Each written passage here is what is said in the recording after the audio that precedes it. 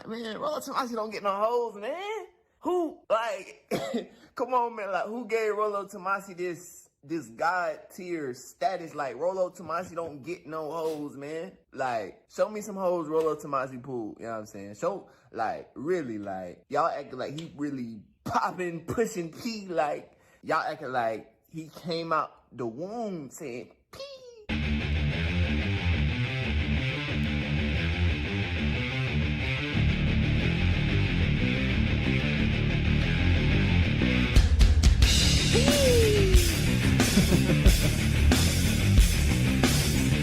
It's time to evolve. Because everybody believes in evolution, right? We're not that stupid. We live in the 21st century. We're 25 years into the 21st century. It's time to move the manosphere to the next phase. We're all mutants now. If you're listening to this show, you're a mutant. Live from Las Vegas, Nevada, where all the mutants live. This is the Irrational Live. Very good. Very good. Nice to be back in the real command center, Red One Studios. Glad you could all make it for today's show. This is your show, of course, not my show. What's the one thing that you wish women just knew about men? That as much complexity as you feel internally, they have the same. And men feel like they're only here to perform and do and provide. And if you... because we are. you can reflect back to them what they mean to you. I love the piano music. It's like we only know 2 chords, so let's just play these over and over again. And invite them to share deeper parts of themselves. That's not an interrogation. It's an invitation to explore. That's the best you can give them. Yeah, we've played the vulnerability card. We've tried that. It doesn't buy much. I'm sorry. The vulnerability card, it's kind of, the rent's due. It's not attached to outcome or expectation. It's just of wanting to know the deeper parts of them and not rejecting them for their truth and sharing your truth.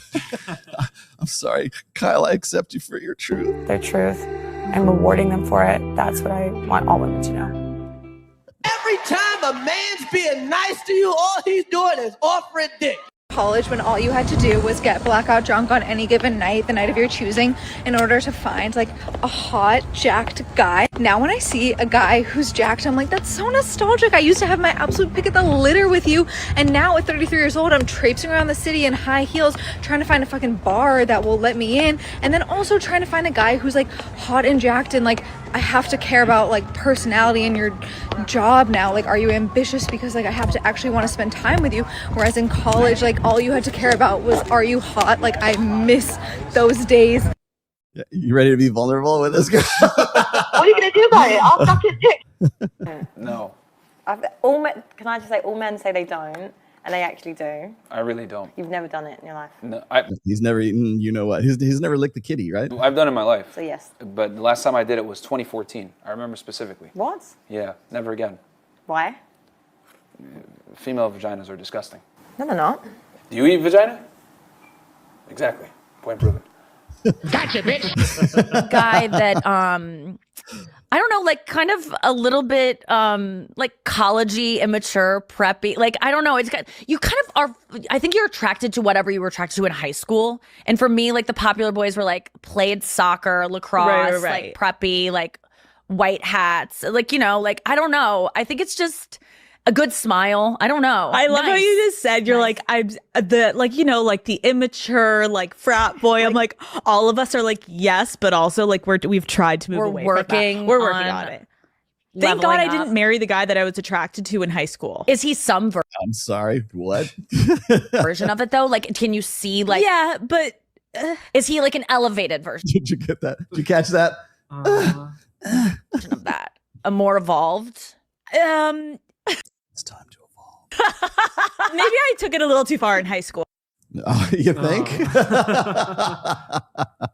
You ready to be vulnerable with her? Okay. How about this chick? Inability to find a partner is not some sort of social injustice. I don't think we have a male loneliness epidemic. I think we have an epidemic of undateable men. Stephen Bartlett asked if society should intervene to make sure men meet women. The only I'm pretty sure Steve Bartlett wouldn't be my authority that I want to quote for this, but keep intervening society should do is putting systems in place that hold men accountable, teach them how to be better partners, teach them how to be better people so that there's somebody that a woman would want to be with. We should be educating men about incel and far-right propaganda and the hatred towards women and anything that will hold men accountable for their behaviors rather than perpetuating this narrative that somehow women are responsible for a man's behavior. Men are not entitled to pass on their genes or have a legacy. In fact, if anything, we learn about this in schools, natural selection. Hello, we're weeding this shit out, but there's no oppression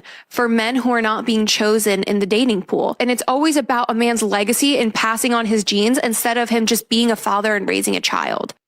That is having a legacy and passing on your genes.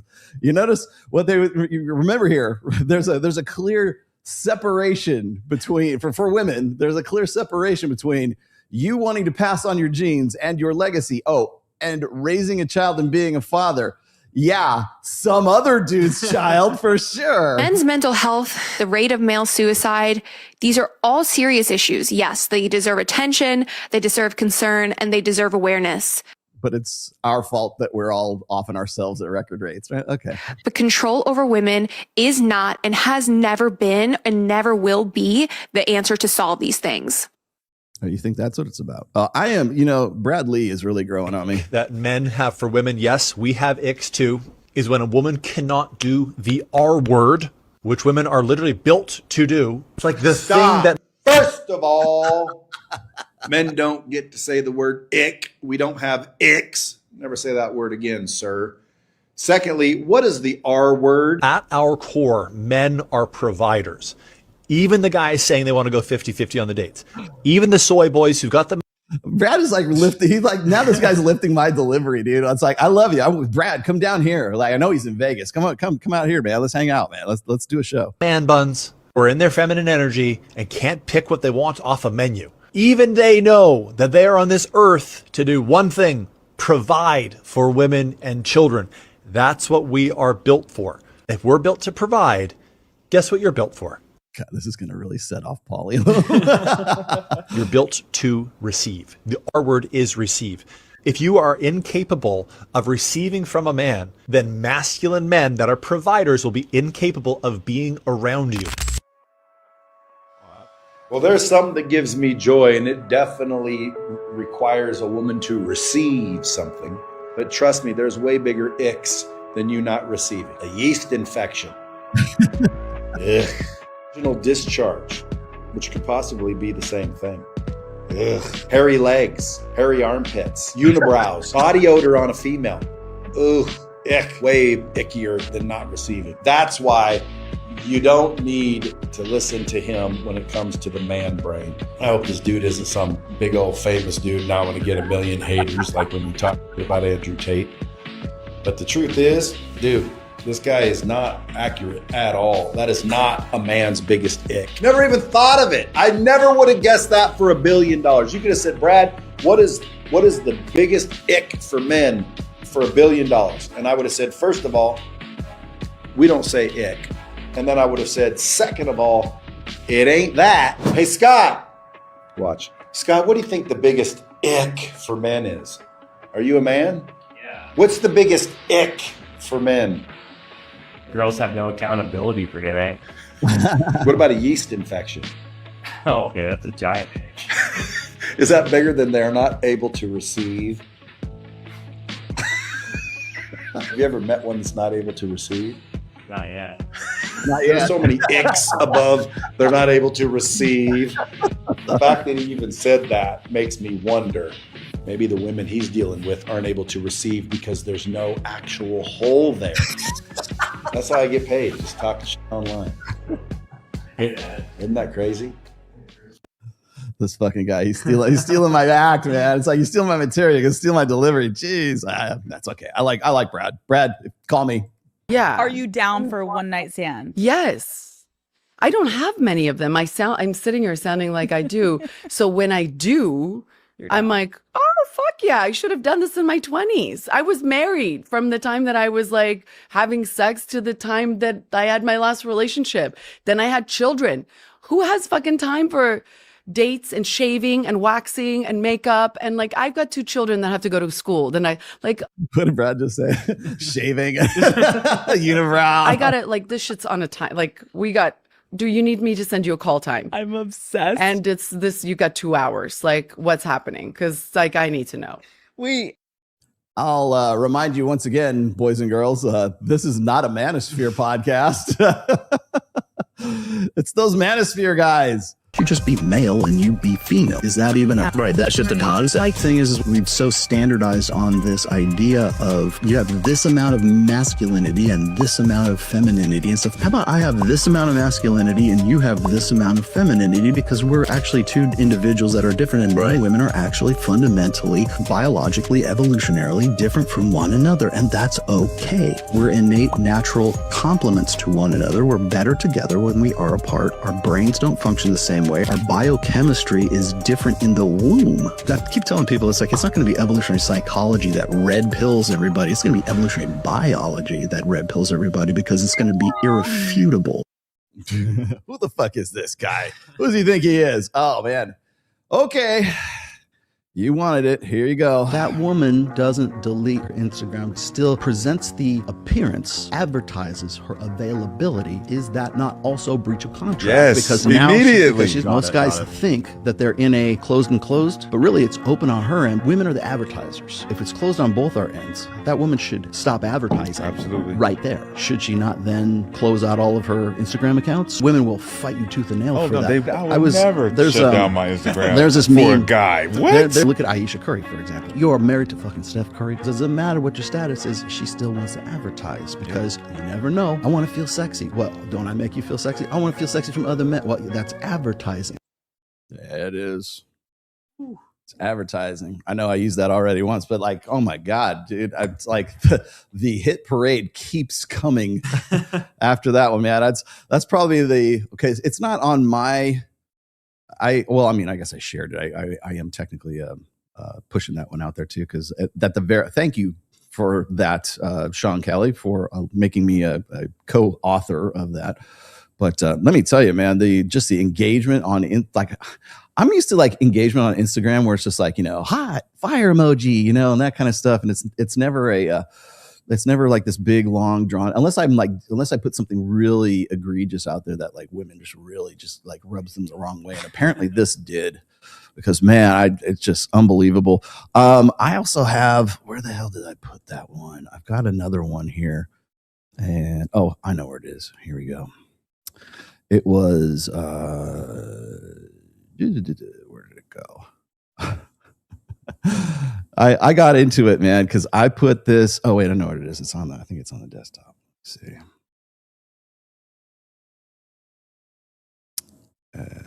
There it is. Oh boy, this got me in a lot of hot water. This recently. That woman doesn't delete her Instagram. Still presents the appearance, advertising.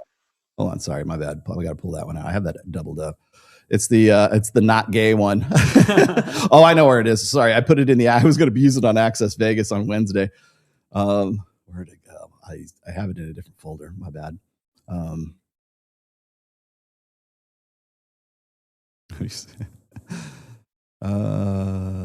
did it go? Is it Jay Waller? Which one was it? I'm trying to find the right one. Oh, here we go. Here we go. Is this it? And you see a guy that's very good looking at a party and stuff. Women's like, hold on a second. I don't know if I have it. I'll have to go dig it up later. There's another one of me it's on Sean Kelly's show. Sean Kelly's is certainly on his Instagram right now, but it's a quick short, and it's me talking about like it's got the way he cut it up is so bad too. It's like me like really glossing like Justin Waller, and it's like it seems like I think he's like the most attractive guy in the world, and I'm just like bromancing with him or some shit like this. And so I was really just trying to like point out, like I do this all the time. You already know that I do this all the time, so it's no shock to anybody else. But like there's three individuals I use. If anybody ever wants me to give them an example when we talk about the 80-20 rule and the 4.5% rule that goes 80-20, 4.5. I usually use Justin Waller as the guy who, here's an example of 4.5%, because people want to know, who are you talking about, right? Well, I could use Jason Momoa, which I have in the past. I could also use Alan Richardson, right? Yeah. Because like those are guys that look like that have that attitude, that are this tall. They meet those sort of biological requirements that are going to be like, assuming they weren't celebrities. That's why I use Justin Waller, because he's not like a Hollywood celebrity, right? But I gave this one. I used to do this one story, and I would talk about how Jay is. We were in the Mexican restaurant that one time, and that chick comes by and she takes the ticket and puts it down on there, and I was trying to relate this story, but nothing against Sean. I understand why he did, and thank you for doing it, right? But I get why Sean wants to put these little buzz clips that are just sort of like very selectively edited. But people were just thinking, oh man, he has gay love for Justin Waller. I'm like, no, Justin is heterosexual. I am heterosexual. In fact, our wives know each other pretty well. And it's funny, but nobody believes me about that story. So here, you can believe this story right now, because that was the picture. Thank you very much. Bravo. That's the picture that I took during that time when that happened. Now I blocked out the actual number there so you don't see it, but that was the picture that I had, because I told you I took a picture of it. I had to go back through my archives, and because this was back in like 2022, so I had to go back through my archives to go pick this up. It actually did happen. Don't believe me? Go ask Jay yourself. Okay, it did happen. I'm not bullshitting. I'm not stroking off the fucking Jay Waller. Thanks a lot. Go fuck yourselves. Oh my God. People, like fucking relax. And there's some dude decided I don't even know who the guy was. He's got like 400,000 subs or some shit like that. Yeah. The dude's got this fucking like, I don't know, like pedo beard, dude. And he was just like talking about, oh, I can't believe you guys are these Manosphere guys. They're like secretly closeted gays or something like that. They're ballet and they're dancing around and falling on each other's, junk. I can't say the other word because we're not a half an hour in just yet. But yeah, it's like, yeah, dude, sure. Yeah, right. Okay. It's like anything I can use. You just give him an inch, just give him something, right? Isn't he the one that said you should get a vasectomy? I remember that. You don't remember anything else. Like, I can cure cancer. Like, aren't you the guy that like said vasectomy? Oh my God. Jeez. I know. Well, that's the thing is like I can provide. I was just talking to Kyle before we came on, and it's like I was talking about the difference between writing an essay on Substack, which, thank you. I'm closing in on about 350 paid subscribers on Substack. I need to start putting some more videos on Substack, I think, too. Because you can live stream on Substack, and I think I might start doing that for my members. So go and join. If you like this show, you'll love the Substack version of this show, which I try to keep way more casual than this. But the thing is there's a big difference between writing an essay on Substack and writing an essay or an article for Twitter. And the reason why I'm bringing this up is because I wrote this article for Twitter last week, and it was based on what I have said a million times about happiness, and how happiness is a proximate goal and not an ultimate, or not proximate outcome and not an ultimate outcome.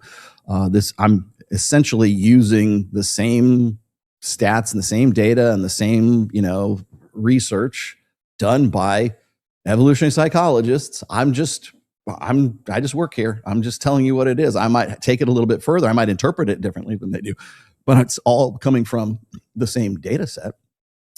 So I'm talking about that, and I am talking about the happiness thing. And I think I originally I originally put it out there because I keep hearing over and over and over again, and it doesn't have to be like the usual suspects. It's just everybody seems to think that happiness is some sort of attainable, maintainable, sustainable goal state. And I thought, you know what? I'm just going to just do this once and for all. And I had this one essay on Substack about happiness, and it was a free one. It was a freebie. And so I thought, okay, fine. I'm just going to take that. I'm going to modify it a little bit, update it some, and I'm going to put it as an article on Twitter. And I put it on there and damn near went viral. It's like 711,000 views the last time I saw. Now, if you're on Twitter, Elon really wants you to use the articles feature on Twitter these days because they will promote it. Like, I mean, if it's good, they'll promote it, right? When people start looking at it, and then as more people start viewing it and then maybe respond, it helps if you actually get engaged in the conversation afterwards as well. That's just in general on X, Twitter, whatever you want to call it. So there's ways to sort of bump your listing. I saw, was it Brian from whatever podcast was sort of lamenting the fact that he only made $41 last month on Twitter. I feel your pain, brother. I really do. Cause for the longest time, I didn't understand how the new like Grok / Twitter algorithm worked. And now I think I got a better grasp of it. So Brian, if you want me to tell you, I'll tell you. Like he's got my number. Just call me or text me or something like that. I'll tell you what I know. But what I do know is articles get promoted, and so that one got promoted. But here's the deal: I stripped that one down, man. I brought that down to, you could probably read it inside of like 4 minutes. Whereas you go on my Substack, and I'm a way more comprehensive on my Substack, but people don't want comprehensive, man. They want fast food, man. They want to go through the drive-through, and they want you to throw it in their mouths as they're going through the drive-through, and then they move on to the next thing that they're doing, and then they scroll on or whatever. So that's just where we're at right now, and as a result of this attention, it's ADHD engagement media. That's where we're at right now. So number one thing I'm going to start with when we're talking about, is there a new evolution? We're going to move on with the manosphere and everything else. We're already there. We're doing, like, it's going to move. It's already evolving whether we want it to or not. And the first step that it's taking right now is it's moving in a direction of ADHD.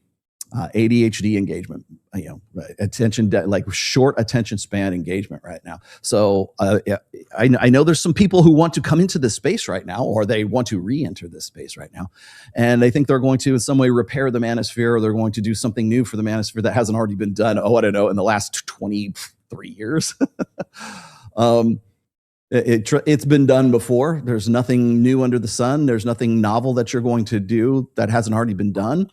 There's just different ways and different contexts to doing it. AI is going to most definitely ruin a lot of the content of the manosphere very soon, if it hasn't already. I'm already noticing a lot of people using AI, that they're basically just going to Claude or to ChatGPT or whatever, and just they want to do what's called a Twitter storm, right? They want to be able to come up with some sort of hot take, and then remember, the Twitter storm is not just the original hot take; it's all the responses that you can expect that are going to come after that populate that stream, depending on what the response is. The most predictable responses are.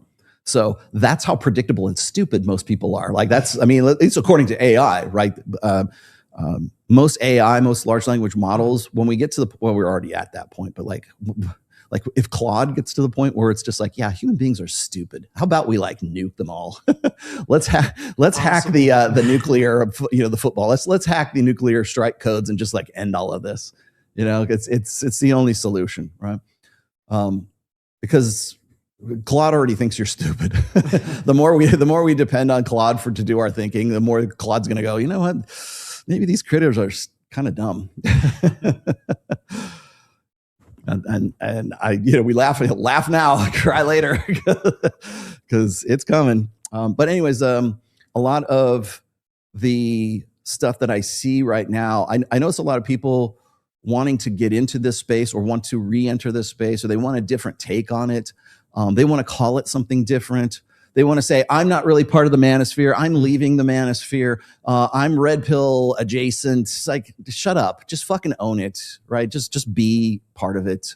I wrote this I wrote, it was just a quick hit post. I think it was on, I put it on Substack. It was just a quick post on Substack. I might I might eventually turn it into an article on Twitter sometime this week, because it seemed like it was pretty, it'll get legs.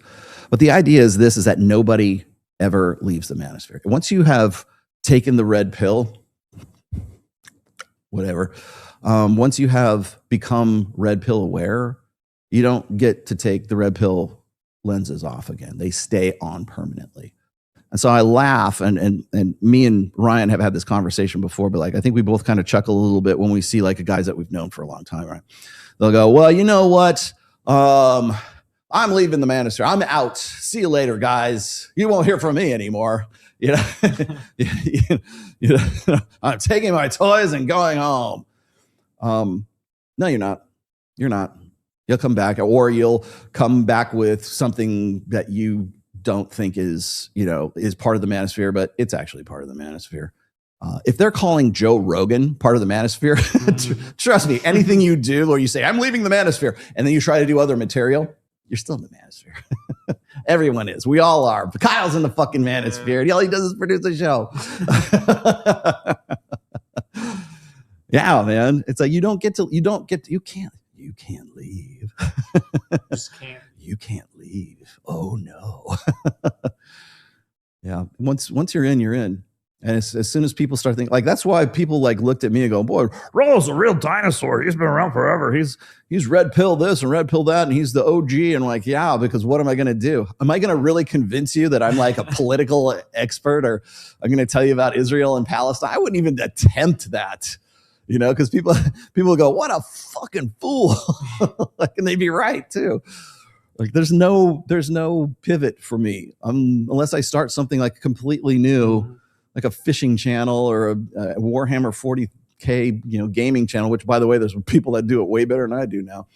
Or guitar play. I was talking to Kyle from A Common Crown. He has a podcast, and he decided to give up on politics and the red pill stuff, and he just does music because he plays in the band Common Crown, right?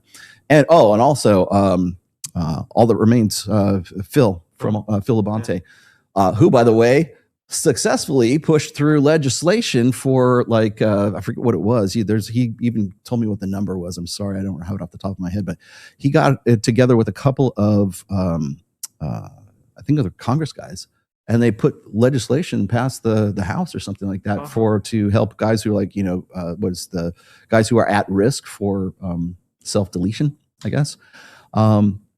And I kind of should go dig that up. I'm talking about it now. I need to remember what it was all about. But the fact of the matter is, it took the lead singer from All That Remains to do what the MRAs couldn't do in since the mid 90s.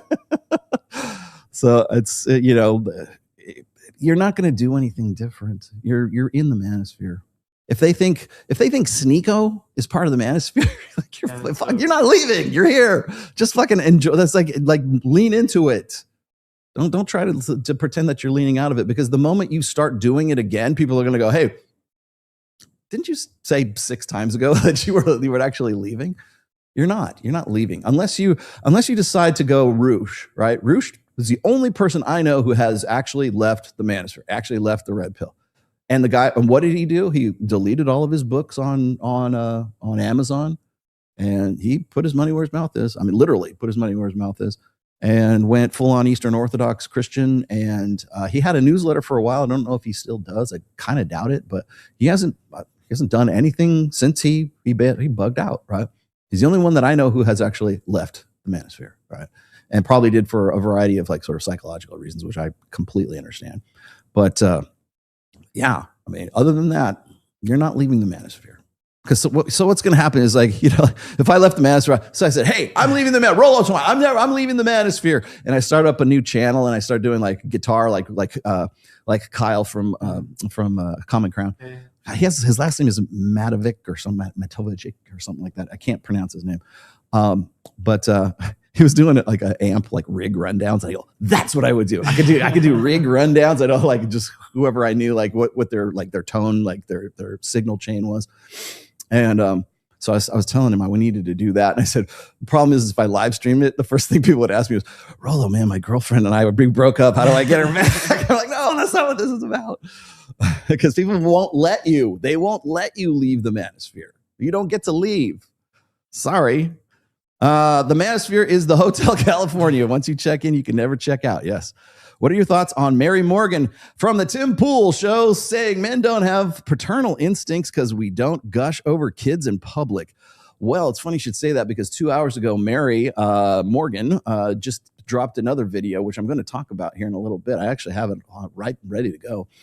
I hate that, man. I come up with I save stuff throughout the week, and then I'll be on the drive from my place into the studio, and then Mary Morgan drops something, and I go, oh, fuck, I gotta talk about this. Just ruins. Thanks, Mary. You just ruined the schedule for this entire show. Men don't have paternal instincts because we don't gush over kids in public. No, we don't gush over kids in public because we don't want to. We don't want to be arrested. That's why we don't gush over kids in public, Mary. Do we have paternal instincts? Sure, we do. Sure. Why wouldn't we? Why wouldn't that be a thing? I think we have paternal instincts for our kids, for our children, and maybe like you got to remember it's like men are. I mean, just from an evo bio perspective, as well as evo psych, right? But from an evolutionary biology standpoint, it makes sense. I have I wish it was more had got a little bit more traction, but last week or this week, Wednesday, I put out a Substack, and once again, I was talking about body count, but this time I wrote about it from a biological perspective and why body count actually makes a difference from an evolutionary biological perspective, right? And I used the Christopher Hitchens gene-based argument for this one. So for everybody who says, oh, Rollo, he only talks about evolutionary psychology, but what about evolutionary biology? I am on record as saying that it won't be Evo Psych that proves the manosphere or the red pill. It will be Evo Bio that does. I've said that a million fucking times. Don't believe me? That's on you. I've got tons of archives where I've said that, and I'm not going to go hunt it down. And actually, you could probably go get Claude and go through all the transcripts of all my archives, and you'll probably find it like probably at least a dozen times.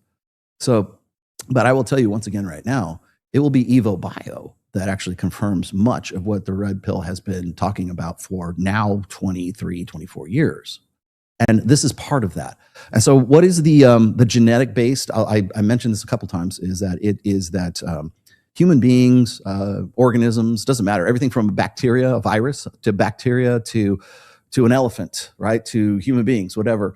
We're essentially vehicles to pass on our genetic information into the next generation, right? Ergo, our DNA is the only thing that is effectively immortal about us. Now, does it recombine and change over the year? Yeah, of course.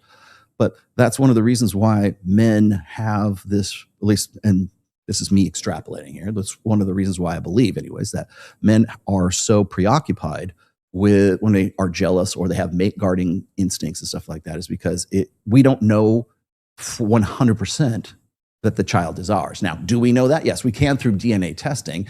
That we didn't really have that technology until like the late 70s, early 80s.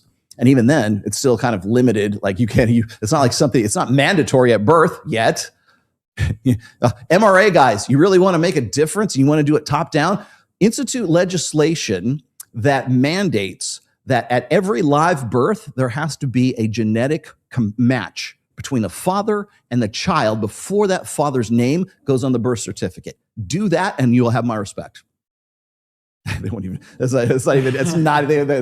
telling them this for the first fucking time.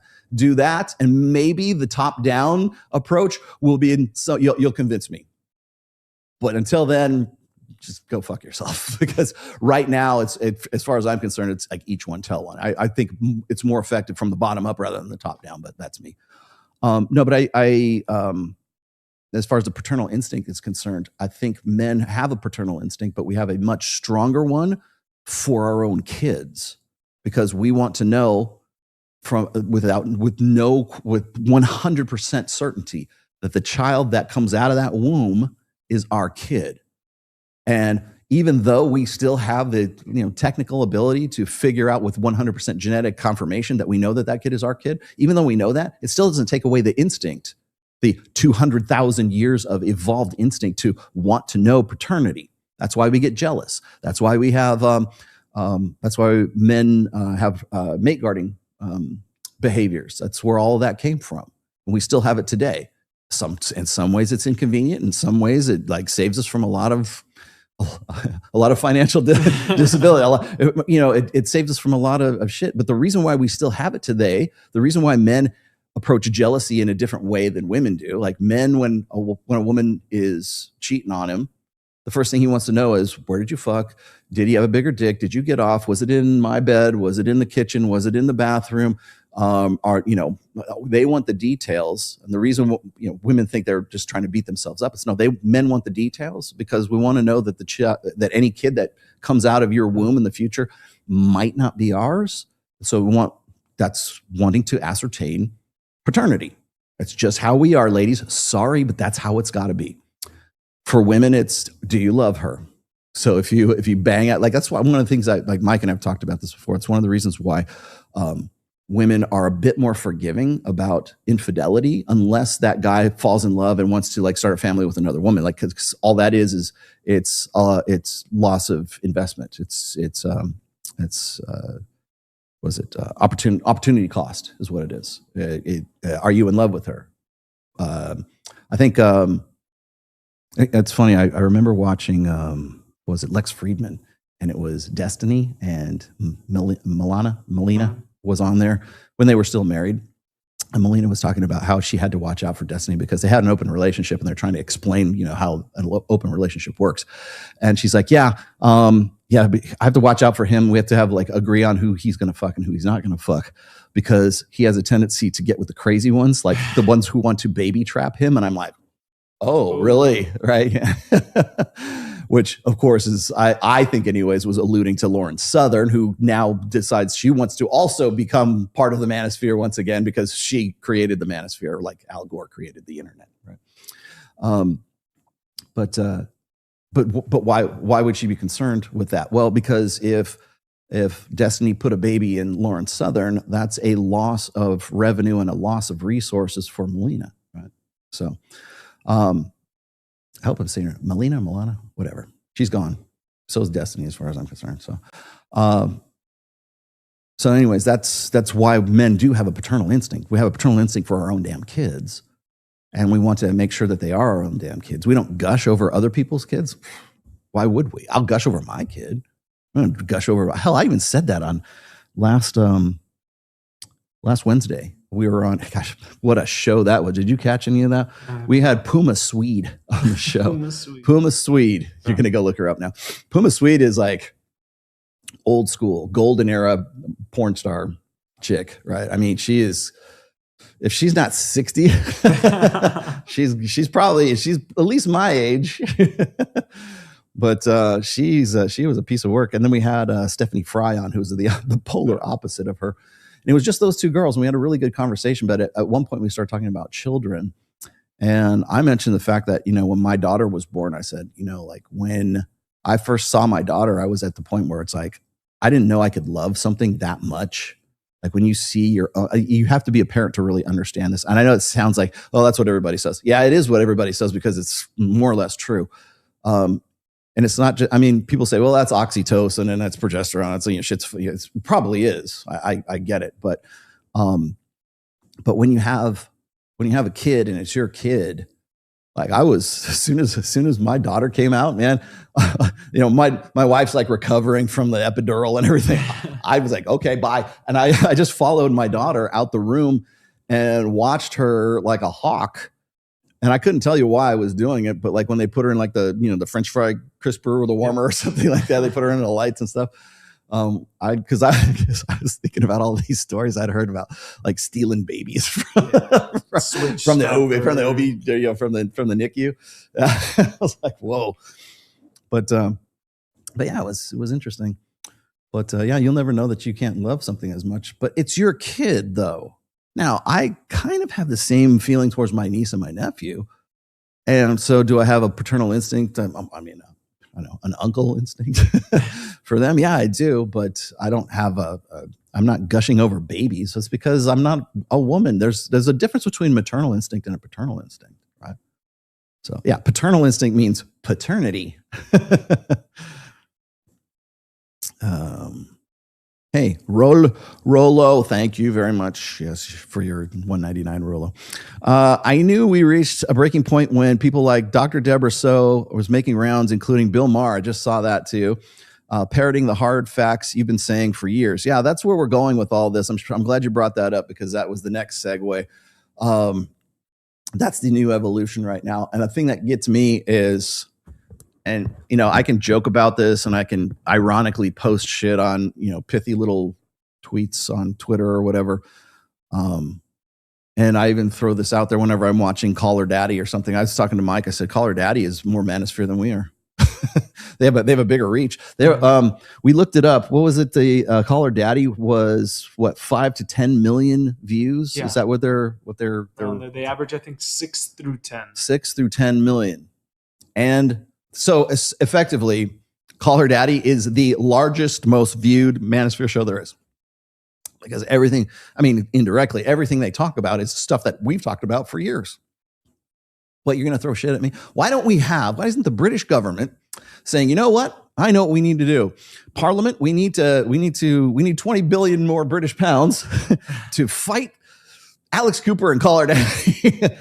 that influence over our young ladies. We need to find some way to do that because they're having a negative effect on our young ladies in the UK school systems. How come we don't do that?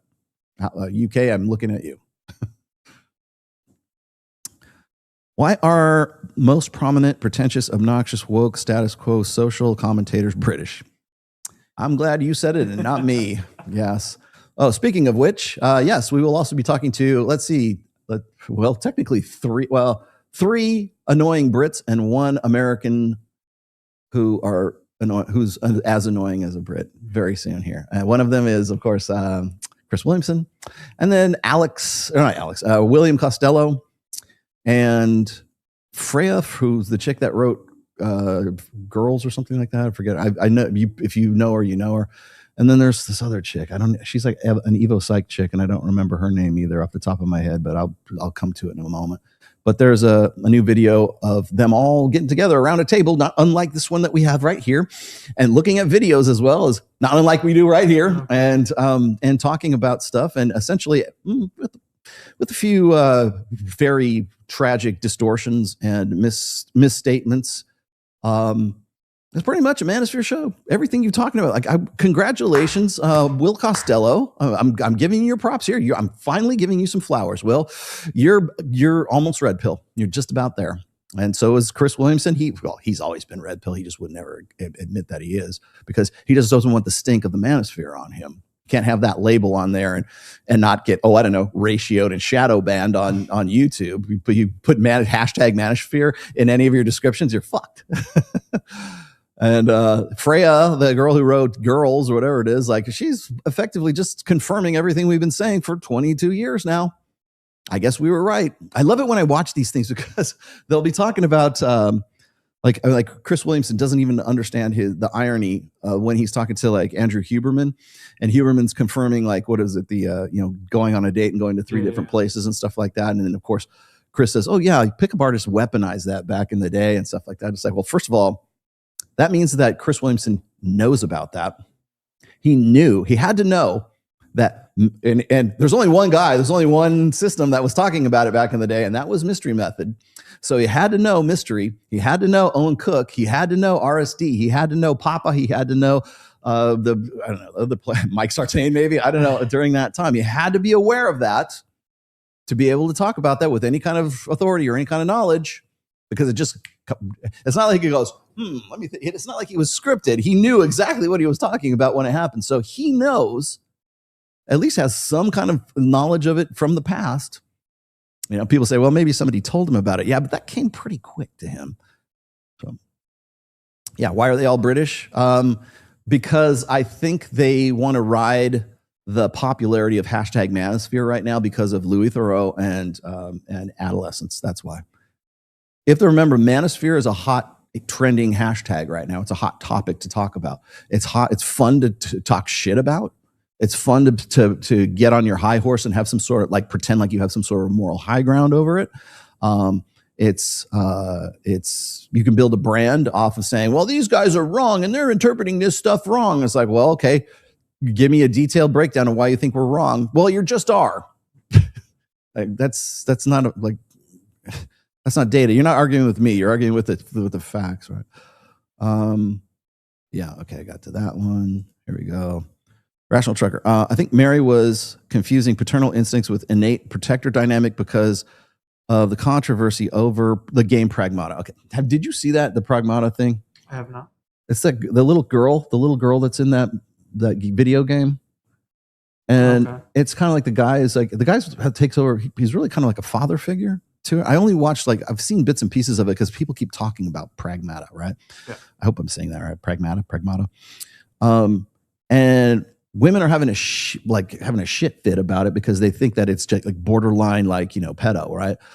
But it's not. It's this little girl who's sort of deferring to daddy, like she's, and then they want to say, oh, well, she's got long blonde hair, and so therefore that's like sort of they want her to be like a porn star or some shit like that. It's like, no, that's not it at all. And what's funny is you can't, we've gotten to the point right now that when we see like a healthy father-daughter relationship, and I know because I've had a healthy father-daughter relationship with my daughter for about 28 years now. But when they see that presented to them, the idea that there might be something other than something creepy going on, or some kind of some sort of dominance play, or some sort of games that are being played, some manipulation, some kind of like borderline, child, what? The fact that we're not addressing that instead of like, hey, maybe this is actually, a healthy relationship between these two characters in this video game, right? No, that's not where our brain goes first. So, I don't know. Is that part? You'd have to ask Mary about that because I don't know for sure. Let's see. Why are WASP women so prone to suicidal empathy? All right, is that what we're going to get into now? We're going to talk about Gad Saad next. Yes. So prone to suicidal empathy. Well, I don't think they are, because I don't necessarily think women have any kind of innate. I think we would love them to have this, because I think we mistake women's quote unquote intuition, which I just say is the hypergamous filter. I think we apply magical thinking to that.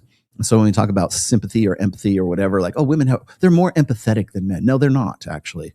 They are not any more empathetic. And research, I've got the research in my bookmarks in my Twitter here. They are no more empathetic than men are. They are better communicators. They are better at reading emotions, because that's the way that women are wired. So what's funny to me is if I go and I say, well, women have more emotional intelligence, which is bullshit. But if I said that, then they go, oh yeah, of course they are.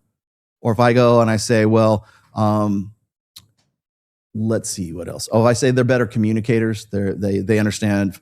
They're more attuned to sub-communications, to vocal intonations, to facial expressions, to body posture, to there's more than one way to just talking. There's more than one way to communicate, right? Women are better at picking up on those things because innately, naturally, they had to. That's the village, right? It takes a village to raise a child, and women are way more communitarian, and they do politics and they do social organization in the round. Men do it hierarchically. That's why men have not had we don't have the same emotional predilections that women do. And if I go and I say that, then it's because men are in some way stunted or stupid. No, we just aren't wired that way. The machines are different. We work differently. We have a different hardware. We have different firmware as well. But if I go and I'm complimentary about that to women, then they will give me a standing ovation. But if I go and I say, well, here's the thing about it is they're no more prone to empathy than men are, because empathy is the ability not to sympathize with someone. There's a difference between sympathy and empathy. I say, well, women are more sympathetic. No, not really. It just depends on what the situation happens to be, right? Men don't have the same kind of level of sympathy that women do, because men are sympathetic about different things, or they have a different priority of the context within which they are willing to sort of feel sympathetic towards somebody, right? So when we say, well, women are more empathetic, no, empathy is this. Empathy is the ability to sort of understand what a person is going through because you yourself have felt that too, or you've gone through a similar situation, right?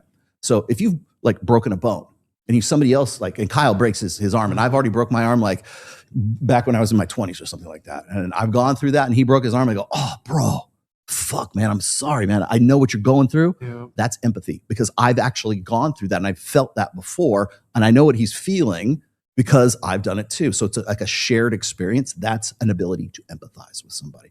That is because it's exactly the same feeling. It's exactly, well, close enough. Exactly the same feeling. I mean, if you broke your leg and I broke my arm, I mean, you still broke a bone, right? That's empathy. Sympathy is way different. Women can be very sympathetic with each other and like be completely unsympathetic with men because men are not deserving of sympathy to the same degree that children and puppy dogs and other women are, because men are supposed to suck it up, rub some dirt in it, and take a fucking lap, right? And that's why I laugh when I look at like, and I'm sorry, I love you, Coral, you know I do, but like when I'm hearing like, well, you know, we need to let these guys, you know, sort of, you know, what do I wish that women knew about men? Oh, well, they're all performance-based and they think they have to perform all the time because we fucking do. It's a burden of performance. It's just the thing is, there wouldn't be an opportunity for you to sympathize with us, to be vulnerable with you for, you know, having to perform if we hadn't been performing already so that you would be attracted to us to get into the position where we'd have that conversation in the first fucking place. Yes, we have to fucking perform. That's it. Accept it. And there's nothing wrong with that. It's fine. It's just the way it is. Jesus Christ, man. Well, it's okay if he expresses his truth. And I was like, no, there is the fucking truth. Oh, but what about your truth and how you interpret it? No, fuck you, Oprah. No. You get a truth. Jesus Christ, man. And it's like, it's so funny because it's like, oh, well, it's so like, it's such circular fucking logic. Well, we need to let them know that, you know, it's not just about their performance and it's not just about the thing. It's like, yeah, you should let them know as soon as they perform well enough for you to let them know that it's not about their performance. And you know why they do that? To make themselves feel better. Not you, them. Oh my God. More than a man could take. Manosphere is dead. Thoreau killed it. What do you think about clavicular? I don't think anything. I don't think about him at all. Thoreau didn't kill the manosphere because if you think that HS Tiki Taki, Sneeko, and even Justin Wall, you think they're in the manosphere? Fuck you. They're not in the manosphere. You know who's in the manosphere? Me. You know who's in the manosphere? Hell, even Kyle's more manosphere than 90% of these guys. Like your Miguel is more manosphere. Like he would have been a better interview than Sneeko, quite honestly. Seriously, it's like remember Thoreau is just looking for the most salacious, most over the top shit. He says so at the beginning of the fucking show, at the beginning of the documentary. He says it like black and white right there.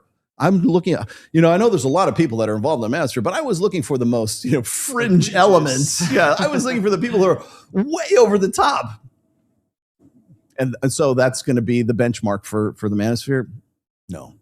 And trust me, when we will be having what is it today? It's 2026 today, in 2026. We will be talking about this in 2030.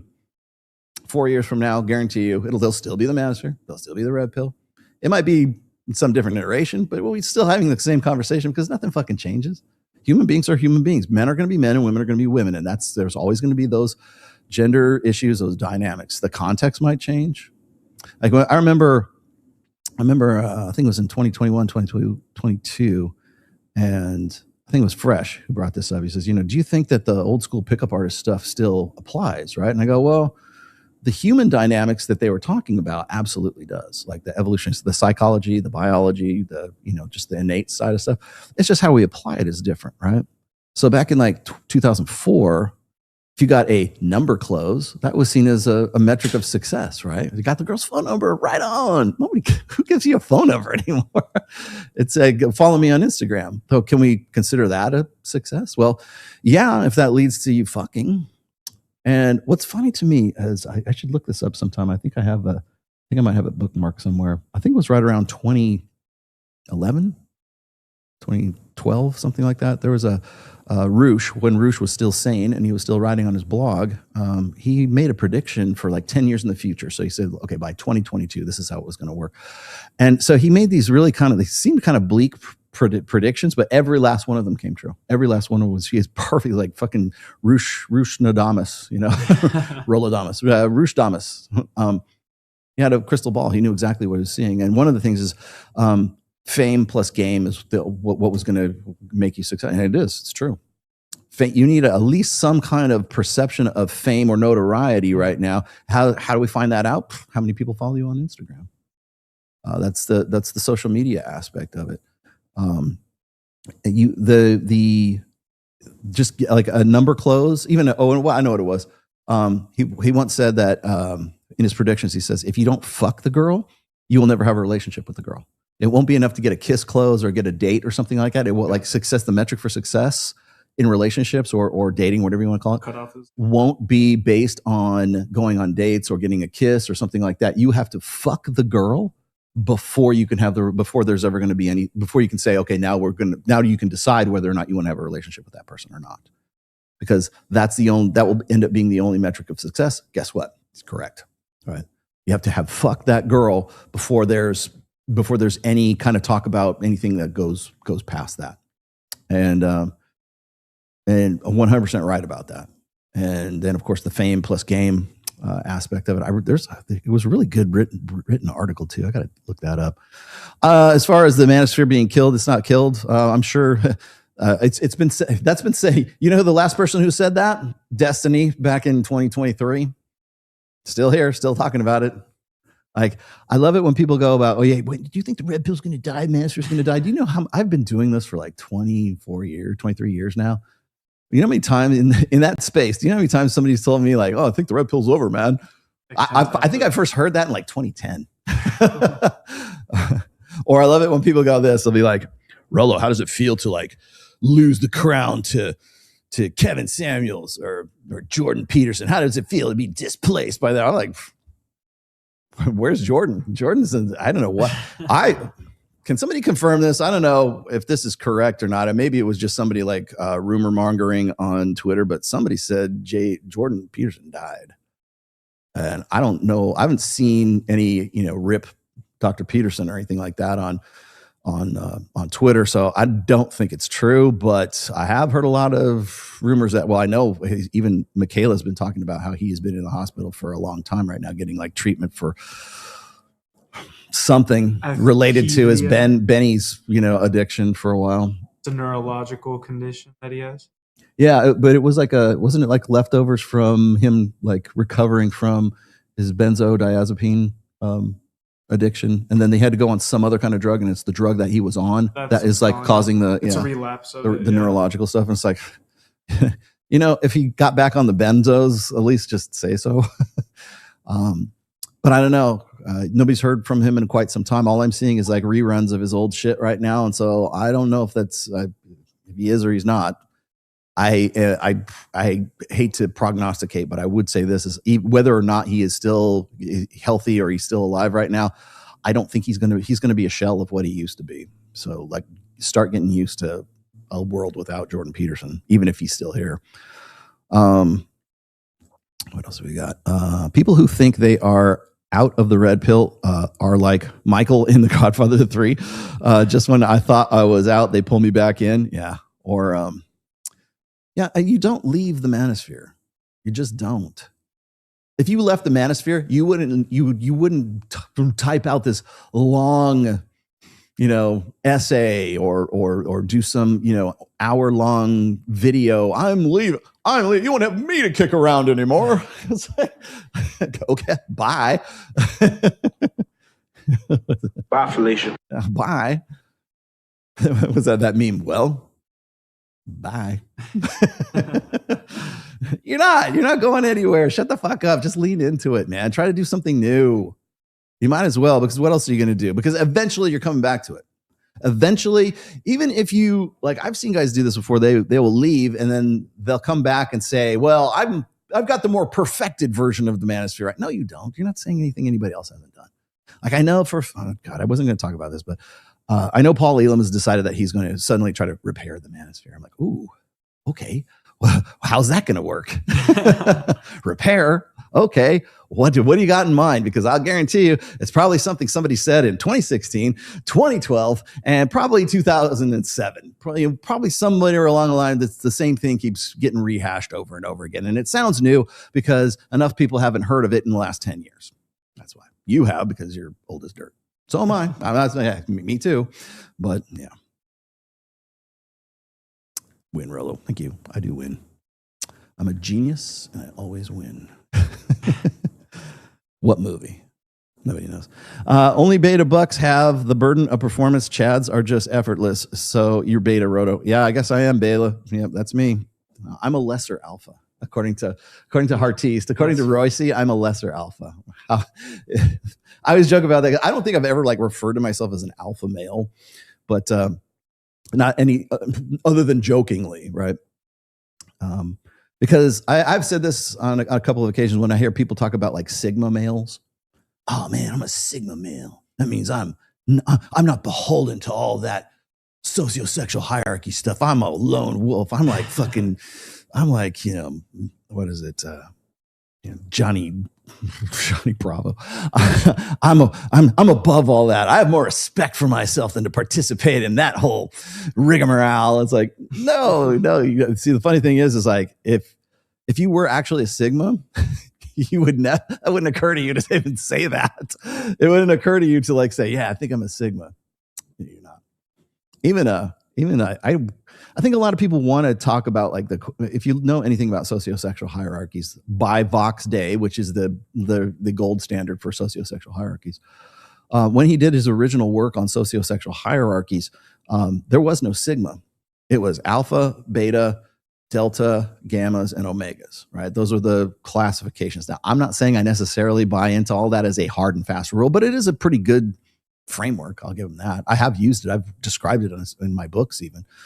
Because people want to know about it, because so many people want to say that they're a Sigma. Well, Sigma, you look at his original work, there's no Sigma included in that whatsoever, because a Sigma is just basically an antisocial alpha, right? It's like the difference between Batman and Superman, or Captain America and Iron Man. They're both alphas, just one's pro-social and one's antisocial. That's all it comes down to. It's just the context of the alpha, right? But people want to say, I march to the beat of my own drum. Yeah, I don't follow fashion. I create my own.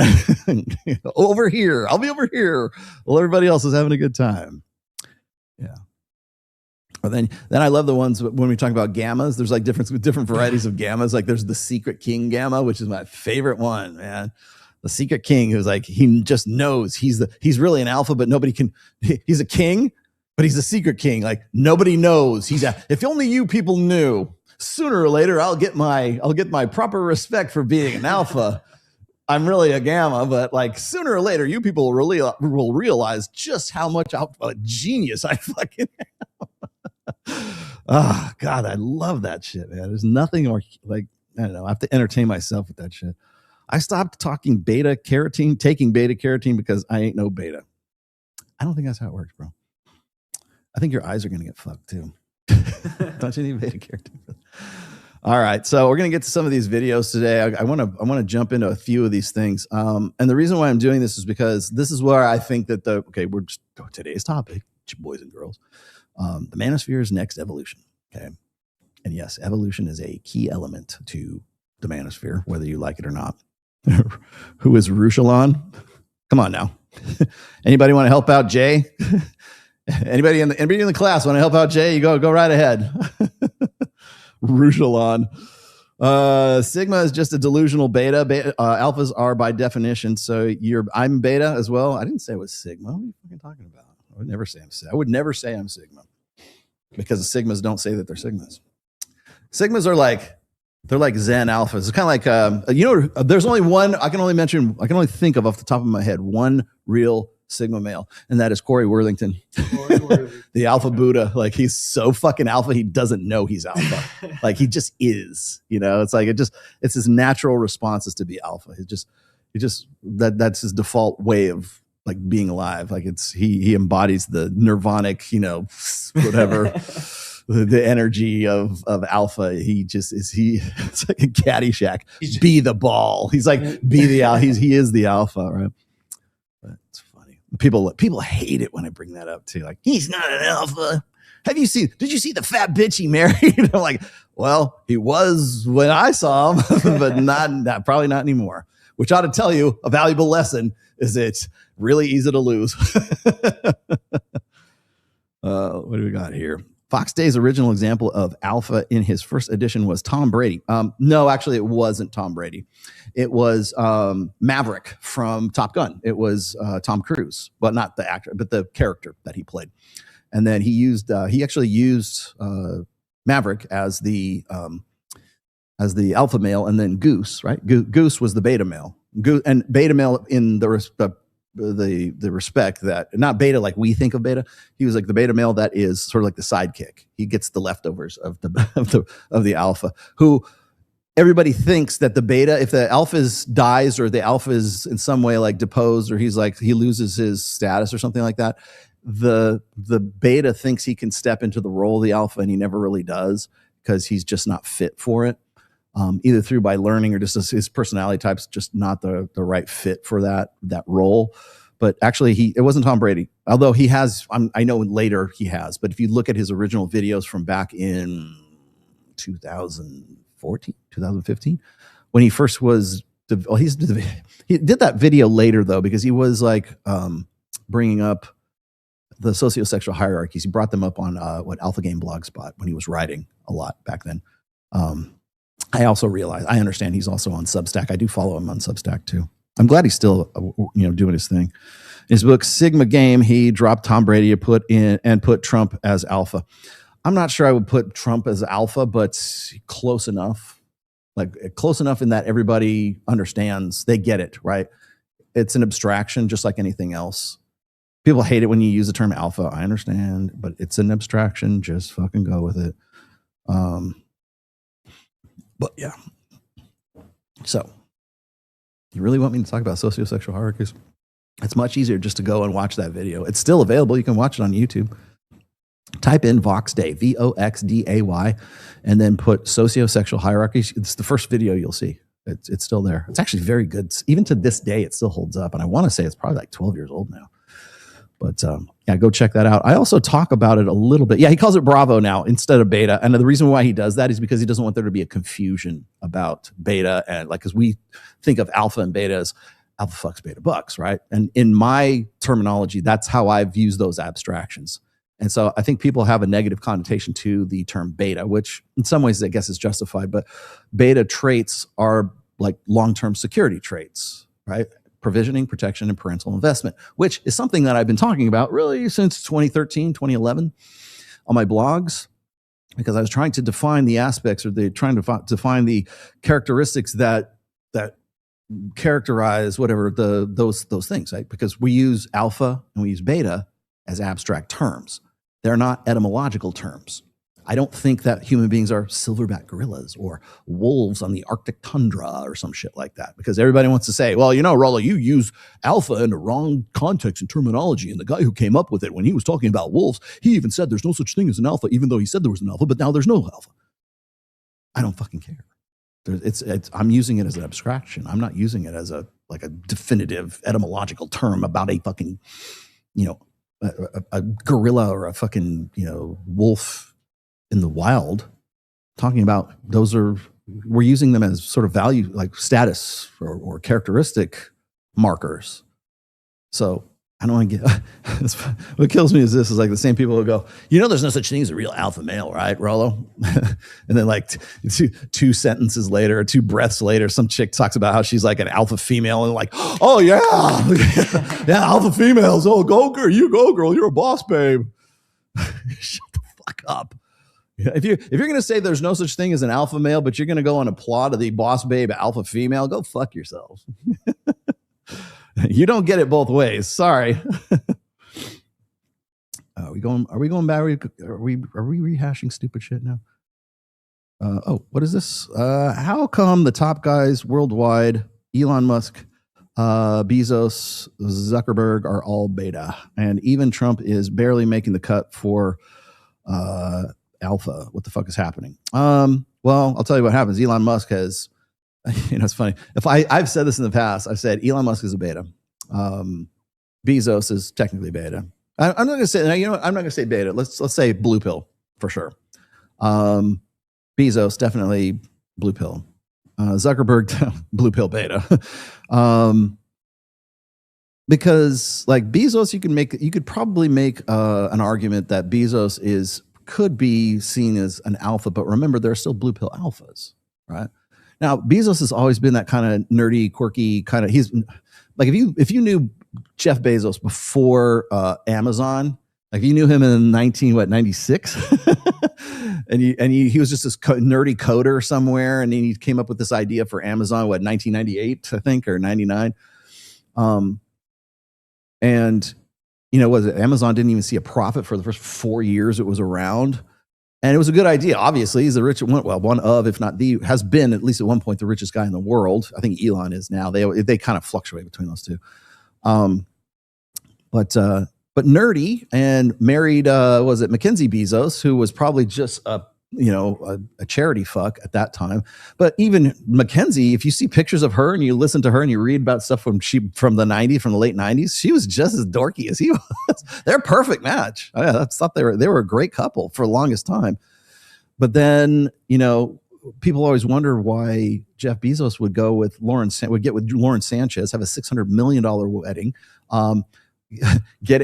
buy a super yacht, a mega super yacht, and then put a bust of Lauren Sanchez on the front of on the bow of the boat. Who, by the way, is selling that right now. I just saw in an article saying he was selling the yacht, the super yacht. Did you see? You watch Friends and Neighbors? I do not. You know Friends and Neighbors with John Hamm? Nope. Oh man, I have not started. It's so good, man. There's like he becomes a thief. Yeah, right? yeah. You got the thing. I get the premise. Yeah. Yeah. Well, I mean, stop me if I said this before, but like, there's this one part where he goes on to this one yacht to do this like $500,000 deal for this guy that's blackmailing him. Right. It's really good. It has a Breaking Bad kind of vibe to it too. That's why I kind of like it. But he gets on there he ends up nailing this chick who owns the yacht, of course. But during the show, they give you sort of these little breakdowns of like how expensive these things are. So if he's stealing a Rolex, it'll say, this is the Rolex. It was released. This particular brand of Rolex was released in such and such, and they'll go down the specs and everything. And they'll say, oh yeah, it's worth $600,000 because they do this because the average person has no earthly clue how much that Rolex is worth, but rich people do, right? Yep. And then they start talking about yachts. And he even mentions Bezos in there too. That there's like the yacht. If you have like fuck you money, you get this little yacht right here. Yeah. But if you have fuck it all money, you get this mega super yacht that's like this gigantic thing, and it has a brand name to it and stuff like that. It's actually pretty amazing, and it's like close to like $500 million yacht. You have a yacht for your yacht. Yeah, exactly. Yeah, you have a yacht slip inside your yacht. Yeah, exactly. But that, when you have that kind of money and people go, well, how come a rich guy why would you ever say that Jeff Bezos isn't an alpha? Like, well, he's probably got that way. He had to learn that for sure to get up to that point. But does that make him an alpha? Maybe in business, like contextually maybe, but when it comes to the women that has been in his life, he's very much a beta. Mm-hmm. I mean, Lauren Sanchez is a predator. She has been a career gold digger for her entire life. And I love it when people want to say, well, they try to justify assortative mating with me. And they'll say, well, people who are like high value women tend to get with high value men. Just look at Jeff Bezos and Lauren Sanchez. I'm like, You got any other examples? Because I know Lauren Sanchez and what she's done for most of her. She does not have a college degree. I can tell you that right now. It's not a leader, builder of businesses or a leader of industry, to say the least. And has pretty much made a name for herself by, hooking up with NBA stars and athletes and rappers and whoever else. And Jeff Bezos just happened to be, it was his turn. You remember? She's not yours. It's just your turn. That's Lauren Sanchez, right? She was cashing out at 50 years old when they got married. And maybe she just rocks his world and he's into it. And when you have that kind of money, it doesn't matter if you're beta. I mean, he got, what is it? He got divorced from Mackenzie to the tune of $38 billion and was still the richest motherfucker in the world. So that's it. The definition of alpha and beta is something that is sort of fluid and flexible. Rich Cooper has a map of the traits on journey the journey a man can take for plugged in alpha, beta, and unplugged alpha and beta. Okay. What is it, as a roadmap? I would like to know what those are. The thing that gets me is this, one of the things I've always tried to do from day one is not tell you how to live, not give you a plan, not give you, here's the path of the true alpha male. I would never tell you that. Here's 12 rules for life. And if you don't do if you only get to number 9, then you don't get the certificate. You don't get your diploma. That's what people get kind of confused when they say, well, Rollo, don't you have the 9 iron rules of Tomasi? Yeah, I do. But the only place I have ever collected them has been in the book. Like if you look at my 9 iron rules when I put them out actually on my blog, and then I also put them, we actually developed those. You'll find them on SoSuave because I talked about the 9 iron rules of Tomasi on SoSuave back in the SoSuave forum days as well. But I deliberately tried not to put them all together in one sort of like, say, here's this, because I know what happens. Once you give people a list, they think that it's a roadmap to follow. So if I go 1 through 9 and then I get to 9, then where's my pussy? It's like pussy at the end of the rainbow, right? Or it's like pussy at the end of your college. Sorry, it's your 4th. I learned number 9. Now I've got my 4-year pussy degree. That's not how it works. It's the same thing with 48 Laws of Power. The 48 Laws of Power isn't a roadmap. There's just 48 laws of power. It's not like you're going to learn each one, and when you get to law 48, then suddenly you're a graduate of the 48 laws of power. No, you're not. It's not, because that's not what it was ever intended to be, but that's how people end up looking at it. So if all you have is money, you're you beta. Bezos is a beta, 100%. Come on, Rollo, you're making a mistake if you say Bezos is an alpha. Who is alpha? No, I mean, with chicks, with a woman, yes. But what happens? So here's why. With case in point, okay. The thing is that whenever I have said, I've said this before, Elon Musk is a beta, right? Elon Musk is a blue pill beta. He is the richest motherfucker in the world. And whenever I have said that, people will go, how could, Rollo, you're an idiot. Who would ever take anything you say seriously? Everybody can see that Elon Musk is an alpha.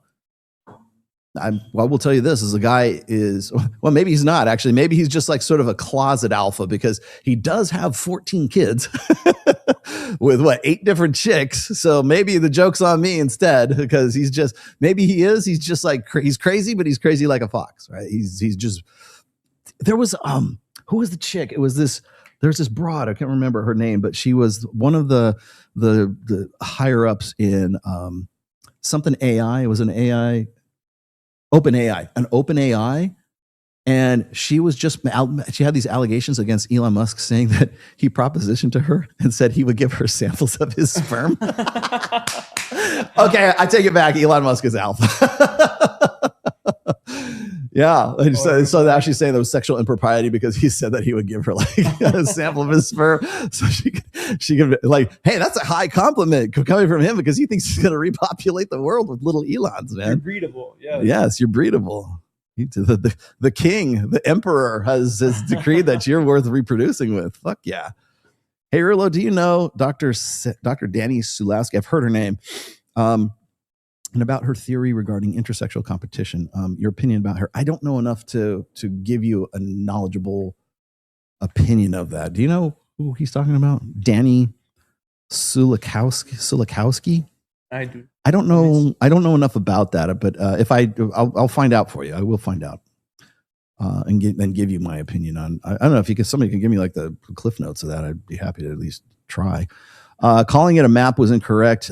Just a diagram with descriptors. Yeah, well, that's it, right? I've never tried to give anybody sort of a roadmap how to get places, right? I don't think Trump is necessarily. Trump's alpha. He's out. Put it this way: Trump was alpha enough to defeat Hillary in 2016, so he's got to be doing something right. Let's see. I got to that, and I got to that, and I got to that. There we go. Okay. Now then, gosh, you guys are slowing me down today, man. You guys got to come up with some better fucking super chat, more like higher denomination super chats if you're going to slow me down this way. Let's see. Sulikowski, is that who that is? Let me see. The Sulikowski lab. She's trying to pull the Huberman thing. Ooh, man, she looks like a dragon lady. Shit. All right, I'll check her out. I studied at the University of New England, a BSc. Okay, so she's got kind of like a lesser psychology degree. And Macquarie University, BSc with honors. It's still a BSc. Before graduating with a PhD. Now we're talking. From the Center of Integrative Studies of Animal Behavior at Macquarie University in 2011. I have been at Charles Sturt University since 2011 and was my psychology's undergrad dissertation coordinator from 2017 to 2023. My teaching is focused on research methods, statistics, and cognition because those degrees, you can only go one career path. Teach. They're completely useless in any other respect.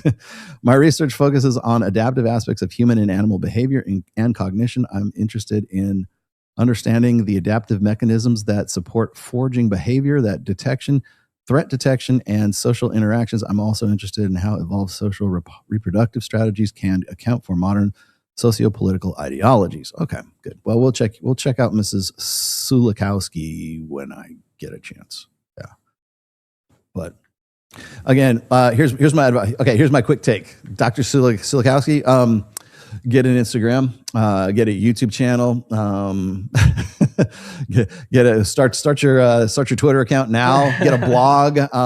Let's see if you want to get into this. The only way to survive. That's how you got to do it. You got to be an influencer. My nephews have 25% of my DNA. The extra 25% is not worth the headache. No thanks. Okay. Why? So you're saying you don't want to breed? Is that what you're trying to excuse the fact that you haven't bred yet? Blows my mind. These rich dudes marry or ran through women. Damn YouTube, not letting me write mildly misogynistic super chats. Yeah, I know. I get that. Yeah, be careful. There's language filters on. It's funny. It's like I have a sneaking suspicion that Gemini is like watching everything you type, and you can't like super chat certain things you won't be able to give me $100 super chat if it includes anything that that Gemini doesn't want you to say. Google got called out for that. They downloaded a 4 gigabyte package to almost everyone's computer, a lot of people's computers, basically just to have their LLM like stored. Resident on their. Yeah. Sounds about right. And that's the thing that kills me is like, it's like people I've been watching all these videos about YouTube and how the algorithm has changed. And here's what YouTube is focusing on, this and this and this. And then once, I forget who did it. It's one smart son of a bitch said it's not the YouTube algorithm. It's Google's algorithm. It's Gemini that's doing it. It's not YouTube. It's like everything you do on Google affects your listing and affects your ranking and affects your like you being ratioed or you being shadow banned on Google and anything else that is related to Google. That's what happens. So it's not just YouTube. YouTube is just one branch of the one tentacle of the octopus that is that is Google right now, and Gemini is the one that's fucking with you. So if you have a Gmail account, guess what? It's reading your fucking emails and it's figuring out what you're really about. Why would I need to breed if my nephews have 25% of my DNA? It's retarded in the clinical sense, and childish. You're pure beta, pure ego. What? because you want to have your own kid?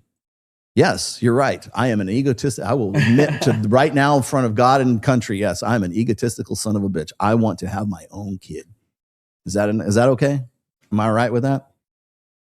Oh, no. Why don't you want to have a kid? Do you want to fuck girls? Are you gay?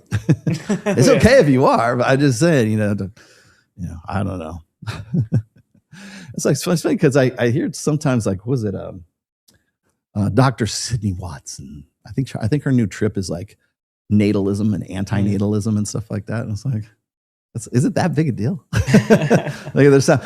Eventually the people who are antinatal, they're going to die out, and the people who are natalists are still going to be here. So that's funny. That's what Dr. Steve Stewart Williams would call a dead meme.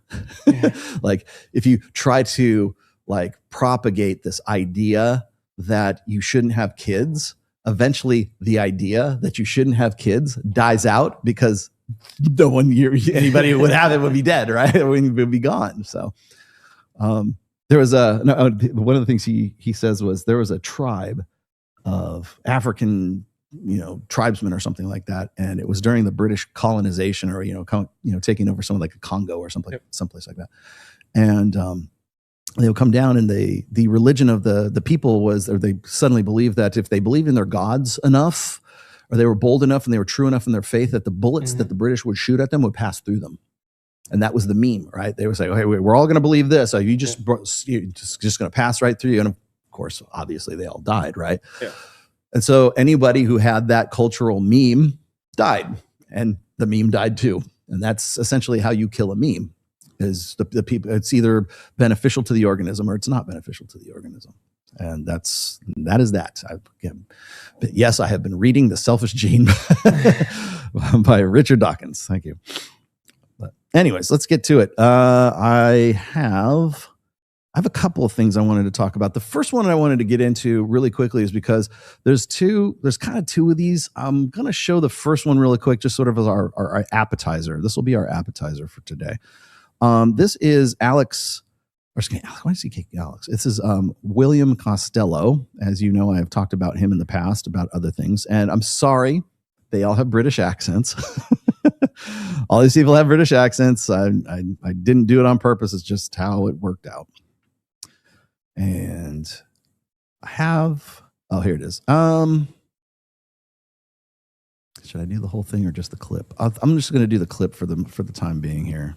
Well, actually, no, I'm not. I'm going to put it up here because I know where it's at. So this was the. Did you read this New Statesman article? I did. Okay, what did you think of that?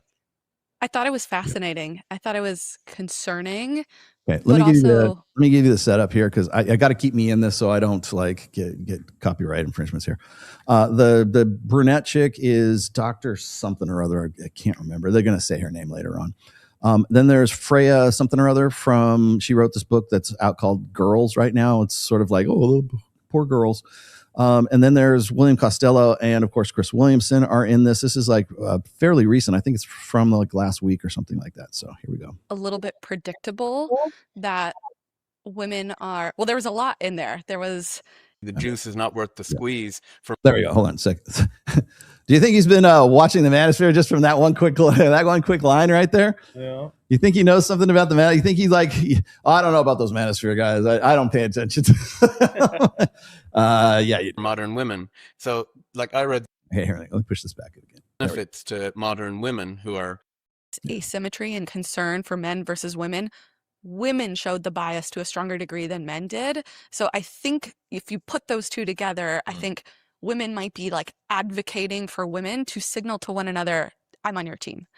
Yeah, I think that's exactly right, Tanya. And to add a few more evolutionary perspectives to that, I was listening to the podcast from the journalists who did the research, and I was just banging my head against the wall thinking, there's so much evolutionary psychology at play here. You can't see it.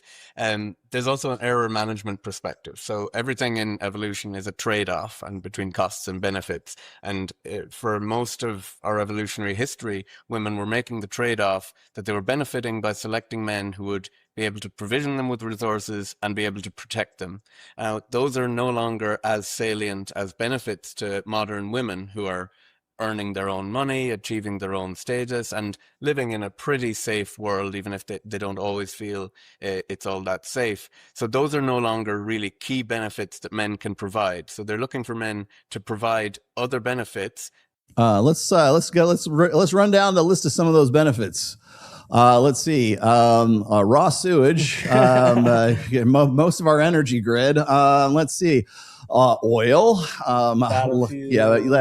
military. Let's keep going. Infrastructure. Guys, please throw some out in the chat here. Let's see some other benefits that men are providing women these days. Maybe they're just intangible. I don't know. I'm filling potholes, working in civil engineering. Let's see. Longshoremen, driving trucks. Let's see, making sure the food gets to the grocery stores.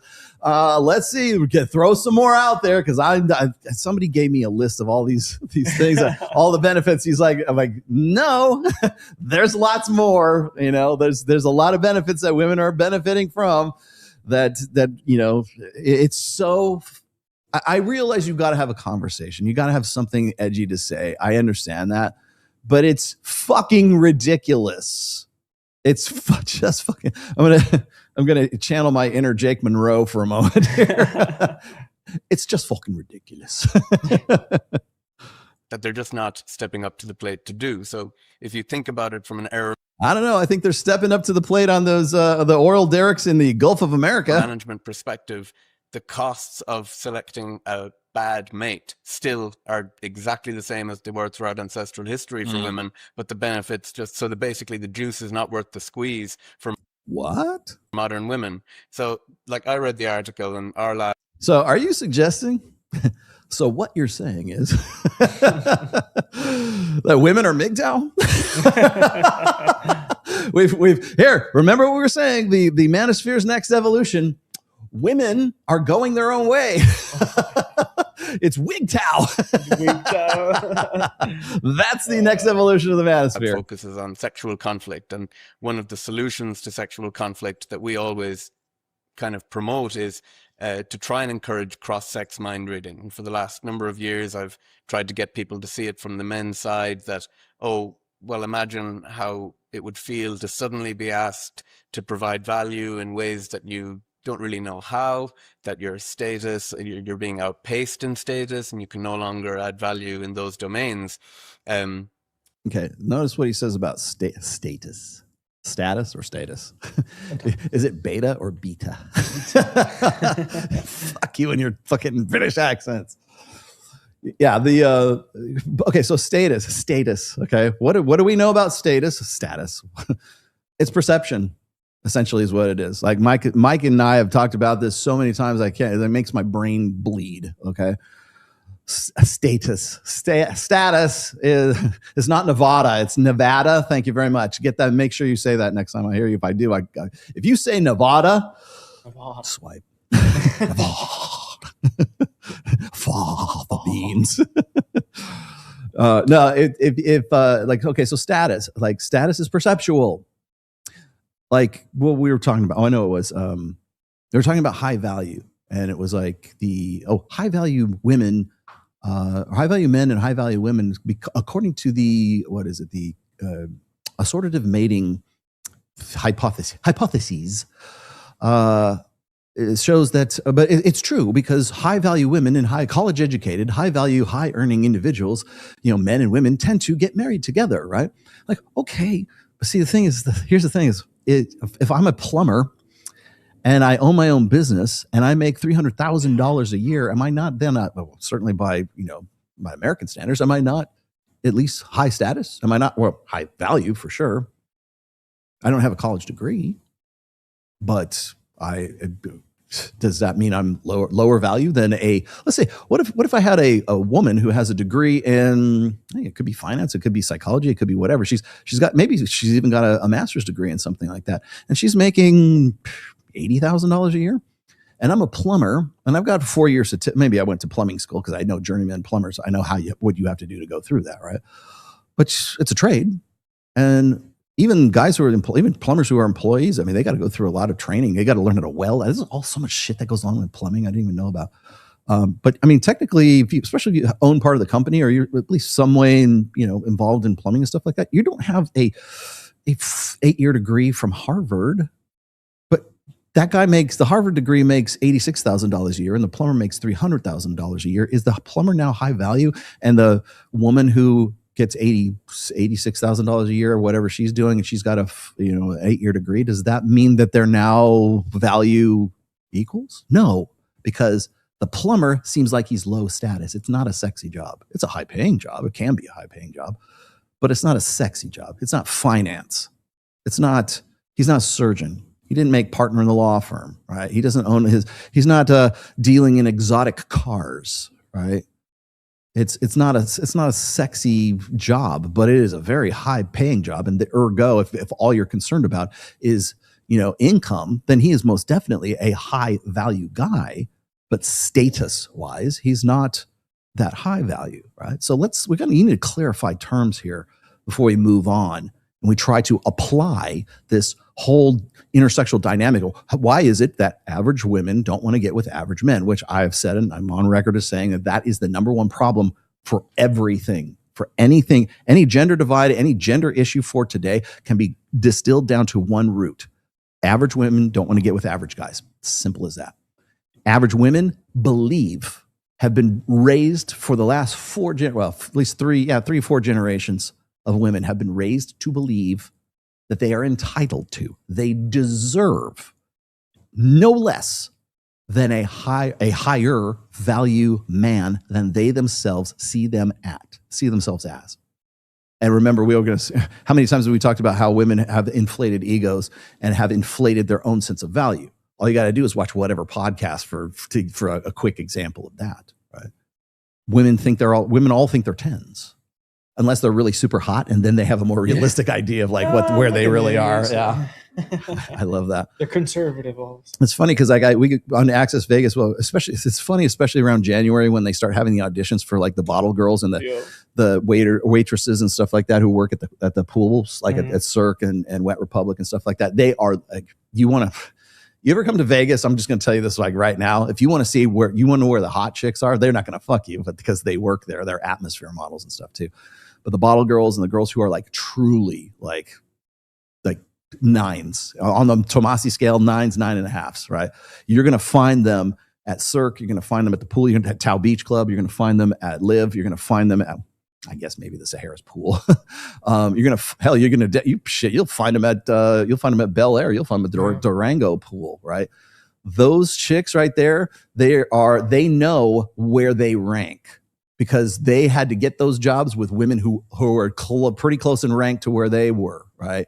So if a chick who says I'm an 8.5 and you go, my God, you're a 10. What are you talking about? She knows where she is really on that sort of sexual market value hierarchy. And what she had to do to get to that. The hotter a chick is, the more realistic she is about what her actual sort of sexual market value is from that respect. The less a woman is, the 6s all think they're 10s. 5s think they're 10s. 4s think they're 10s. 7s maybe getting a little bit more realistic. 8s are realistic about there. 9s definitely no. A 9 will tell you she's a 7. She'll think she's a 7. A 9.5 will tell you she's a 7, 7.5, or 6, right?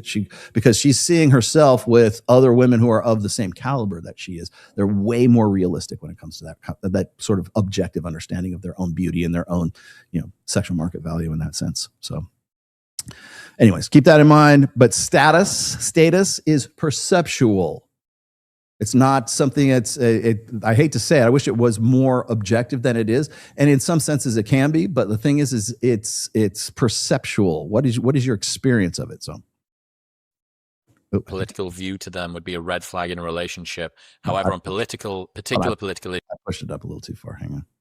Relationships, there's this pathway towards it that goes through this kind of uncertainty of dealing. Okay, let me push it back. They're living up to their side of the bargain. Oh, wait a minute. Here, that's the real controversial. Try and encourage cross-sex mind reading. And for the last number of years, I've tried to get people to see it from the men's side that, imagine how it would feel to suddenly be asked to provide value in ways that you don't really know how, that your status, you're being outpaced in status, and you can no longer add value in those domains. But now I'm trying to put the cross-sex mind reading hat on and imagine it from the woman's side. And from a trade-off perspective in terms of mating, they're living up to their side of the bargain. Men value physical attractiveness far more than women, and that was one of the key benefits that women provide as a mate. Modern women look better than ever, right? And they're bringing more to the table. Okay, let's just hold on. Full stop. Do I need to explain this? Like the fact that I'm here and I have to explain this, and even like sort of like I've stopped it at, this was actually what I wanted to get to, because this was like sort of the clip that everybody has been reacting to on Twitter right now. It's like, dude, I don't know what it's like in Dublin or Wales or wherever the fuck you're from, Will, but I can tell you how it is in the United States. 75% of the US population is overweight. 40% of women in the United States, of that overweightness, 40% of women are obese. Obesity. So he's the one who was saying, oh, they all look good now. They all look so much better. They're all concerned with their looks and everything. It's what's ironic. I mean, it goes like so far over. They just goes over their head. They're going to start talking shit about clavicular and looks maxing in a little bit here in just a minute. it's like, well, all these guys, they're just trying to look better, and they're taking it to an extreme and everything. So so you don't know that women today are fatter and more out of shape, more alcoholics, more are prescribed and are using more SSRIs than any, like the United States has more antidepressant, or it prescribes more antidepressant drugs than any other country on planet fucking Earth by an order of magnitude. I was just looking at this ranking of different countries and stuff like that. USA is number one. Congratulations, USA. We rule the world when it comes to antidepressants. Thank you, Zoloft. Right? That's the simple, like, anybody who's been in the manosphere that you hate so much knows what utter horseshit that premise is. And you know what? Chris Williamson doesn't even blink. He has to go, no. It's like that meme. It's like, you don't even get that from Chris. Chris is just like, oh, yeah. What? What kills me, and I don't have the picture. I wish I did. Maybe you can dig it up. They're going to talk about looks maxing here in a little bit, and just how self-absorbed guys are, and they're all trying to have this look and everything like that. Find me, Kyle. I got a really quick assignment for you. I need you to find me the cover shot of Chris Williamson in the most recent GQ magazine. There's a shot. Find me that JPEG of Chris Williamson in GQ, because they did an interview of him, and that shot is everything you're expecting it's going to be. Oh my God. Actually contributing resources and status as well. And it's not like men hated those things and only liked physical attractiveness. They just didn't. It's a bonus. No, they really only wanted physical attractiveness. That's the only criteria. Wasn't as key a benefit as it is to women. So men are getting more and more from women, whereas women are getting less and less, and they're looking for different things. And that was the key thing that came through, is that the traditional benefits that men were providing were no longer ones that modern women were looking for. They were looking for things like shared political ideals. All right, let me hold this off real quick here. I'll put myself down. No. Nope. And what's funny to me is, like, this is stuff that, like, the Manosphere has been talking about for at least 22 decades now, like 20 years. We've been talking about this forever. Okay. Average women don't want to get with average men. Okay. It's been that way. There's been, I don't know, progressively, just, step by step, just been a little by little. We've been leaning more and more towards where we're at right now. Did you find it? You found it. Okay. Yeah. Just hand it off to me. That's fine. That's it. Yeah. All right. There we go. Don't put it up yet. Don't put it up yet. Because we have to get to the looks maxing part before I do before we get to this. So anyways, the fact of the matter is that it's God, I can't even believe that. He basically is trying to be Giga Chad. It's like Giga Chad and like gay Giga Chad. Oh man, did I lock up? No, there I am. Okay, now I'm back. There we go. Okay, got it. Jesus Christ. This guy is like, and like what kills me about like Chris Williamson is like the irony is just like he has no earthly clue. So anyways, the idea is that yes, we have been talking, like Mike and I have been talking this for I'm like, Will Costello, if you're not going to talk to me, at least talk to Mike, because he'll set you straight. Okay. And the fact of the matter is this, is that yes, you're correct in the assessment that like, yeah, men don't have anything to offer like they used to back in the day. But see, that's not the point anymore. Because women will say, well, we make as much money now and we can provide for our long-term security now. Okay, that's something I've been talking about in like at least for the last 4 books. The thing is like women don't, I even told fucking Dr. Phil this. Men are superfluous right now because the things that used to be some sort of material benefit, the things that would make, like when we're talking about hypergamy, right? We're talking about like a 6 and a 6. The things that used to make that 6 kind of be a 6.5 for a woman, the value added was maybe he makes a lot of money. Maybe he's the same political ideology. Maybe he's the same religion as me. Maybe he's slightly better looking than me. Like this little tiny things, this little value added aspects. He's funny. My dog likes him, that kind of stuff. Anything that was sort of like this material benefit that wasn't necessarily equitable with sex appeal. Like if you got a woman who's a 6 and she's been with a guy who's a 7 and she's seeing this guy who's at parity or is about a 6. Women, like the thing about hypergamy is it doesn't seek its own level. It's always seeking the better deal. It's always looking for an advantage, whether it's fair or it's not. A 6 is always looking for a 7. Hell, a 4 is always looking for a 7. A 2, a 1 is always looking for a 7. Right? The problem with that is that now we've gotten to the point where the 1, 5, 4, whatever, with on that scale, they all believe that they deserve and are entitled to a 7, 8, 9, and a 10. And so when a 6 meets another 6, that guy better have some sort of value added to push him a little bit above. That's where women, like when we talk about the difference between like the 80-20 rule right there, the 80% of men are unattractive. That doesn't mean the 12 or the 20% are attractive. It means they better have, the 20% better have something else going for them that makes them more useful, more entertaining, more, maybe they have better status. They're still not as hot as the guy that they would like to get, Justin Waller, that they like to get with. But if he's a 6, he better have, he better have some talent. He better have something, some value added skill or some sort of tangible benefit that pushes him up just a little bit. So she considers him someone maybe she'd want to, he's mid, right? Maybe she wants to get involved with him. The problem is those guys now, though, because women can match those value added benefits that they were, that might push a 6 above that chick.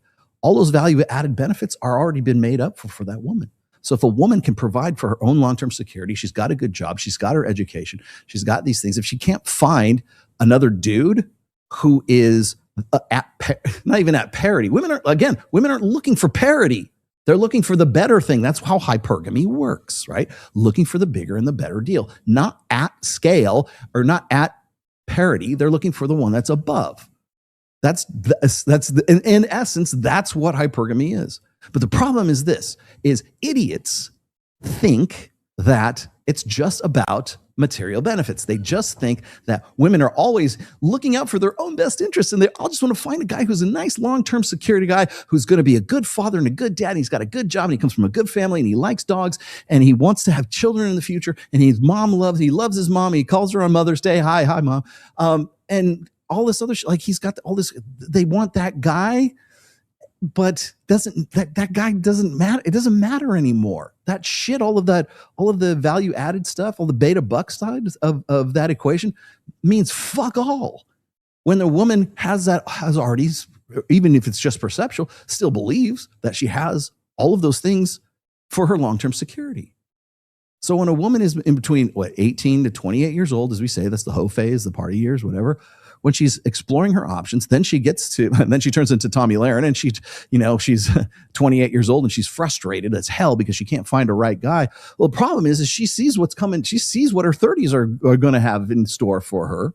And she's looking for the guy who's going to be the long-term security guy. And if she can't find that guy, it's frustrating to her. And you know why they can't find that guy? Because they're fat. Because they're not looking better than ever. Because and he admits, he even says it himself right here in the fucking interview. Well, men are looking for a woman who's beautiful and has, sexy, and she's got a good body, and she's, physically attractive, and, youth and beauty and fertility, which of course is something we've been talking about for forever. Yes, that's the criteria. Well, guess what? It doesn't matter. You want to know why there's the divide right there? Because average men and average women average women don't want to have anything to do with average men. And you know what? Average men are fine with that, because average women, even though they can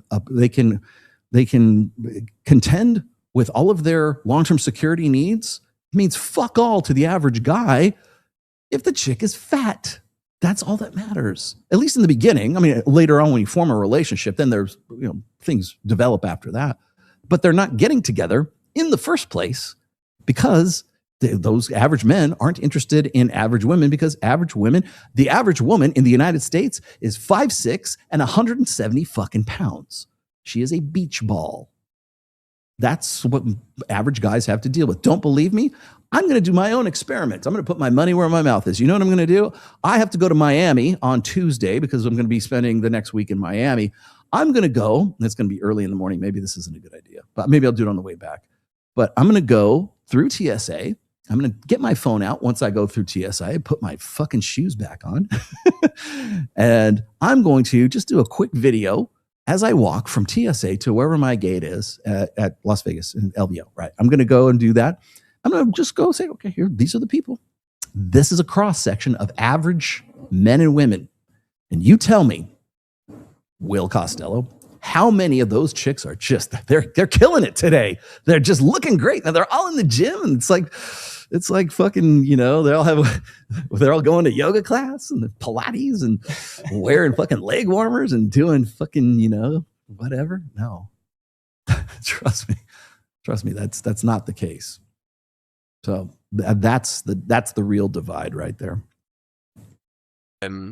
Emotional intelligence, things like that. There it is. Humor and stuff. And I think that modern men are just a little bit lost, but emotional intelligence is absolute horseshit, provable horseshit. There is a way back for them to provide value in different ways. But it's just the case that modern women are happier to choose singlehood than risk choosing a costly mate.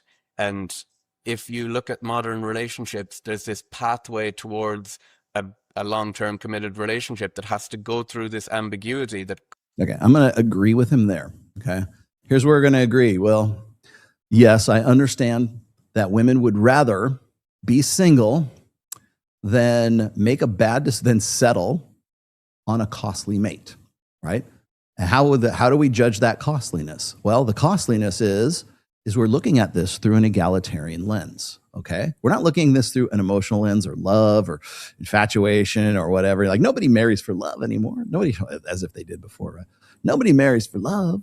It's all about transaction. What do you bring to the table? This is essentially, he's not going to say it, but essentially he's asking the same question that Myron and Fresh have been asking for forever, which is, what do you bring to the table? And he's saying it that, well, women bring all these great things to the table. They have great jobs and their education and everything else. Yeah, well, that education comes because of the fact that we give them special dispensation. It also comes with a lot of student debt that they don't pay off.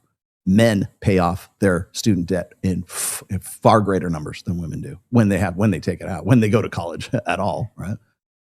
But it's so funny because we're going to say that, oh yeah, women have really stepped up their game. Yeah, they've stepped up their game, but the accountability for them stepping up that game, we never address that.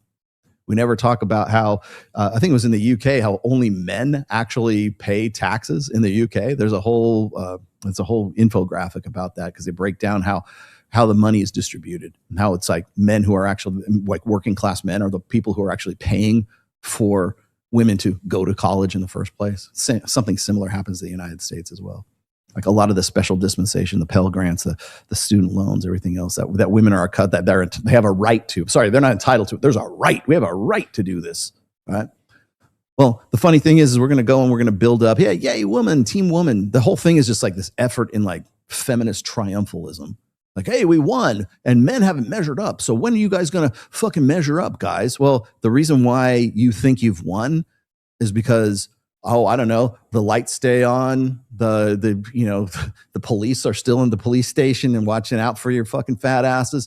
You've got grants and you've got Title IX, and you still, even to this day, you still got Title IX, and you've got such special dispensation because men have said this seems like a good idea. Then you got the janitors and you got the people keeping the streets clean, and you got, it's like so much. There's so much infrastructure that goes into that woman being a fucking winner of the day, right?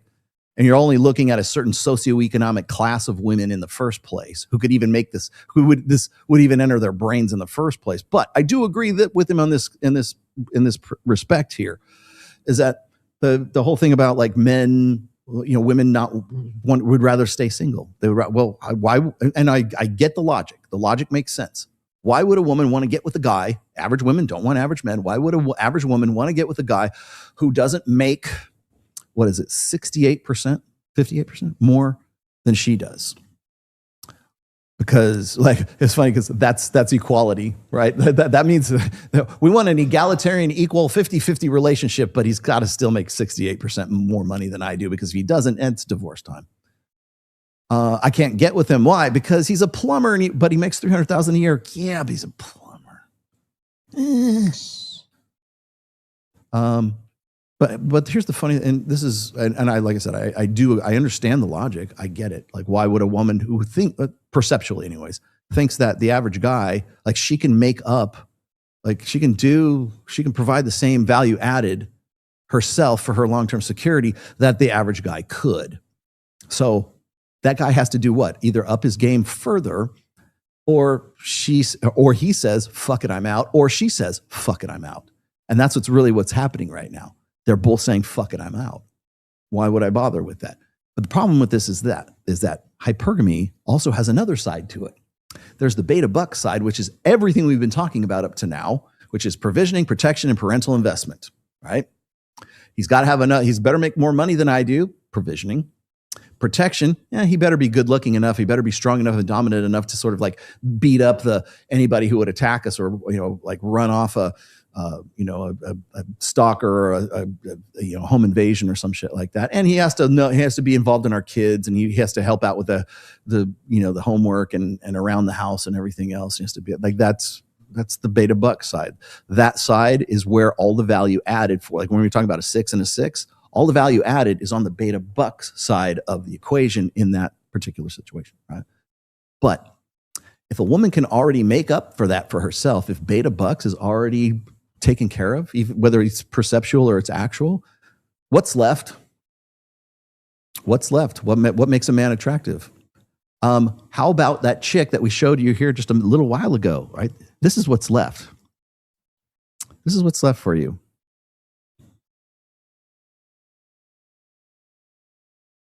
Here, this is what's left. College, when all you had to do was get blackout drunk on any given night, the night of your choosing, in order to find like a hot, jacked guy. Now when I see a guy who's jacked, I'm like, that's so nostalgic. I used to have my absolute pick of the litter with you, and now at 33 years old, I'm traipsing around the city in high heels, trying to find a fucking bar that will let me in, and then also trying to find a guy who's like hot and jacked, and like I have to care about like personality and your job now. Like, are you ambitious? Because like I have to actually want to spend time with you.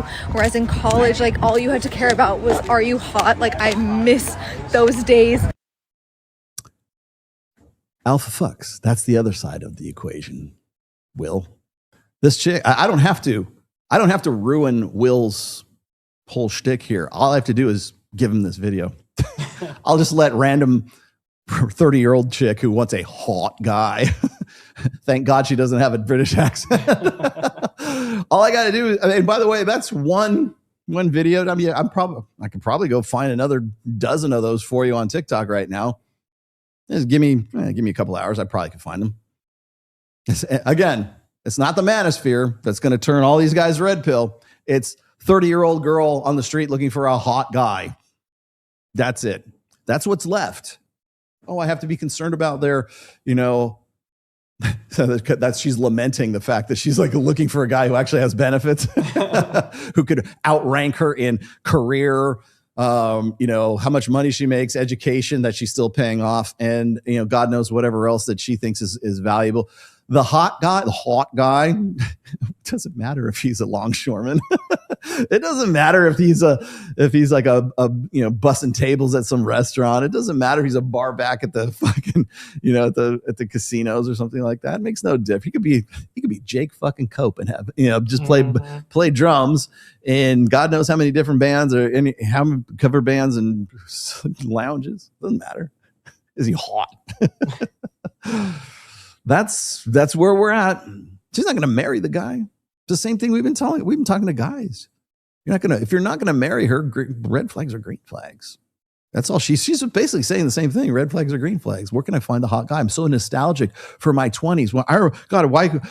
Why can't it be more simplistic like it was when I was in my 20s and all I was really looking for was a hot jacked guy. Jacked. I guess that sort of confirms clavicular. I guess that we shouldn't be looking for muscular dudes. But speaking of which, let's push this up a little bit further here. There we go.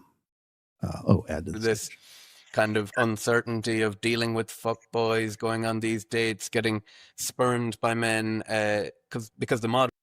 You say spermed or spurned? I couldn't even tell, honestly. I'm just going to go with sperm. Mating market allows for deceptive men to pursue a deceptive strategy. What about a 30-year-old hot girl who's actually actively looking for a guy who with that deceptive strategy? Who's deceiving who? At unprecedented rates. It's incredible. Like you have unprecedented levels of anonymity, access to millions of potential mates. So for the first time in history, you can actually pursue a purely short-term deceptive mating strategy. The problem with that is that it's the women who are actually looking and pursuing that short-term mating strategy, because they already know that the guys that they want to fuck aren't going to be the same guys who are going to have a good job and have all those added value added benefits. Ergo, 30-year-old girl on the street looking for a hot guy. Jacked, by the way, too. So there. Without weathering many of the classic costs that you would have. Her kin and her friends are no longer really going to take revenge on you because you live in a city millions of miles away from them. They don't know who you are. And you just move city. And, a lot of men are pursuing this strategy. So women are thinking, if that's the pathway to... Okay. Literally, no men are pursuing this strategy. Maybe 4.5% of men, the world population of guys, can, if they want to. Remember, when we talk about like the 80-20, 4.5%, the 4.5% guys, we're presuming that those guys are fucking fuckboys, right? We're presuming that those guys are players, manipulative, Machiavellian, dark triad, narcissistic son of a bitches who are going to play mind games with you because they're just so fucking good looking and so desirable that they can do anything they want to. And that by virtue of them being that 4.5% that women will actively like pursue, that in some way is synonymous with manipulator. Narcissist. No, they're only narcissists because they don't want to settle down with you. They're happy to fuck you to see if they want to or not, but they're in a position where they can. Like Mike always talks about this, like when you're looking at the sexual marketplace, and you look at number of partners for the average number of partners for a guy. I mean, even on the high end, you're looking at like 7 or 8. And then when you get into like the higher value guys, then it goes up and up and up until he says it always looks like a hockey stick. So like the 4.5% guys, their sexual partners is up in the 50 to 100 range right there. And it looks like a hockey stick, right? Well, because they can. Now, is that because they're manipulative fucks? Or is that because women simply like it's an easier time for them to have sex with that guy? It's not because they're like trying to play mind games with those chicks. It's women are looking for the hot jacked guy at 30 years old. right? There's this presumption that if the guy is good looking enough, or the guy has some sort of value to the point where he can be a player or whatever, that he's always a player. He's by nature, by definition, is that player because he's part of that 4.5% because he's good looking. That is not the case. In fact, I would argue that of that 4.5% of guys who are the dudes that that women actively want to get with, they're not the 20%ers where they're just like, maybe he'll do if he, has some value added. These are the Justin Wallers, of the world. The guys who look like Alan Rich and Jason Momoa, the guys who are just that women like, the guys that women lust after, right? Whether it's a physical thing, clavicular, I don't know. It's not even, I won't even want to throw clavicular's name in that whole mix. Okay. That 4.5%, I would say of that 4.5%, maybe 1% or 0.5% of those guys are actually manipulative guys who just like, fucking game on, man. Fucking sex buffet. Like they can do that. They can get in there and they can go ahead and do that. I would say the other, think about this. Of that 4.5% of guys who are attractive enough that women would want to initiate something with them, how many of them are married or get married? How many of them go to church on Sundays and go, you know what, even though I am Henry Cavill and I look like this, even fucking Henry Cavill has a longtime girlfriend who just got knocked up, I believe. I don't know if they're married or whatever, but fact of the matter is he's in at least somewhat semi-monogamous relationship with his girlfriend. And by the way, there's no way you could put Henry Cavill with any girl and you go, oh man, he could do better. But he could definitely do better than this chick, for sure. But he's down. He likes that, right? But he's definitely in that 4.5 percentile. But he's not. You don't see Henry Cavill fucking random chicks all the time. At least as far as I don't know. Maybe he does, but I doubt it. Yeah, I think we would know about it by now. I think there would be some sort of allegation by now. But no, hell, Henry Cavill can have Warhammer 40,000 as his fucking hobby, and women will still want to fuck him. That's a 4.5 percenter. So how many of those 4.5% guys that can actually get away with randomly fucking a lot of chicks? See, here's the thing: is maybe this is intentional, maybe this is not. I can't say that it is. Maybe he's just like ignorant, or maybe he's just like sort of go along, get along kind of thing, saying what he thinks is right. But the fact is that there's this idea that all these women are doing this right stuff and they're doing everything right, and they're all so beautiful, and they're also it's the women are wonderful effect, right? Women can do no fucking wrong. They're all hot. They all go to the gym. They all eat right. They all paid off their student loans. They're the ones who are like good, upstanding, contributing to society and holding their own and doing everything. And men are just they're just troglodytes, right? They're just they don't measure up. They just want to sit at home, jerk off to Pornhub, and smoke weed, eat pizza, and play, World of Warcraft or League of Legends. Space Marine 2. Yeah, are they playing? Yeah, exactly. Oh, he lives in his mom's basement. What I laugh here's, and the thing is this is coming from the same guy and on the same show as the same host who has said, and probably I think they say this again here, and even in the actual show, is men and women aren't fucking anymore. They're just simply not. Like, what is it? What are the stats now? It's like I forget there's just recently stats like there's the majority of men anyways haven't even asked women out. They won't even go out on a date. They don't even want to leave the house. They don't even want to go do anything social. Why do you think Jimmy Carr and fucking Scott Galloway are saying, yeah, we need guys to go out and get drunk. We need guys to go out and party in the clubs and stuff like that? Well, the reason they don't is because women aren't out there in the clubs anymore. They don't want to. They can get the same kind of attention from the safety and comfort of their own home that they could if they went to the clubs. Mike and I have talked about this ad infinitum. Why aren't there, like Mike has said this so many times, he says, in the mid 2000s, already up into the probably to about 2016, 2017, you go out to clubs and there's just nothing but beautiful women in the clubs. You go out now, it's a sausage fest. If there's any guys there at all, clubs are dying. Even in Las Vegas, clubs are dying.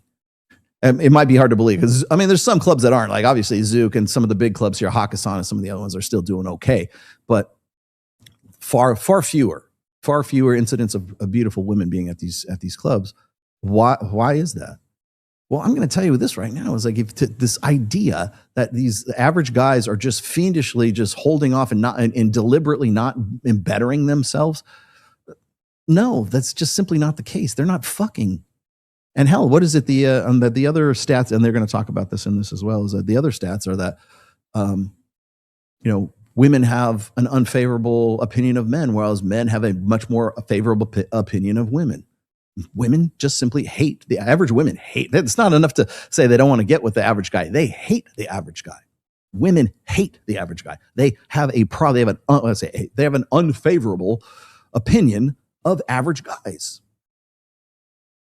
So don't give me this horseshit line about how guys aren't measuring up or how guys are the ones that do are somehow fiendishly turning into fuckboys trying to get their notch count up and their body count up or whatever it is.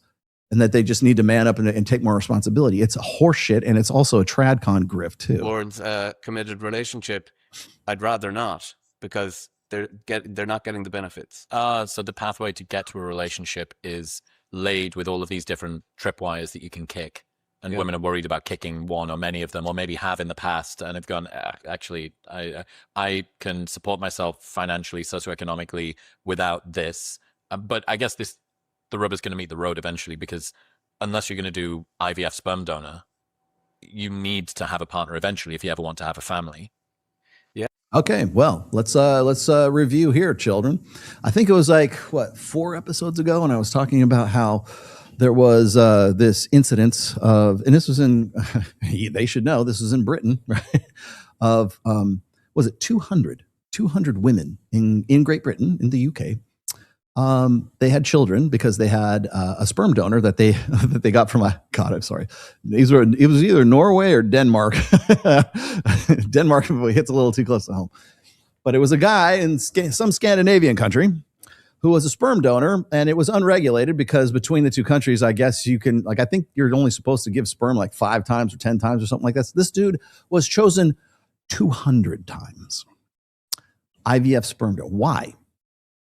Why would 200 women pick this one dude? And the reason why this is notable is because that one dude had a genetic marker for cancer.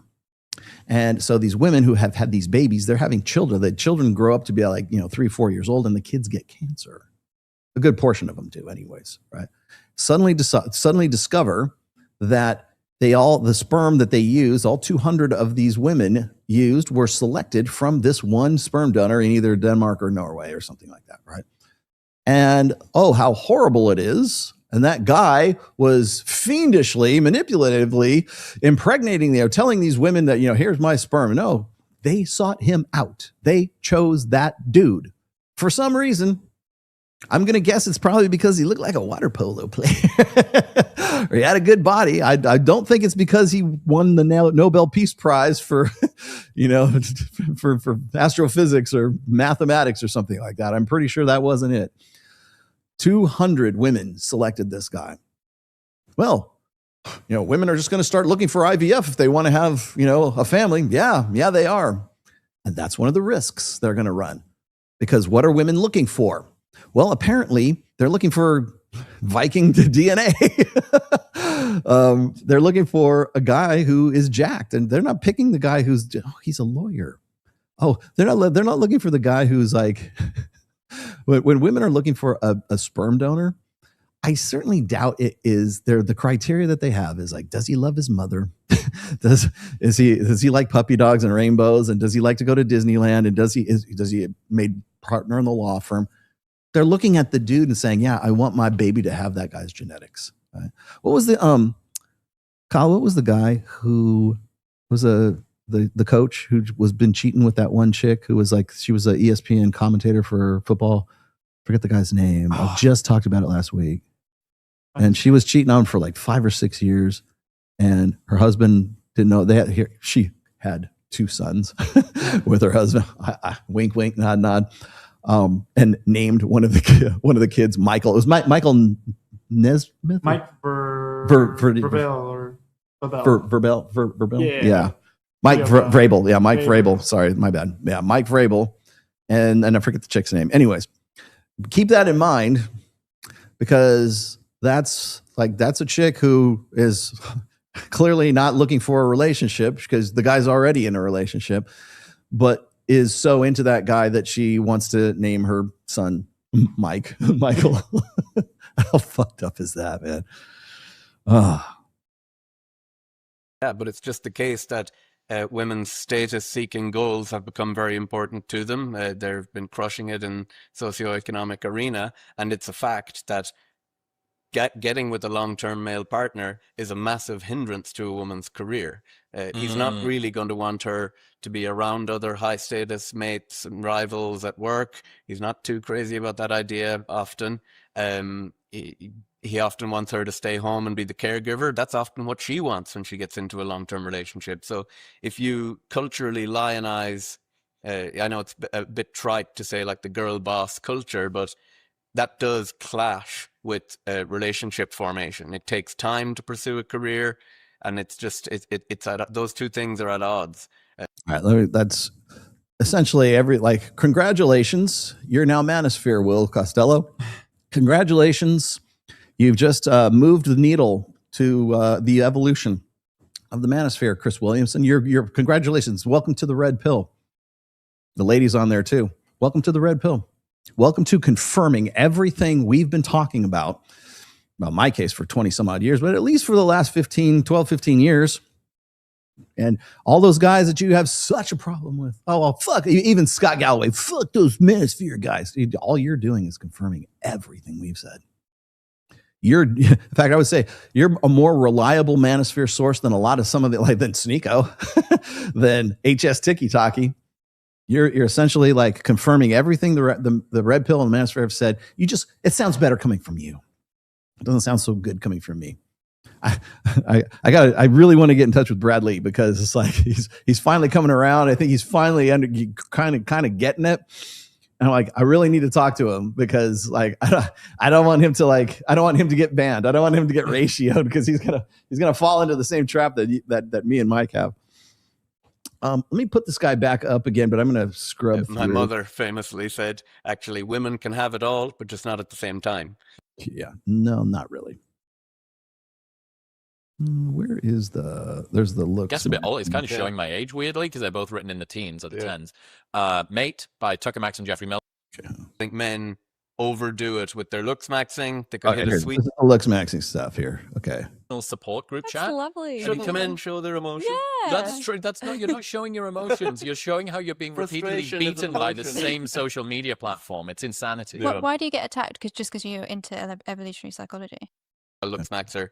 And I posted a picture of, I can't even think of his name, but he's a popular K-pop singer that's a bit of a heartthrob in that arena. And reliable sex difference, the men thought Clavicular was more handsome, the women thought that the K-pop star was more handsome. So there is a somewhat of a mismatch in cross-sex mind reading. Yeah, a very reliable Twitter poll. Yes, awesome. Yeah, great research there, my friend. Happening between men and women around attractiveness. What do you think about the guys that say, well, that's just stated versus revealed preferences? Women actually do want the Giga Chad face. They don't want to go with that soy boy. That's just what they think is popular to say online. I think it's massive cope for people to respond to all my polls with, oh, you can't trust anything women say, that they just lie all the time. Like, that must be such a comforting world to live in, to be like, oh, I don't have to worry about any of their criticism because it's just lies and I know how they really behave. And this is often said by just basement dwellers who never people who don't go yeah. off the internet. Oh yeah, those basement dwellers. There it is again. Okay. Yeah, exactly. So I would say that K-pop star does pretty okay with women, I imagine, if he is so inclined. I think he would be fine.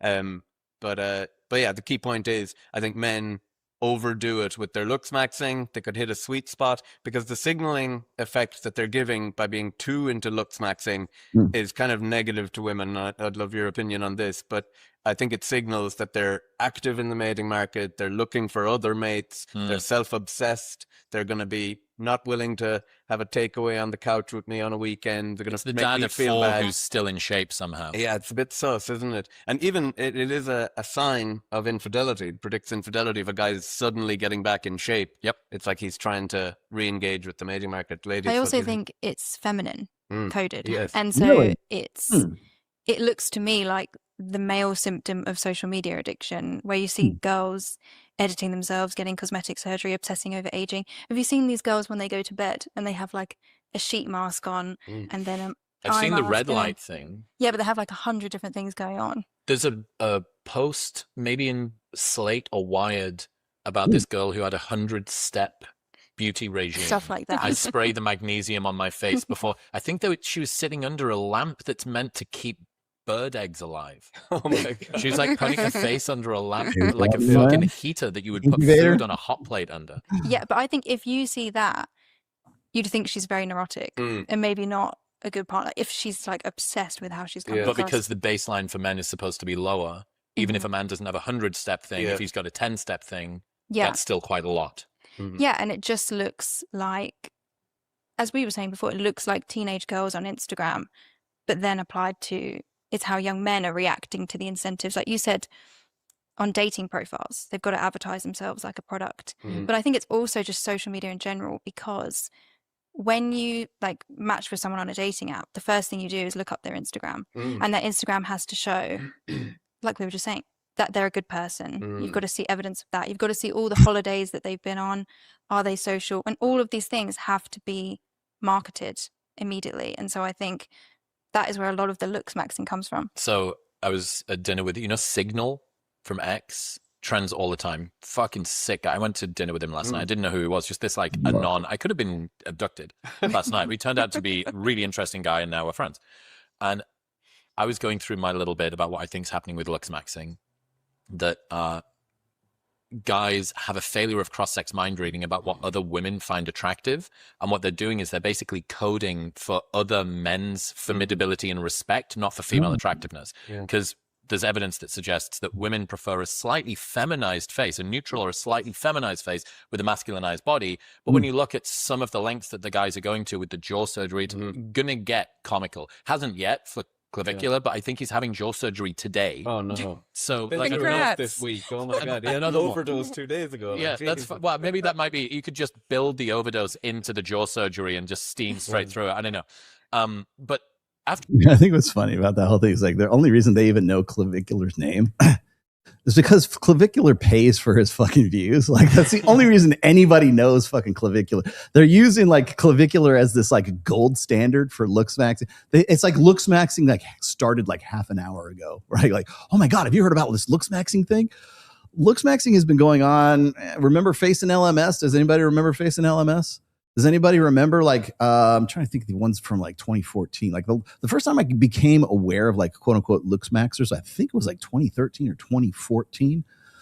And that was when it was all about, and it wasn't even so much looks maxing, it was just like guys on I think it was like PUA Hate. It was like the same forum that like Elliot Rogers was on, or it was an outcry, it was an out, like people don't realize just how many different branches there are in the manosphere, like for instance, like incels that I mean, in the classic sense, not in the insult sense, but like incels really were a derivative from the True Force Loneliness guys way back in 2012, 2014, which actually started on 4chan back then, right?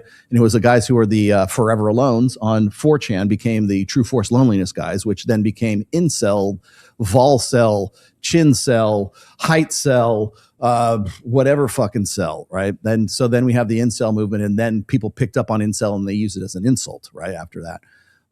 That's one branch of that. Looks maxing was hived off from that same group, although they said, well, it's not actually hopeless. It's just you have to just be so good looking because all that matters is looks. These are the guys who will go and do like these, technically it's A/B testing. Like they'll come up with like some like fake like Hinge profile or Twitter or Tinder profile of some really super good looking dude who claims he just got out of jail for like, I just beat the rap for multiple homicide and rape. And, I did child SA or something like that. And women are still like going, well, that's a tough life. I'd love to meet you today. Cause he looks like a male model. Right. So the looks maxing thing is not something that is new. It's only like hyper aware of it right now, thanks to people like Peter Thiel and whoever is funding Sneeko, Nick Fuentes, and Clavicular right now. The money that goes, they are all on the same payroll. I don't know who it's payroll. I can say it's Peter Thiel. I don't know, but I'm pretty sure they're all on the same payroll. That's why they're all banding together against Dan Bilzerian, which I'm just like, you're eating the popcorn. watching this unravel right now between Dan Bilzerian. I'm Team Dan right now. I'm going to be on Team Dan because I know Dan personally. I'm Team Bilzerian right now, just going with that. But it's funny to watch the pro wrestlers go at each other. But the thing is that like the Clavicular as a sort of the poster boy for the Looksmaxing has been around for forever. And the only reason they're even here's the funniest thing. Chris Williamson, Will Costello, and the rest of these two other broads that are on here, the only reason they even know Clavicular's name is because Clavicular in the month of April had 2 billion paid views courtesy of Kick, courtesy of 1,610 individual accounts, boosting his signal over and over and over again. It's like they've finally industrialized and commercialized what Andrew Tate did in 2022, which is he's just basically got people to just boost his signal over and over again. He didn't do anything illegal. He played by the rules. Even Clav is still playing by the rules. He's just gaming the algorithm and doing it very effectively. And he's not the only one. Aiden Ross does the same fucking thing. And there's other people on that list. Aiden Ross is number 2. Clav's number 1. But it's all astroturfed. And so here we are on modern wisdom talking about Clav as if it's like a real fucking thing. After a while, the guys are kind of overshooting the androgyny, like the really intense cheekbones and the huge jaw. And again, you can say, well, how is huge jawline, which is a cue for masculinity, the cue for testosterone, how is that like androgynous? If anything, that's andro specific, right? Women don't really know what they want. They do want the giga chat. Yeah. Something tells me not across all of the different studies that have been done about what is preferred by men and women. You know, it would be an awesome thing to do. You should do this. One of your polls should be take Clavicular's face now, run it through codes, take it to Mackin or whatever, get them to feminize it a little, get them to masculinize it a little, get them to masculinize it more, and say of these, and don't say which one is his. Right.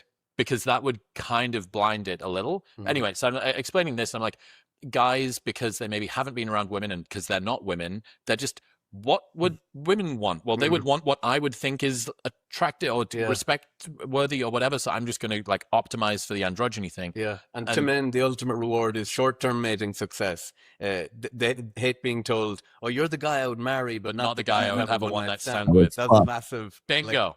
Fucking bingo, dude. Error. So men are optimizing, well, if women like Chad at all, they want him for short-term. Yeah. And that's true. There's some evidence that women prefer masculinized just specifically in the short-term context. So given that that's the ultimate reward for men, they're thinking, I can pursue that. That's what I want to optimize for. So Signal's thing, his point was he thinks because all women are basically scrutinized in group chats and living on Instagram, and if you go on a date with someone, all of the people in the group chat are going to ask, what's his Instagram? Yeah. Guys are optimizing to be as presentable as possible. So the self-beautification that men are going through right now is basically them future-proofing themselves from the girl they're going to go on a date with group chat scrutiny of his Instagram. Yeah. Congratulations. You've just made another Manosphere point. Ding, ding, ding, ding, ding, ding, ding. Yes. You're not dating just the chick. You're dating her mom, her sisters, her nieces, her girlfriends, her grandmother, anybody, and any other woman who follows her on Instagram. Mike and I have been talking about this since day fucking 1 on Access Vegas, and I've been talking about it for God knows how long. It's not just the chick. Again, social proof, it's just mate choice copying and pre-selection in the digital Instagram social media age. Talked about it for forever. Congratulations, you fucking asshats. Now you're in the manosphere. This is the evolution of the manosphere. Here, this show is the evolution of the manosphere. This is where we're going. Guys are going to be red pill and manosphere and not know that they are, and be completely, they're going to confirm everything we have said for the last 20 plus years. and not even know that they are. And as soon as you say Rollo Tomasi, or you say Mike Sartain, or you say, I don't know, anybody else, Myron Gaines, whatever, but not those guys. The same guys are saying the same exact fucking thing that you are, but you don't have to worry about being put on a DHS watch list. You don't have to worry about, because we did the hard work for you. So we cleared a path. We're the ones who took the fucking bullets for you. So you can go and talk about this and pretend like it just happened yesterday. And you're confirming everything we've ever said about, especially about this shit for the last 20 years. Does that make sense? Yeah, I think that is true. Well, it's like the app, the T app. Are we dating the same guy? Yeah, Those but you apps, can yeah. like literally rate and review men based off pictures of themselves and like rate them a green flag and a red flag. But that is happening in group chats. And I think a lot of young men think, even before they've met someone, all of their memories have to be marketed in a way for a future partner who's going to be scrolling through their life. So it's like, yeah, when you go on holiday, capturing images, not for the memories, but for this future woman who's going to be scrolling through your profiles. Yeah, well, here's the funny thing is, well, we can look at this. Actually, I got this already on tap. I might as well throw this up one more time.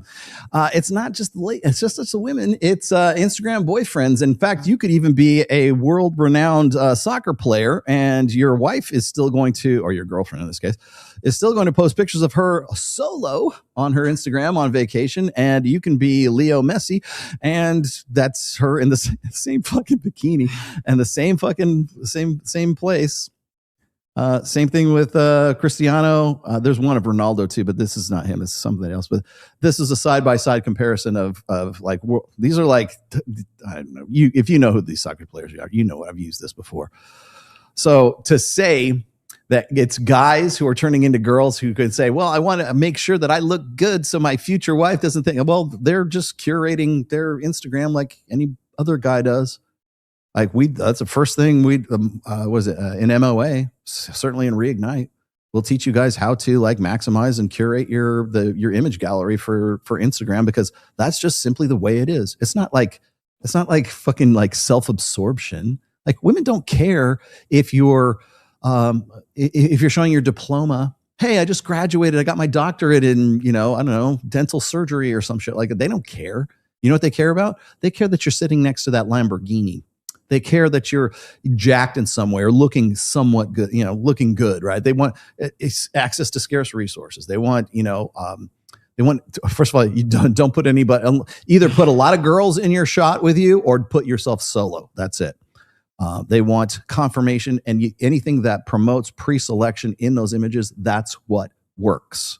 Don't pretend that it's not important. Don't pretend that women don't select like that. Don't pretend that it is any way shallow or superficial or anything else. It is as superficial as anybody makes it, because that's what works. That's what's always been working, and that's always going to work. That's a nice segue into the mate copying of Nikki Glaser. Imagine that. What was this? The call her daddy thing? Yeah. So what happened? So she had an interview where she kind of revealed her, I wouldn't describe it as a cuck fetish, but she kind of is it not called monopoly? It's monopoly. Well, okay, that's a cool term. But monopoly. Yeah, so she basically described that she enjoys seeing her male partner fuck other women. Now, she's not into being with other men, and this is this very kind of salacious story. And I think there's a number of things happening there. There is some evidence of mate copying that's much stronger in women. The social proofing of other women's opinion of a guy pre-selection is way more important to them than it is for men. So let's say I was going out with someone that I was head over heels with and in love with, and you said, oh no, she's not that beautiful. It would have less of an effect on me than it would for a girl having all her girlfriends to say, no, he's not the one. He's trash. And it makes sense because women's mate value is more observable. Like, so you can only do so much. You have eyes. Yes. It's like, I don't care what you think, I can see. Yeah. Whereas men's mate value is less observable, so you have to use these indirect cues. So like their if partners. A guy goes through into a club and he's surrounded by 4 women, some women are looking at that saying, there must be something. Or if a guy doesn't. Oh, congratulations. You've just confirmed another ding, ding, ding, ding, ding, another Manosphere point. And I'm going to give this one to Mike Sartain. Yeah, if you show up to the club with 12 hot-ass chicks in tow, guess what happens as a result of that? other women around you say this guy must be pre-selected. You look at all the chicks that he's with.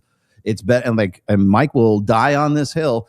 We could go to Mike Sartain's Instagram page right now, and I can show you pictures of picture after picture after picture in his gallery of him surrounded by gorgeous, anywhere between 2 to 20 girls that are surrounding him, and it works and has worked for a very long time. I can show you pictures of, I don't want to say his girlfriend's name, but I can show you the girls that he's been with. I personally know the girls that he's been with. Okay, it works. That's why. Congratulations. Thank you, Will Costello, for confirming everything that, I guess Mike is red pill adjacent. And so I guess you're kind of red pill adjacent, but no, dude, you're red pill, right? Thank you for confirming the red pill. Look that good, but he has a really beautiful partner.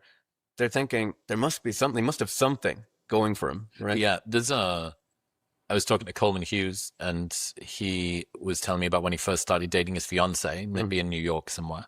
Let's keep going here.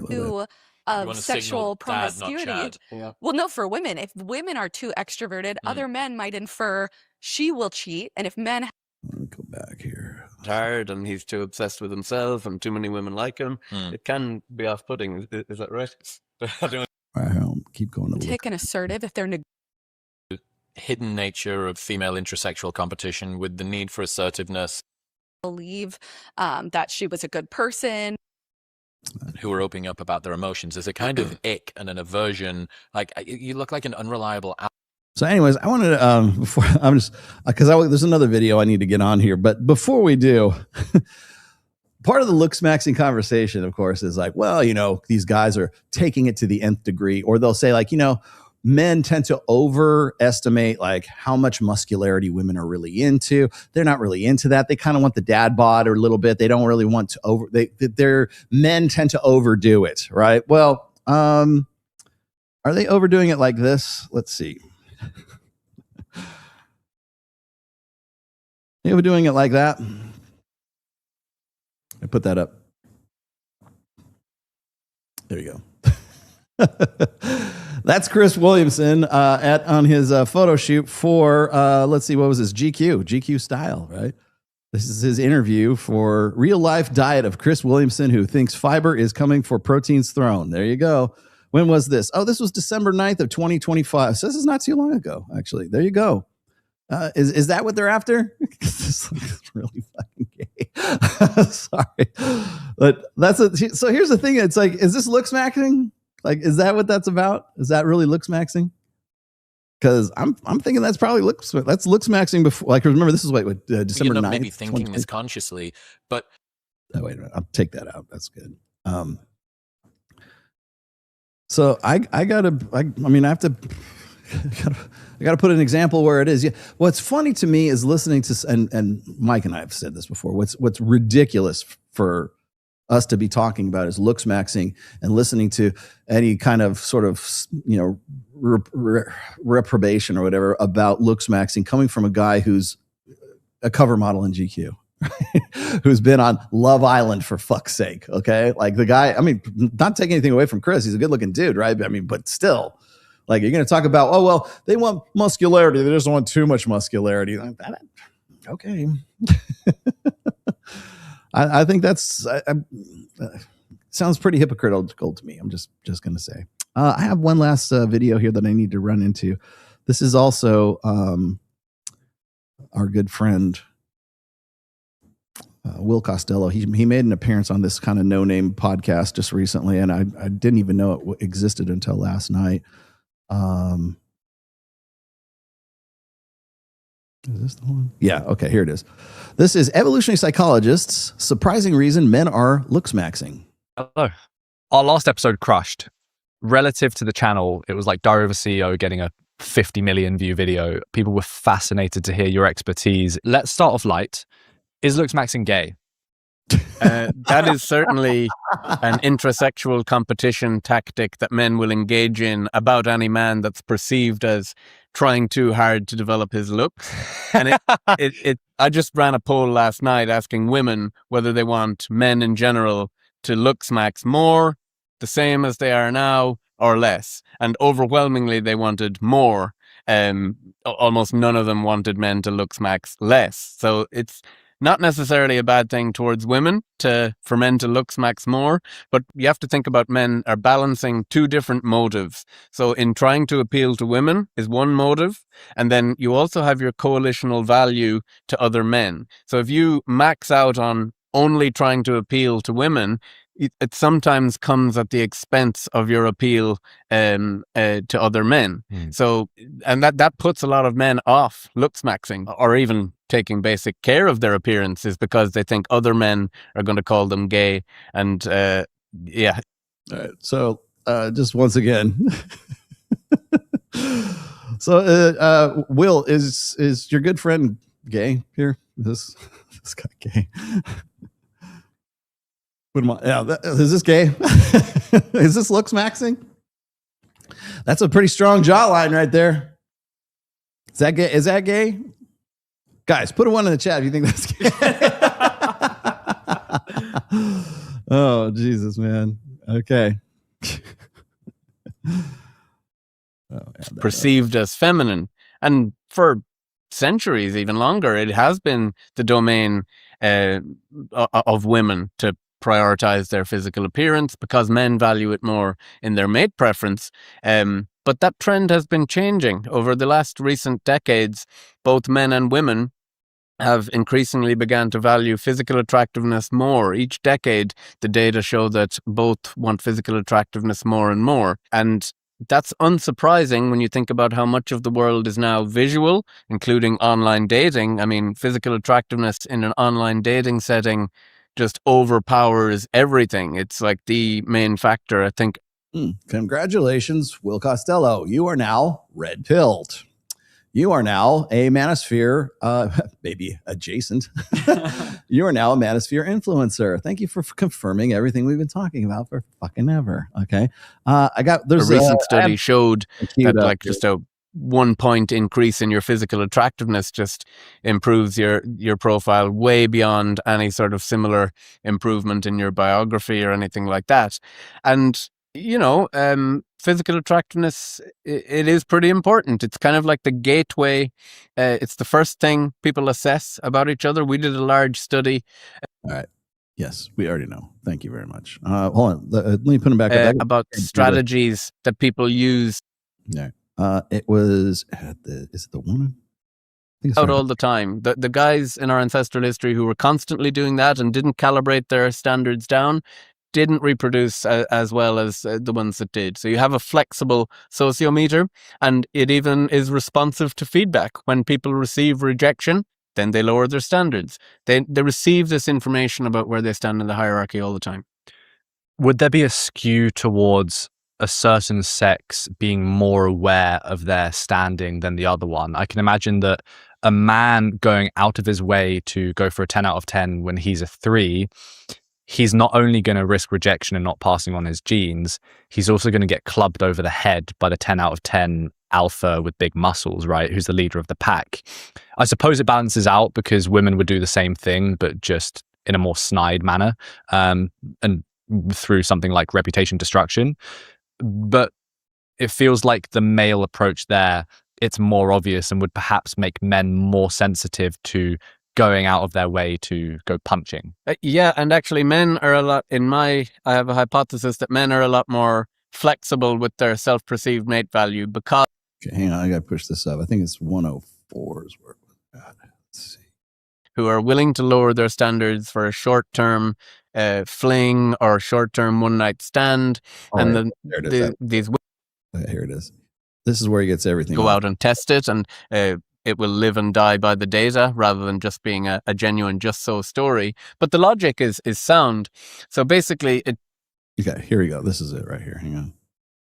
Acting like more sensitive to going out of their way to go punching. Yeah, and actually men are I have a hypothesis that men are a lot more flexible with their self-perceived mate value because traditionally it's not as tied to physical attractiveness, it's more tied to status and resources, which can come at any time. So look what happens to an actor like Harrison Ford or someone who only became famous in his 50s. What? He probably had Here we go. I need you to look up how old was Harrison Ford in Star Wars in 1977. Fact check. 35. Wrong. No, you're wrong. Wait. How old was Harrison Ford in American Graffiti? I would say that was probably the start of his career. Got to be 32. I think it was a year before that. 30 years old. 30 years? Wow. No, you're wrong. Thank you. Please. British people. Come on now. Problem. Acting like he's got that massive spike in mate value. Men do it all the time. If they were a loser in high school, but then they become rich later on, they have no problem accepting their new mate value. Whereas women tend to lock in because women's mate value carries a more stable trajectory and it's more locked in during adolescence and doesn't typically change that much thereafter until kind of a precipitous fall after fertility. Well, wait a minute. That sounds like a confirmation of a red pill fact. Would that be this right here? Thank you. Ding, ding, ding. One more for Rollo Tomasi. There we go. Yes, it takes a precipitous fall. I've got to say it in a Cockney accent. It takes a precipitous fall off of a cliff once she gets to be 28 years old. There you go. Oh, sounds an awful lot like some graph one of those Manosphere fuckwits put together a long time ago. I don't know. Their sense of their own mate value is pretty locked in. The challenge for women is different. It would be figuring out their mate value in terms of short-term and long-term mating and whether someone is interested in them for short-term or long-term. And oh, well, guess what? We've got another confirmation of this timeline right here. Some other, I don't know, one of these fucking red pill fuckwits put this out back in 2015. Yeah, there it is. Alpha reinterests. Like if you look at the gray lines right there, is exactly like almost. Have you been reading my stuff? I'm pretty sure well, I know that he watches my shit. So there you go. This is actually a hypothesis from the manosphere that I think might actually have legs, and I may go out and test it someday. The alpha widow hypothesis. Have you heard of this one? No. What? So basically it connects a lot of evolutionary psychology findings to come to a new hypothesis. And the difference between evolutionary psychologists and the manosphere gurus is we'll actually probably go out and test it, and it will live and die by the data rather than. Do you think we haven't tested this? What's crazy to me is I like, bro, I'm like, okay, I'm like Mike Sartain, if you're watching this, I'm trying. I am really fucking trying right now. I'm trying to channel my mic. I'm trying to be diplomatic and try to like, yeah, come on, see both sides, Rollo. I'm almost there. But dude, do you not think like there's a reason? Do you think we just, hey, I got this idea. Let's pull this. I got this alpha widow shit. I just pulled it out of my ass and hey, what do you think? It would be really great if we could just get some evolutionary psychologists to fucking see if this actually works. Yeah, back in 2006, we were fucking talking about this on the So Swab forums. Yeah, okay. We don't know where it actually came from. Yeah, actually, we do know where it came from. Actually, I'm gonna let him continue, and I'll go dig this up real fast. Hang on. Just being a genuine just so story, but the logic is sound.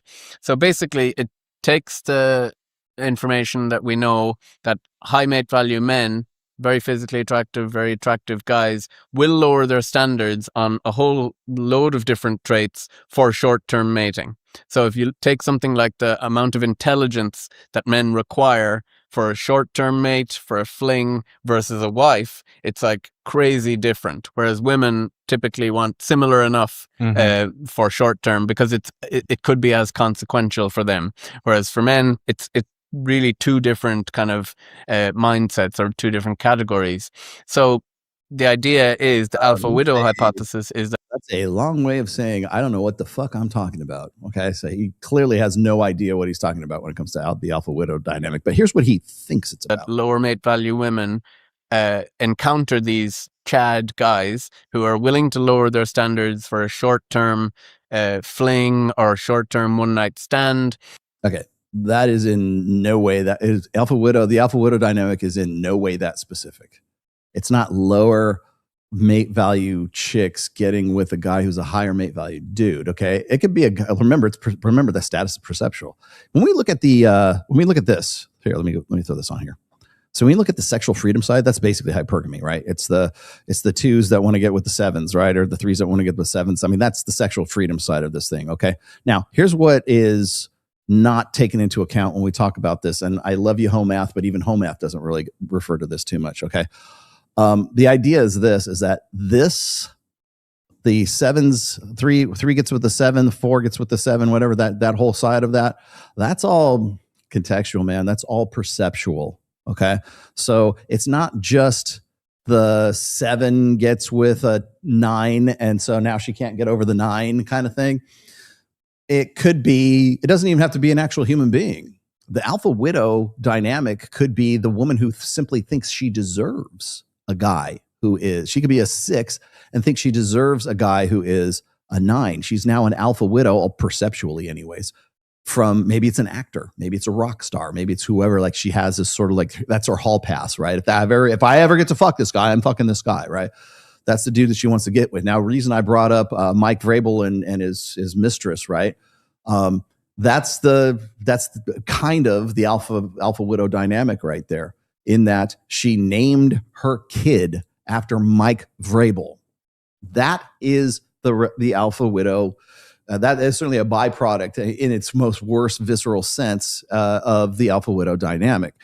He's about to get this like horribly wrong, so I figured I'd give you guys the preface here before we get going a little more. And these women then, having experienced Chad in all his glory, kind of get confused because that's what they then want. And it's very difficult to come back down and say, I see that he was just using me for sex. And by the way, Chad he's probably going to lie to her, deceive her, and say it. Of course, because she has no agency whatsoever in the whole decision-making process to fuck the guy in the first place. And the only reason she would ever fuck the guy is because he's probably a manipulator.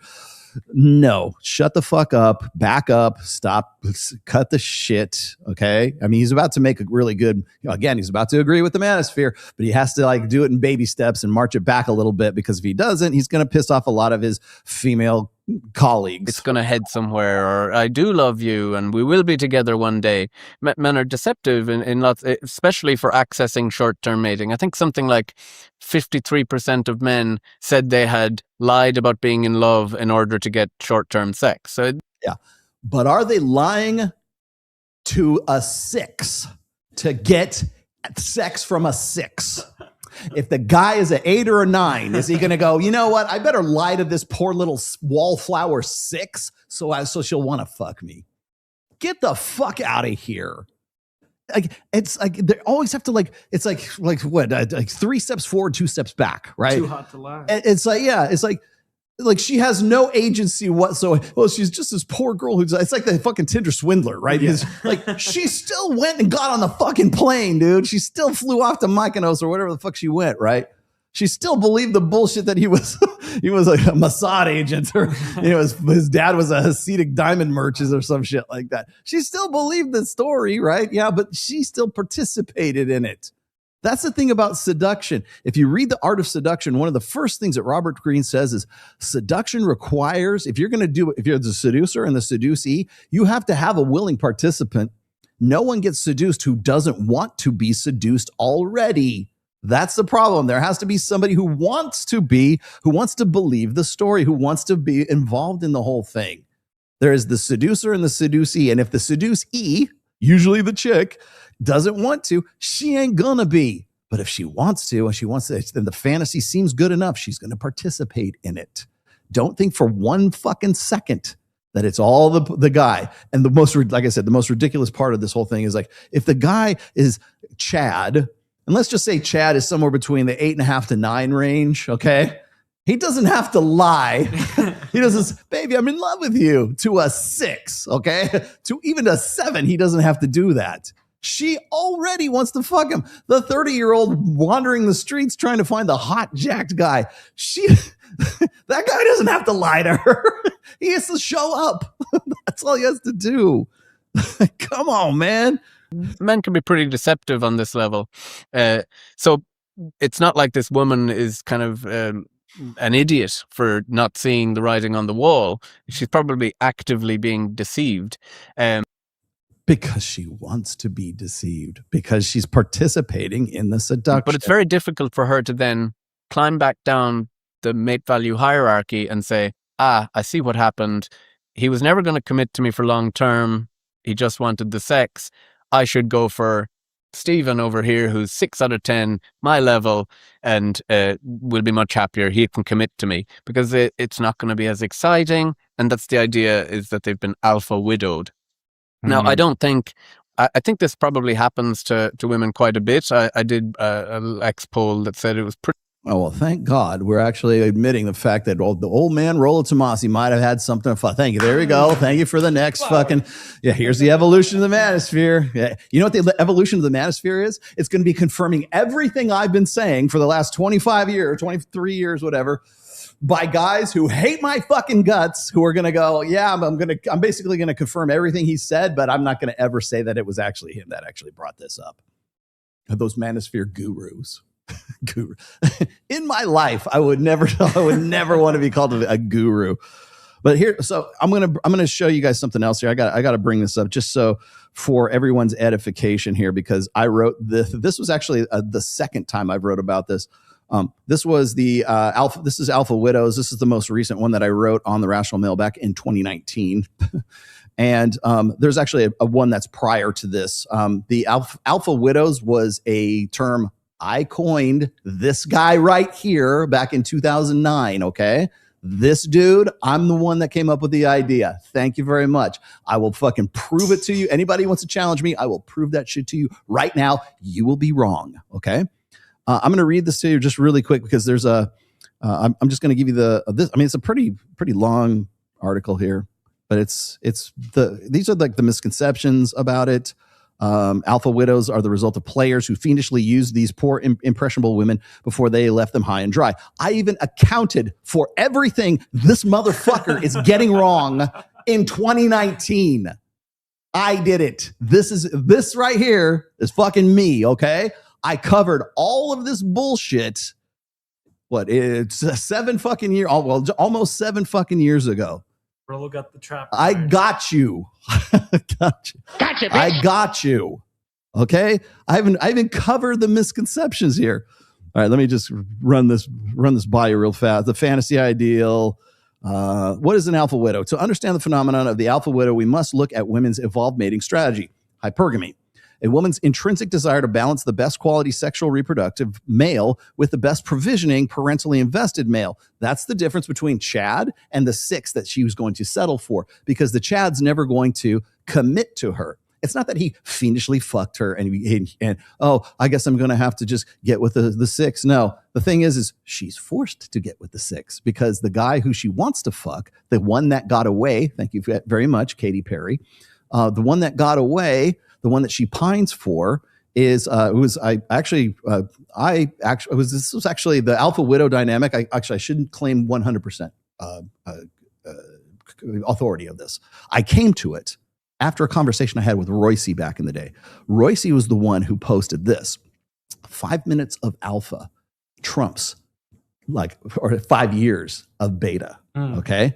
That's where the alpha widow dynamic, with the inception of it. I was having these conversations with him, and I even have a post called 5 minutes of alpha. And that's the premise of it. And I was talking, that was where I had the conversation with Royce.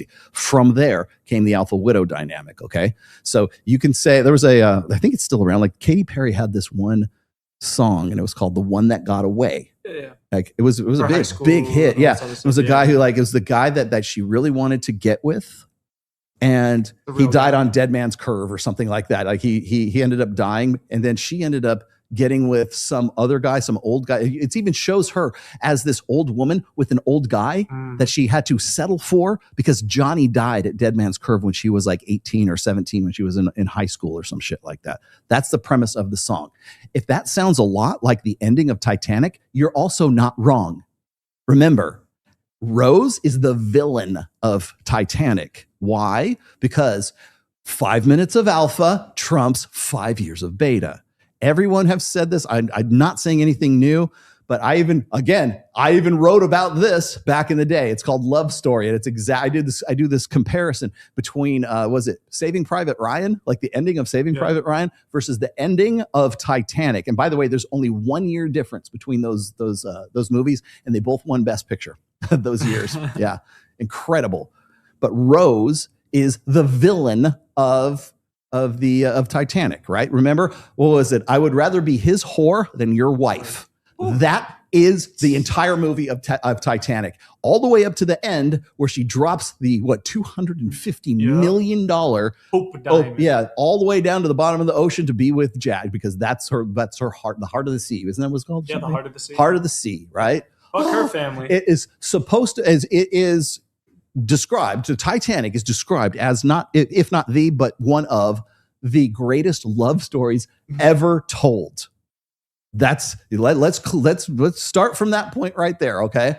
How do we know that? Because the end scene right before, at 100 years old, when Rose is about to die and she's dropping the diamond into the, not giving it to her grandchildren, dropping it to the bottom of the fucking ocean, you pan through all these pictures of her and her life that was so great because Jack died and she survived. He sacrificed his life. This 14, 16-year-old kid who she banged once in a boat, in a little lifeboats or some shit like that, and had such an effect on her. And it's one of the greatest love stories ever told. And it shows you she was Amelia Earhart. She was flying in, the airplanes, and she was riding English horses, and she had this wonderful life because she married a very rich dude who was a 6. Okay. That's what I mean. She was a fucking alpha widow for Jack at the bottom of the fucking ocean. And of course she dies and they go back and they dance in the ballroom and they're ghosts like in the fucking haunted mansion at Disney, right? That whole fucking, narrative, Will Costello, you want to know what the alpha widow dynamic is? Just go watch the last 10 minutes of Titanic. There it is. That's all you need. That's all you have to do. So I'll just give you the big brain version of this. Since a woman's mating strategy centers on quality in a long-term partner, women tend to focus on ideals in men. The imperative drive for mate quality extends to both sides of women's hypergamous equation. The best genetics, alpha fucks, sexual experience, and the best long-term security potential. Only women are hypergamous. Thank you. And hypergamy never seeks its own level. It is always seeking a better than merited exchange. What did I just say? Sounds like Rollo knows this shit. Sounds like he's been talking about this for quite some time. Yes, I have. It is always seeking a better than merited exchange in sexual market value compared to her own. For more information, see False Equivalencies. This was another essay I wrote. When a woman misses the opportunity to consolidate on a confirmed high sexual market value male, that man becomes the new standard for what she believes she can attract as a potential mate. I've had a SMV 8 guy before, so in the future, no man below an 8 will be my optimal choice. She will never be able to give herself as fully to a guy who is a 6 if she's already fucked an 8, and she will be pining for that guy, or that will be the benchmark that she is comparing the old guy who took care of her and let Rose be a fucking fly planes and ride English and have multiple grandchildren and live this wonderful blessed life. That guy doesn't get the fucking diamond out the bottom of the sea. That guy's fucked. That guy is essentially a cuck in that woman's life. Now, is he literally a cuck? No, but she will never give herself to that guy the way she gave herself that one time on the fucking Titanic that she fucking fucked Jack.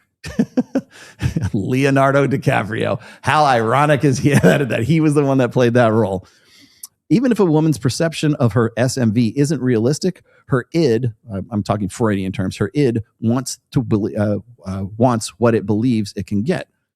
The setting of a mating strategy metric in men is largely subconscious process for women, but more often now, high ego women do consciously acknowledge that one man does or doesn't meet her SMV benchmark of a previous lover.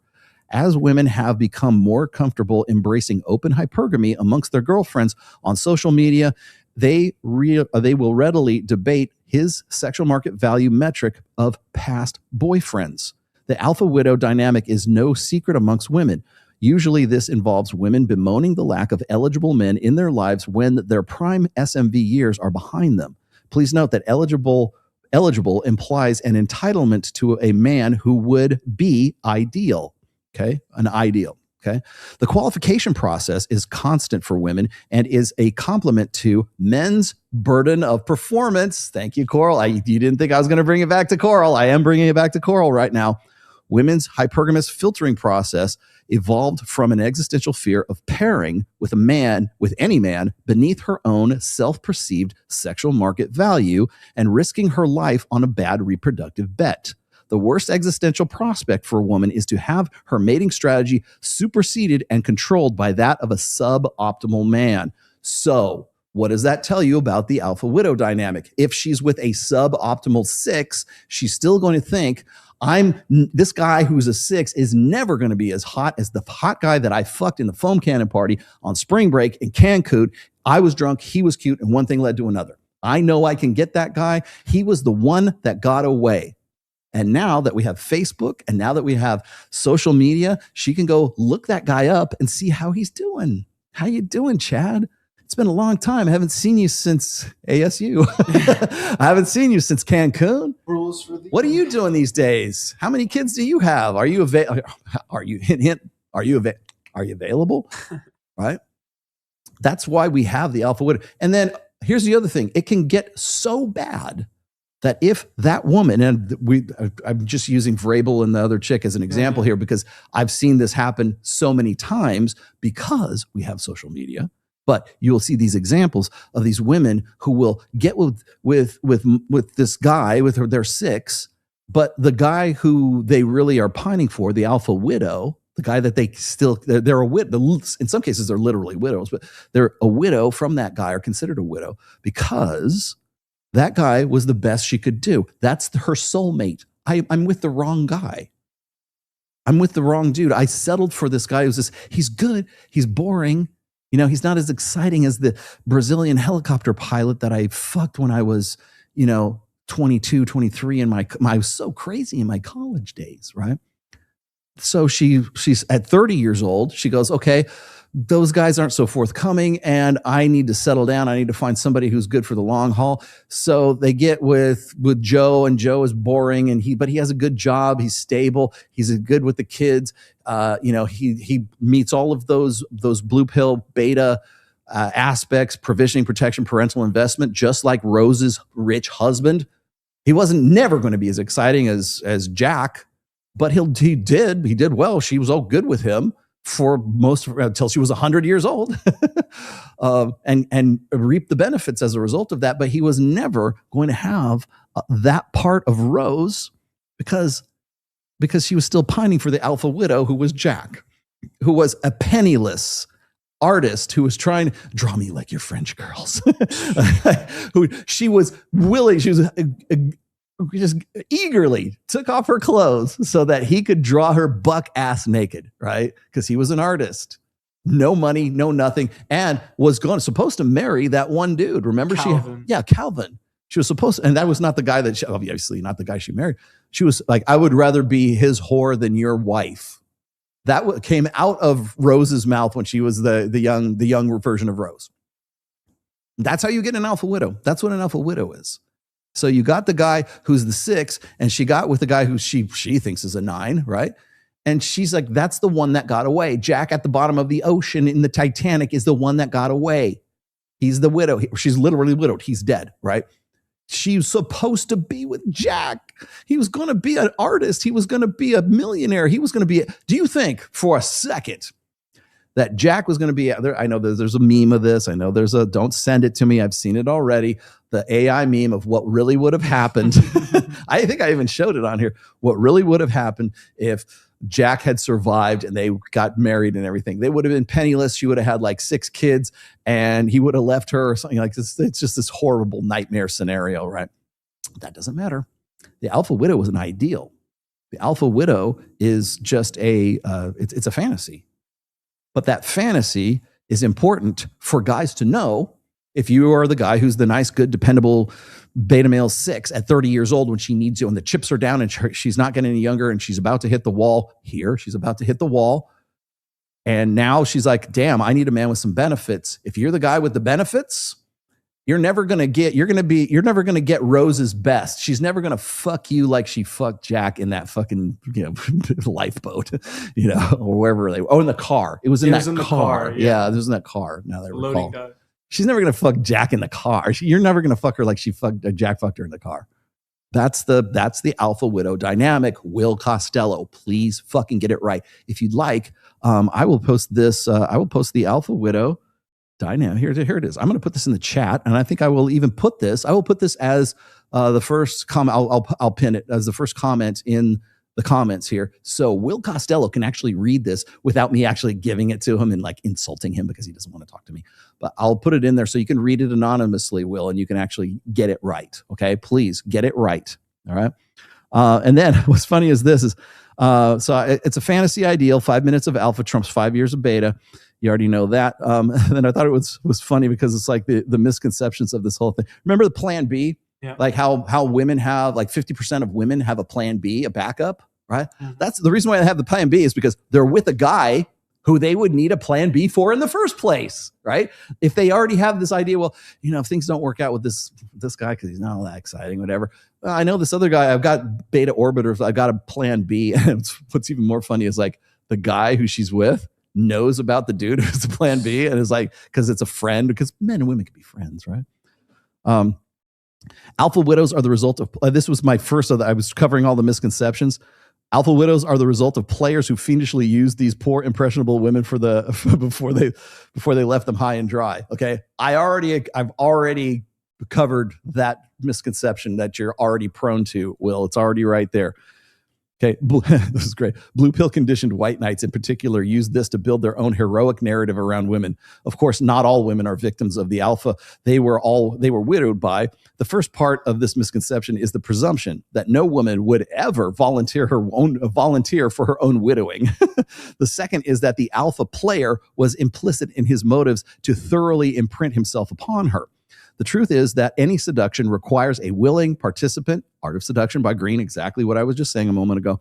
And in accordance with the women's mating strategy, women will eagerly participate in their own seduction. These are alpha widows, not grape survivors, okay? That's what you have to understand, okay? You're almost there. You're going to be red pill. It's my Christian duty now to red pill and bring Will Costello over to the manosphere. I know we can do this. He's never going to acknowledge me, but that's okay. I think we can do a good deed here in spite of it. The misconception is that women being widowed was somehow traumatized by her former lover. The truth is that the more positive the experience was for her, the more impactful the widowing is likely to be. If women didn't think fondly of the one that got away, she wouldn't be an alpha widow in the first place.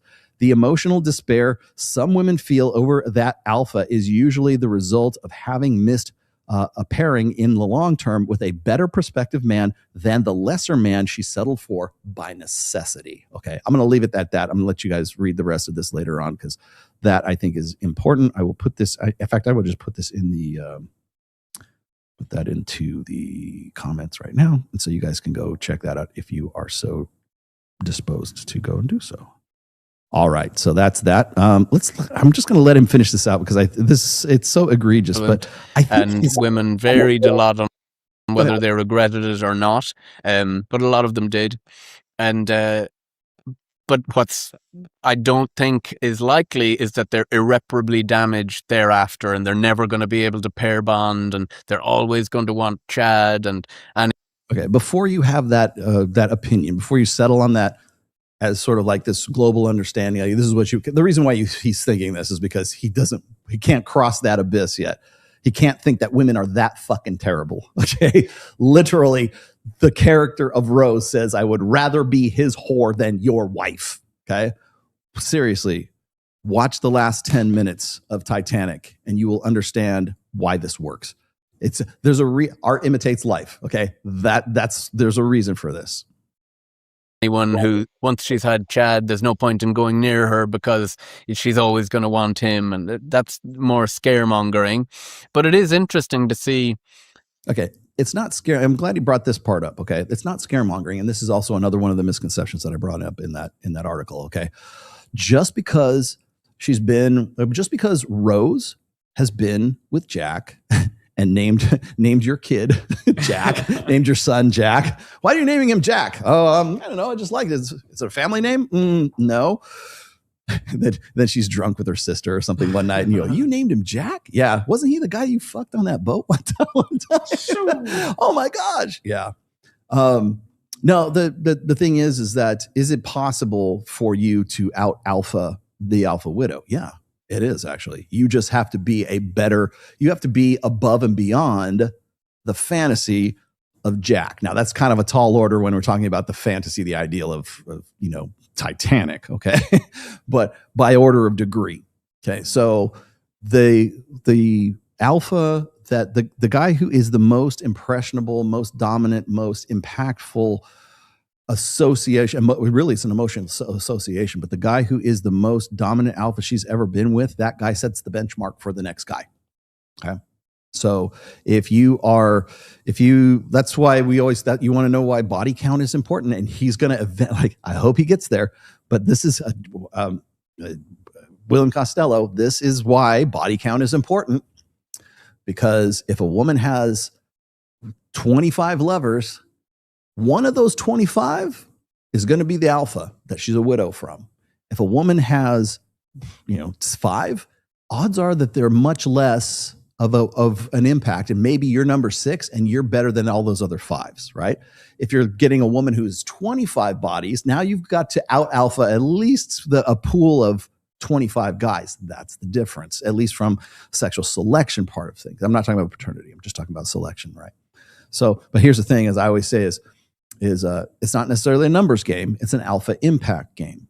So when we're talking about body count, I've always posed this question for guys, and you guys can answer this if you'd like in the comments or whatever. But would you rather be with a woman who has a 20 body count, but you are the most alpha dude she's ever been with, and you are the one. You are the alpha from which anybody else after that is going to be widowed by. You are the most alpha motherfucker she's ever been with. You AMOG all those 20 lovers she's had before. Or would you rather be with a woman who has 5 partners, but one of those guys was so alpha and so far beyond, that was Jack, right? There's no comparison to that guy. And you are going to be living with the ghost of that alpha you're going to be trying to AMOG that guy for the rest of your life. Which woman would you rather get with? The woman who has 20 body count and you're the most alpha of all of them, or the woman who has 5 and one dude is always going to out alpha you. She's going to be pining for that one dude the whole time. See, that's the difference between body count. That's why I always, you want to know why I don't really care too much about body count. Like personally, I understand why it's important. Don't get me wrong. Like statistically, factually, I understand why it's important. But as far as like my personal opinion of all of this, I have to look at it in those terms, right? It's law of averages. Are you enough? Like, I know what my wife's body count is, and I know what my body count is too, right? I know I am way more alpha than any other guy that she's ever been with. So I'm not worried about what her body count was, right? I'm not worried at that same way I would say, like some of the girls that I work with on Access Vegas, some of them have, some of them work in commercial porn, right? I can't even guess at what their body count is, right? Because professionally, that's what they do, right? They fuck guys, right? But after a while, is she in a relationship? Is she getting is she having her world rocked by every guy that she has sex with? Probably not, because she can compartmentalize. After a while, porn stars compartmentalize that.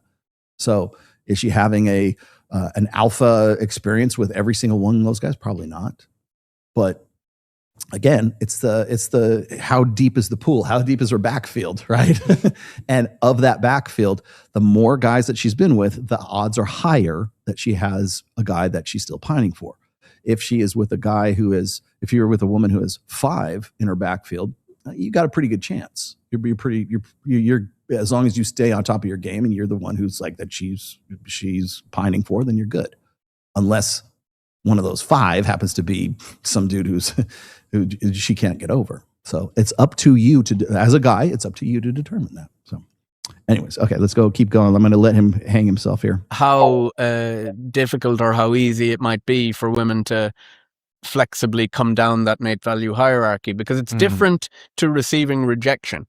So we know that people of both sexes, men and women, when they receive rejection, they're able to say, okay, I realize my level. You take that feedback and you move on and you assortatively mate. And okay, so that's the problem.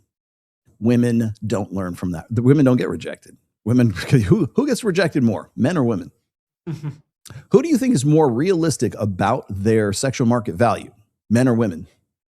I'll wait. Especially today, especially in a time when we're telling women, what did I just say a minute ago? Like when you go, hell, what time is it right now? It's all okay. At 5 o'clock in another 30 minutes, go watch whatever podcast. I guarantee you somewhere along the line, Brian's going to ask these girls, evaluate yourself 1 to 10. And every chick on that fucking panel is going to say, I'm a 10. You know why? Because they're all below a 6. Because they're all fucking nasty. Sorry. Yeah, I know it's hard to book good looking chicks. They're all like the lower a woman is on that sexual market value, like effectively, like objectively, the higher she's going to have an estimate of her own. She's going to say, I'm a 10. Because that's what they're supposed to say. Because you're supposed to be unrealistic. You're supposed to be over the top, exaggerating to the nth degree about your own self, because they think sexual market value equals self-worth. And that's why it's one thing I've talked about with Mike a lot of times is we always have to put out this caveat when we talk about sexual market value with women, because women innately, naturally, by default, equate their personal worth with their sexual market value. Why is that? Because women's only real agency is their sexuality. That's why women always take their clothes off. That's why the first thing, whenever a woman wants attention, whenever a woman hits like 50 years old and she wants to do some sort of retrospective in Marie Claire or Vanity Fair or something like that, she's naked. She instantly takes off her clothes. Like, what is it? Porsakova? I forget the chick's name. She's pushing 6. She still looks good for her age, right? She's Paulina Porsakova. She used to be married to Rick Ocasek from the Cars, right?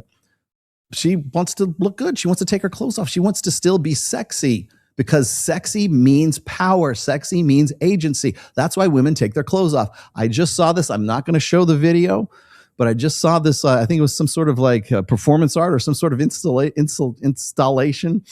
And it's this bell. It's this gigantic, looks like a Liberty Bell. And there's this chick and she's under it and she's buck naked from at least from the waist down. She's being hung underneath the bell as like a bell ringer. And her tits are out and she's just flailing back and forth. Thank you very much. I think it was either Paul from Come On My Podcast or it was Vince from Masculine Geek who made me aware of this, right?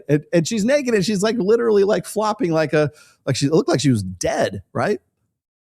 But she doesn't do it with her shirt on. She doesn't do it with a turtleneck sweater.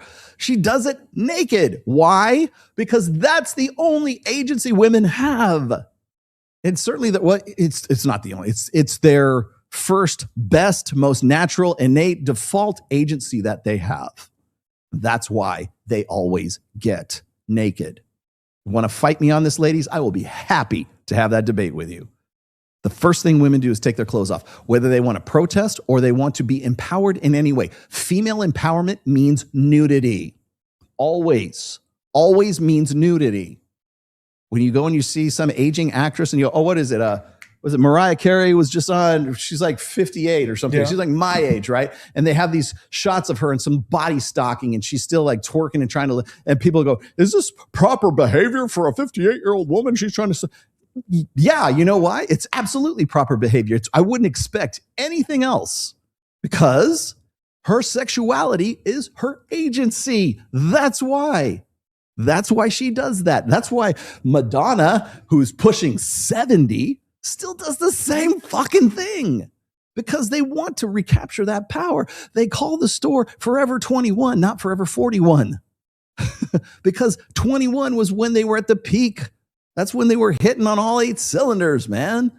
That's why. That's the whole, the agentic thing, the whole agency thing. And when we say, the thing is that women, when you say, we were evaluating women's worth, that's why they conflate personal worth with sexual market value, personal value with sexual market value, because they don't know any different, because sexuality means agency, means personal worth.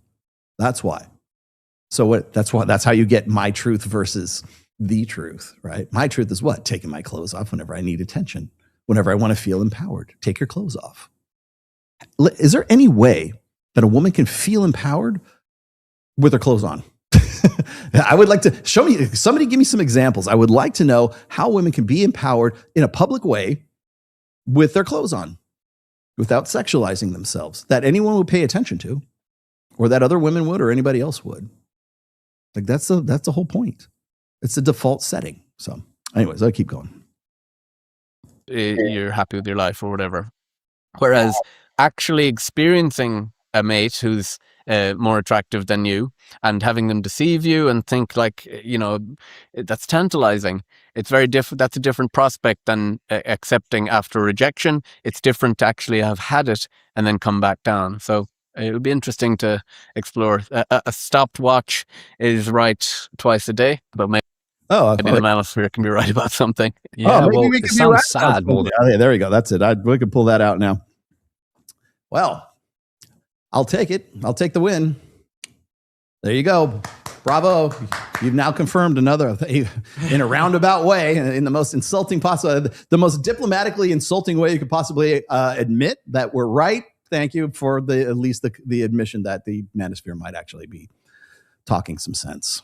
Right now, of course, you're going to have to go and go do a Twitter poll and find out. Hey, let's start a Twitter poll and see if this is for real.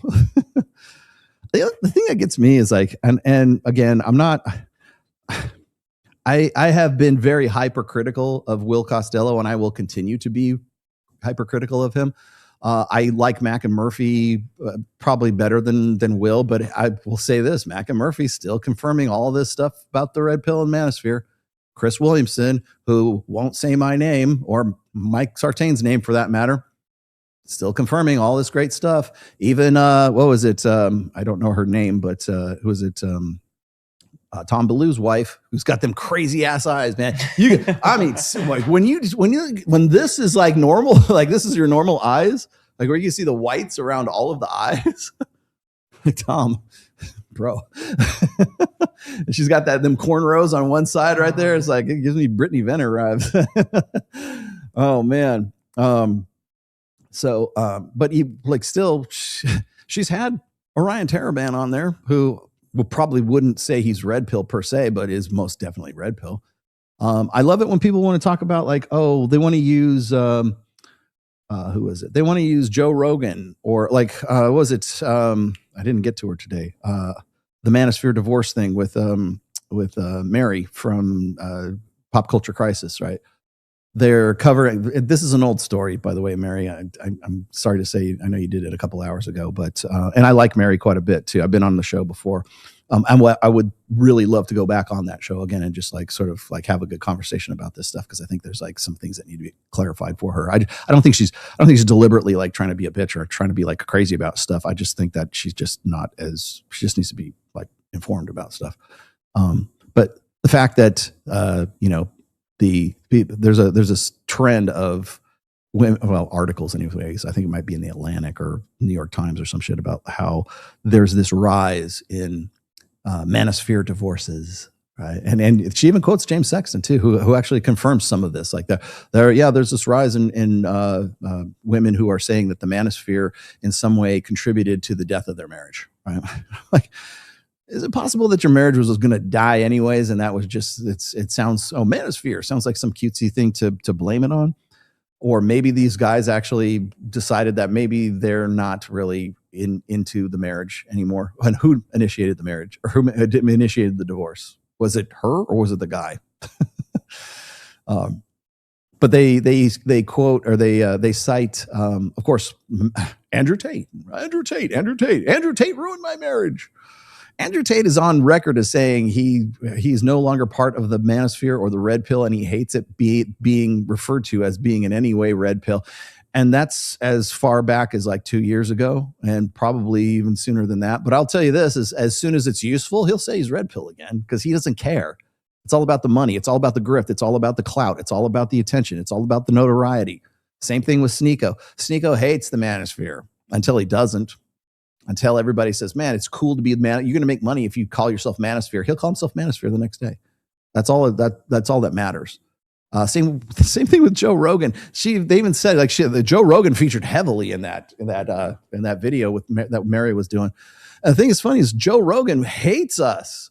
He calls us, and I quote, those bottom of the barrel podcasts, referring to me, referring to whatever podcast, and referring to Fresh and Fit, right? I think Rogan would take issue being lumped into the same group as the quote unquote manosphere, but they don't know who else to talk. They don't know who else to say. It could have been me. It could have been Mike. It could have been Myron. It could have been Brian. It could have been MTR. It could have been, by the way, I'm very upset too, because he just announced that he's taking a break for a while. I don't know if his cancer had come back. He said it hasn't, and it's been 5 years since he had any sign of it, and he's been in remission for 5 years, but I don't know why he would be taking a hiatus or leaving podcasting in general, which I like MTR. So, but anyways, or how about No Fugazi? Could have been him. Could have been, there's a lot of people in the quote unquote man who they won't say they're in the manosphere, but they are, right? You are. Nobody leaves the manosphere. Could have been Rich Cooper. Maybe they listen to Rich. He hates the man. It's the man of swamp, right? Maybe it was Rich. Maybe Rich was contributing to the death of your marriage. He's very outspoken when it comes to marriage, for sure. I mean, he's built his brand on divorce and anti-marriage and never get married kind of thing. Shit, at least I've been married for 30 years. You can't quote me because don't look at me. I've been married happily for 30 some odd years right now. I wasn't me that broke you up. But and the other thing is that, you don't know these people. You don't know their situation. The guy could be fucking crazy. She could be crazy. I think the one that they quoted was this one guy who was, she was supposedly working full time, and they didn't have any kids, and she was supporting him while he was getting he was going to be a surgeon, and he was studying to be a surgeon. And then he popped off about something like, oh, you don't appreciate me because I'm a white guy and I'm going to be a surgeon or some shit. I'm like, who says shit like that? And whether they listen to somebody in the manosphere or not, like even if they did and they were influenced by it, like who gets influenced to say something like that in the first place? Oh, we had such a great, wonderful relationship before all this.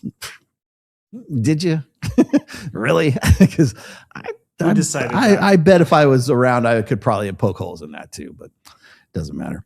Anyways, the long story short is I think as far as the trying to bring this full circle, what the evolution of the manosphere is going to be. Now I know the guys in the MRAs who will go nameless are trying to sort of clean up the manosphere, and they're putting a new religion. You guys are just like God Pill 2.0.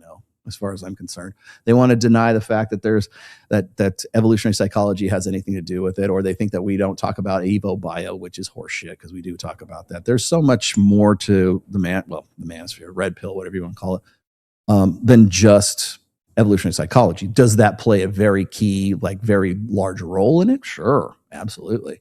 That's not the only thing. Like when I've been asked before, so when people ask me like, Rolo, what is the red pill? I'm like, how long do you have? Because there's no elevator pitch, right? But it's evolutionary psychology. It's evolutionary biology. It's endocrinology. It's neurology. It's psychology. It's regular psychology. It's sociology. It's anthropology. You could throw political science in there if you'd like to. I mean, there's lots of crossover. It's reproductive sciences. Let's think. Here's the thing. Intersexual dynamics crosses over into so many fucking fields that it's impossible to say what its all about, right? I can go and give you studies. Hell, I would just, people have been posting this again like it's news. I've been talking about this since 2020, but there's been these articles that are resurfacing right now about how the female egg, the female ovum, chooses different sperm. It chooses by, and I mean this by like a chemical reaction. It produces protein so that certain sperm can come through to fertilize, and some are pushed, slowed down so they don't get there. There's this selection between, like, by the way, between one man's sperm and another man's sperm at the site of conception, which only happens if, I'll let you fill in the blanks, but there's a reason why that evolutionary adaptation should exist in the first place, is because it happened often enough over the course of 200,000 years of human evolution that it became necessary for the female egg to be able to select between different men's sperm that happened to be in the same, or multiple men's sperm happened to be in the same site of conception. Whether that was her promiscuity or through forced copulation, that's a nice way of saying it. The fact of the matter is, it's still there. So, but there's this article that's been making the rounds again, and it's old, but people think it's new, but it's how the human ovum selects sperm, like biochemically selects sperm. Okay. I'm not an expert in reproductive, physiology, whatever. I'm not an expert in that, but I can read a fucking article. I can see what's going on, and I can sort of interpret the data, and I can say, okay, well, why would this I can ask the wrong questions that people get really uncomfortable trying to answer. I can say, why do you think this adaptation exists? Why do you think this would be in the first place, that the human egg would need to select between differing men's sperm? Why? Because differing men's sperm would happen to be there, right? Well, how would that happen? And why would that happen so often that it would need to be an evolutionary adaptation? Okay. Sorry, I'm not God, and I'm not going to, well, it must be because God wanted it to be that way. Okay, maybe. That's always a possibility, okay? But I'm going to go out on a limb here and say it's most likely because of the human reproductive process, okay? Well, that God created. Okay, fine, you win. But the facts are the facts, okay? If you want to pet the dog, then you got to pay the tax. Cheese tax. Anyways. Oh, I'm not quitting early. Don't worry. Don't worry, Sammy. This is not early for me. What are we at, the 3:30 mark? Yeah, maybe we'll quit now.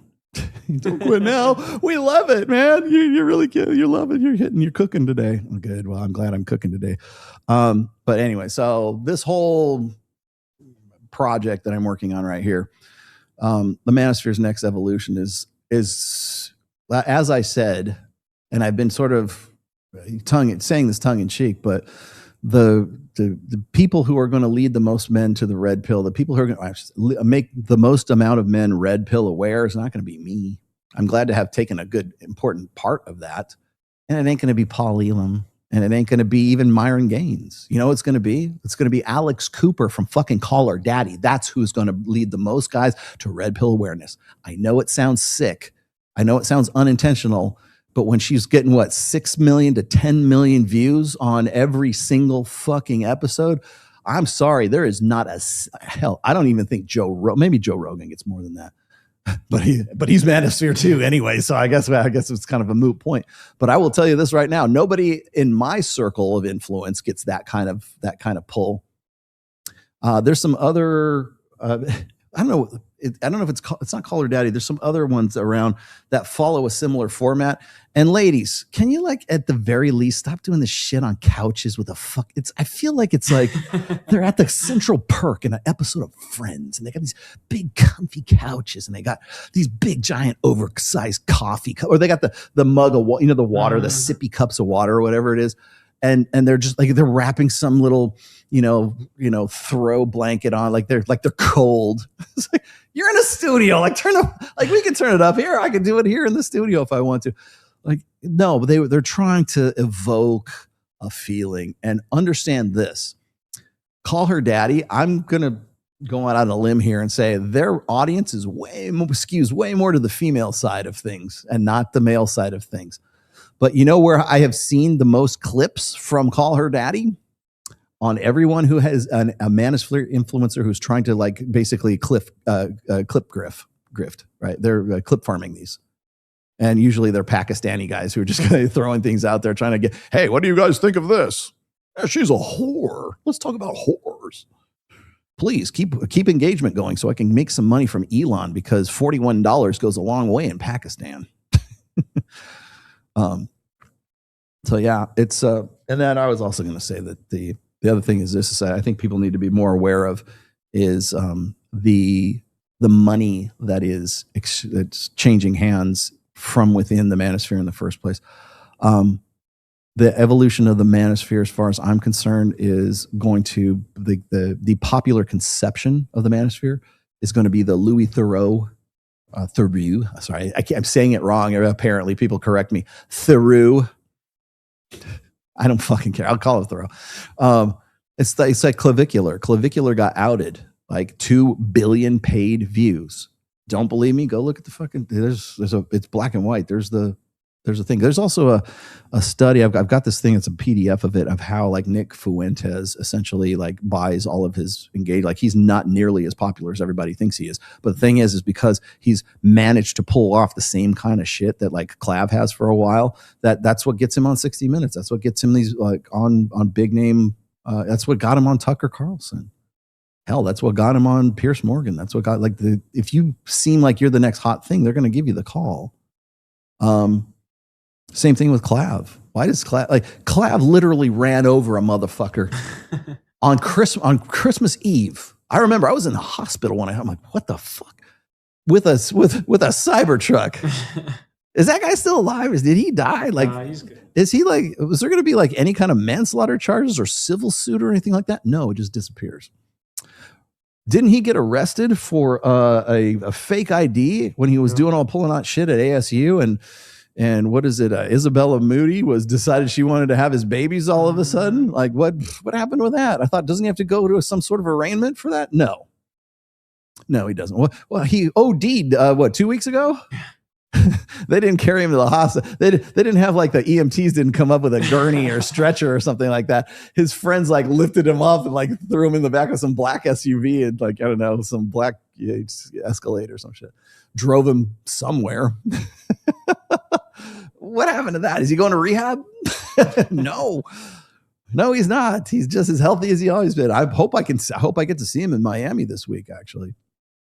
Because I want to pick his brain and figure out how I can get 1,610 people to start pumping my shit so I can go get on 60 Minutes and talk shit about people, right?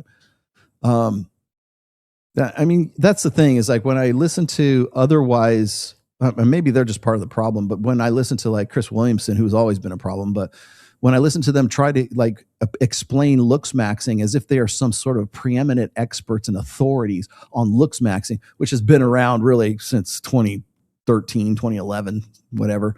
They're going to use Clavicular as the poster boy for that. The reason why you're doing that, Chris Williamson, is because he pays for his views. You wouldn't know his name if it had 2 billion paid views in the month of April. I don't know what May is going to be. And it's very easy to find the stats and very easy to track this because Kick is the one that's putting the money behind it. At least as far as I'm able to tell. Probably Peter Thiel has something to do with it as well. Same thing for Sneeko. I know that Nick Fuentes just signed a deal for something for making money. Did you hear about that, Kyle? I have not. Nick Fuentes just signed on for some. He's being bankrolled by somebody. I'm not really sure who yet.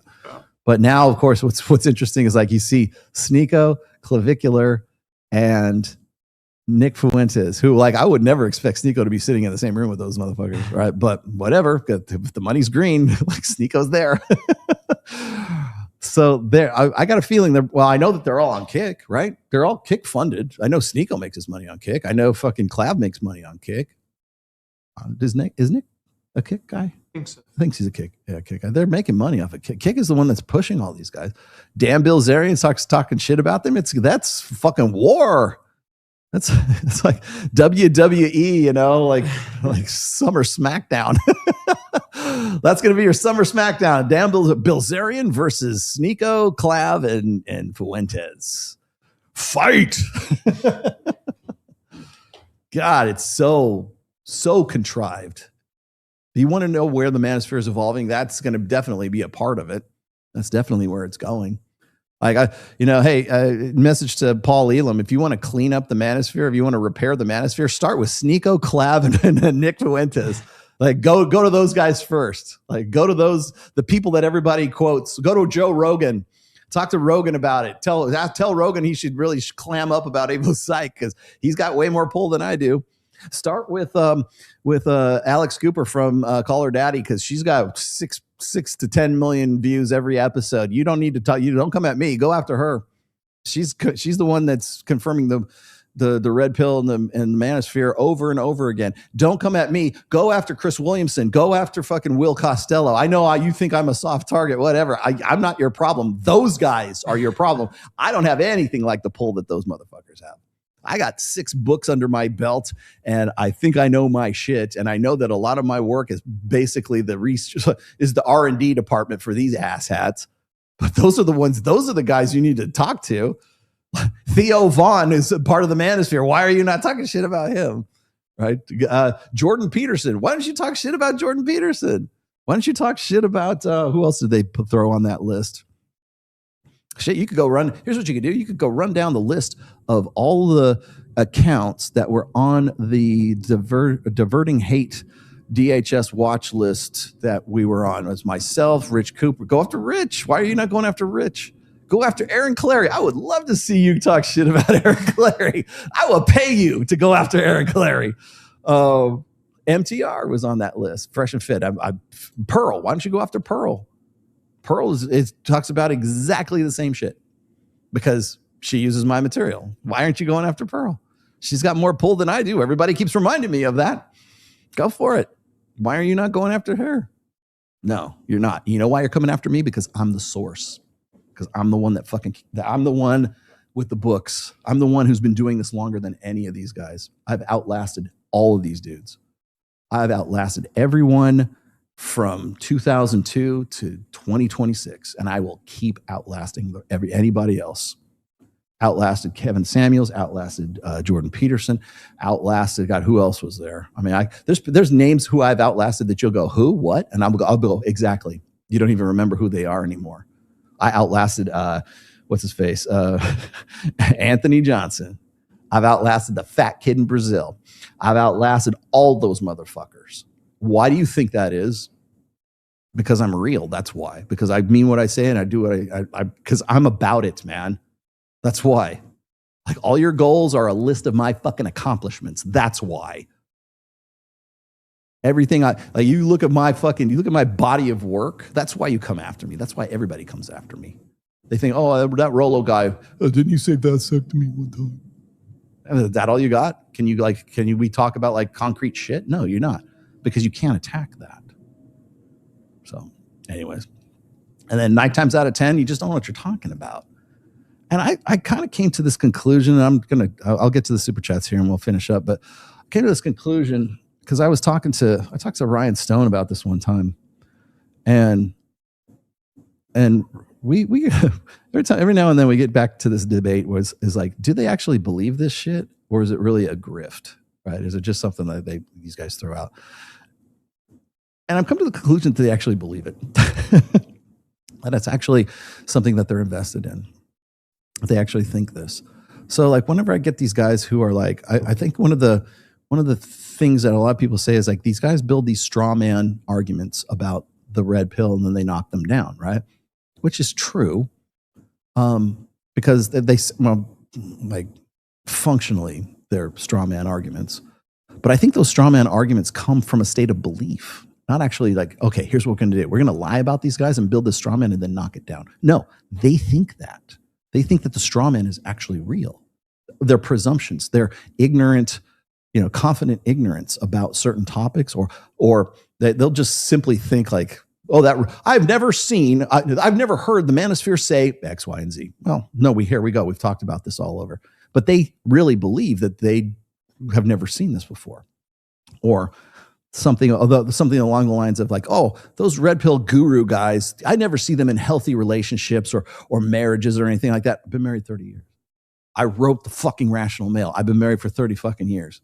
Happily, thank you very much. And I have a daughter who I'm not estranged from or any of that bullshit. She loves me like crazy, okay? You know that. You've met my daughter.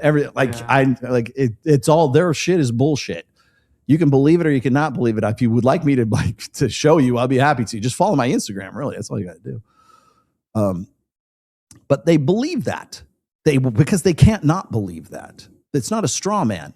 They actually believe the bullshit that they're making up, that is essentially a straw man that they get to knock down. And the thing is, how do I know that they believe this? Because they won't have the conversation with me.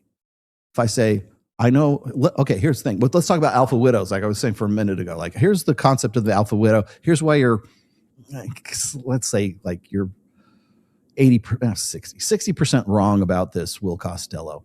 Will probably believes the bullshit. He probably, he wants to seem knowledgeable, right? He wants to say, here's what the alpha widow is. He doesn't know what the fuck he's talking about. He could easily just read the essay that I just read to you guys from 2019 and get a good idea about it. And you could even probably like create a good experiment to see if it's valid or whatever. You could probably build it off of that. He's never going to do that because he already believes that the straw man that he's propping up and just wants to begrudgingly say, well, maybe they're, a stopped clock is right twice a day or some shit like that.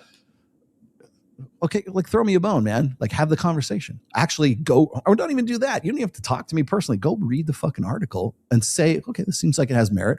I even cover the misconceptions that you already made. Like, and so what do you think? Include that in your experimentation. I would love to see that. Won't happen because they believe in the straw man. It's not that they make it up to knock it down. It's not the making up part. They actually believe that the made up part is legit. And that's why they won't have that conversation. They won't ever have a debate about something. They won't ever take anything in it, won't have a critical analysis of it because they've already made up their minds about it. And then because they have to, because their brand depends on it. They said this at one time and somebody held them and they'll hold their feet to the fire for it. So they better be right about the straw man. They better believe in it. And then what happens is when somebody comes along, like my smart ass, and says, well, if that's what you think, then back your convictions up and talk to me about it. Come to Vegas or whatever. Don't even do that. Just have a live stream with me via StreamYard and let me explain to you why you're wrong. And maybe you can come to a better assessment. They're not interested in truth. They're not interested in what actually is. They're interested in their own bullshit. They're interested in what should be, what is right and wrong, what is good or bad, what is a best practice and what's not, according to the truth that they think they already know. Well, no, I'm saying let's debate what is true or false. Okay, if we did, then we could have a better assessment of it. You probably think a little bit different of me, and maybe you could come to a better idea of what we're actually talking about. But you don't want to do that because that's not the straw man. You actually believe the straw man is legit. That's why. Okay. Alphas are pure ego. If you're a clown, if you don't want your own kids. Okay. Well, don't let Paul Elam hear that because apparently anything you could possibly do is simping. If I'm doing this show, I'm simping. If I pick up the phone to call my wife, I'm simping. If I get in the car, the only reason if I buy a new Camaro because I want a new Camaro, it's really not because I'm simping because I want to look good. I'm only doing it for female approval. I'm only wearing this shirt and tank top so I can show my guns off because I want female approval or male approval. I'm on this podcast. I'm on this podcast. Kyle's only over there because he's simping. Yeah. That's why he's only producing this because he wants chicks to think that he's mysterious. Yeah, I'm here. Yeah, baby. Well, I'm a whore. Yeah, pretty much. We're all whores. We're all simps, man. You found us out, brother. I feel weaker listening to Red Pill from an Irish accent. Yeah. Okay, you win. You win. That's the best. Wait, there you go. That's that is the super chat of the day. Rollo, aren't you passionate? Rollo, aren't you passionate about this shit? Does it seem like I'm not? Why don't you ever give straight answers to everything? I'm not. We need answers on what alpha is. Oh, easy. There's this great book. It's called The Rational Male. It was published in 2013. It was written by this great author. His name was Rollo Tomasi. It's not his real name. That's his writer, his pen name, just so you know. And there's a few chapters in there. One's called Alpha. One's called The Origin of Alpha. One's called the Contextual Alpha. The other one is, there's another Alpha. There's a whole section dedicated to Alpha in there. It's almost as if this was written and very well thought out for quite some time now. And I think perhaps, oh, sorry, that's me being evasive. Yeah. Okay. What would you like to know? Seriously, just read the book, man. All that shit's been done. Will Costello is difficult to listen to. He's a sanctimonious prick and the embodiment of a male feminist. That's kind of harsh. I don't think Mike Sartain would approve of that level of diplomacy, my friend. Yeah, okay. I can see how he would come off that way. I still will never forgive him for the bullshit incel research that he colluded with the government to do. But anyways, I digress. Another word for social proof is social validation, a woman's way to seek validation from her family, her friends, and social media. Okay, I think that's definitely part of it. Okay, I'll give you get a B+, a B-. You get a B- for that one. Pastor Tomasi, thank you. I'm Pastor Tomasi. Pastor Tomasi, yes. Setting the Manosphere pulpit on fire. You got it. I will do my best, sir. I will do my best. Funny how they... Oh, this is Polish money. What do you mean Polish money for?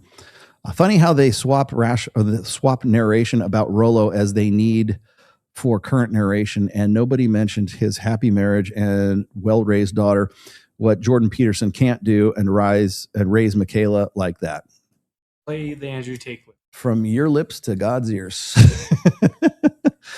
Yeah, exactly. Would you like me to show you the Michaela Peterson walk by? Because I could do that again. I got that right here on tap for you. Hold on, let me do that. It wouldn't be a Rational Male video if I didn't do that. Here we go. It's almost better than a sound drop. Where'd it go? Oh wait, it's in the intro one. I have these on tap. Here you go. Once you've been a fighter, what other competition matters? Like, how can I possibly have interest in putting a ball in a net when I've been smashing people's skulls in for 15 years? There you go. It's almost. I should just keep that on. I can just keep that in like videos that I have like on tap, just ready to go. All right, yeah. And let's see, last one. Check out a sketch comedy called Content Machine. Yep. Have you seen it? I've seen their content before. They're Crypto Red Pill. Really? Crypto Red Pill? They do more like skit. It's a bunch of skits. It's sketch comedy. What's it called? It's called Content Machine. Is it good? Well, the clips I've seen, pretty good. Mm-hmm. I just haven't watched their content specifically, like all of it. Okay. In tandem. Dude, okay.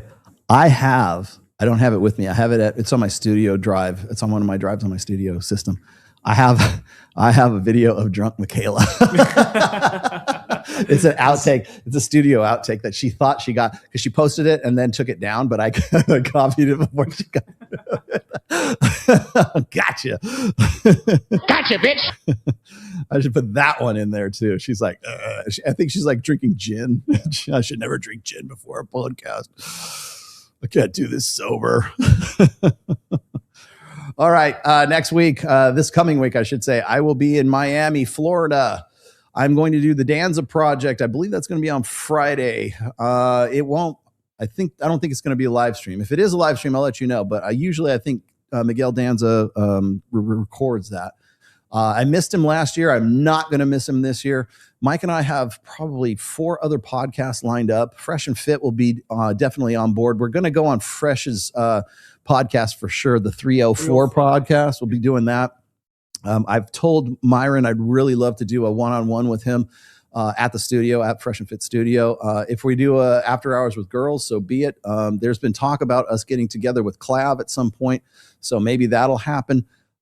There's been rumors that we might be able to get Clav to go to the Miami White party that is the Babes in Toyland party. It just depends on if we can get Steve Fowler to sign off on it, because it's his gig, and if he says no, then it's off. But either way, we'll try to do some content with Clav. We're gonna probably be hanging out with my boyfriend Justin Waller.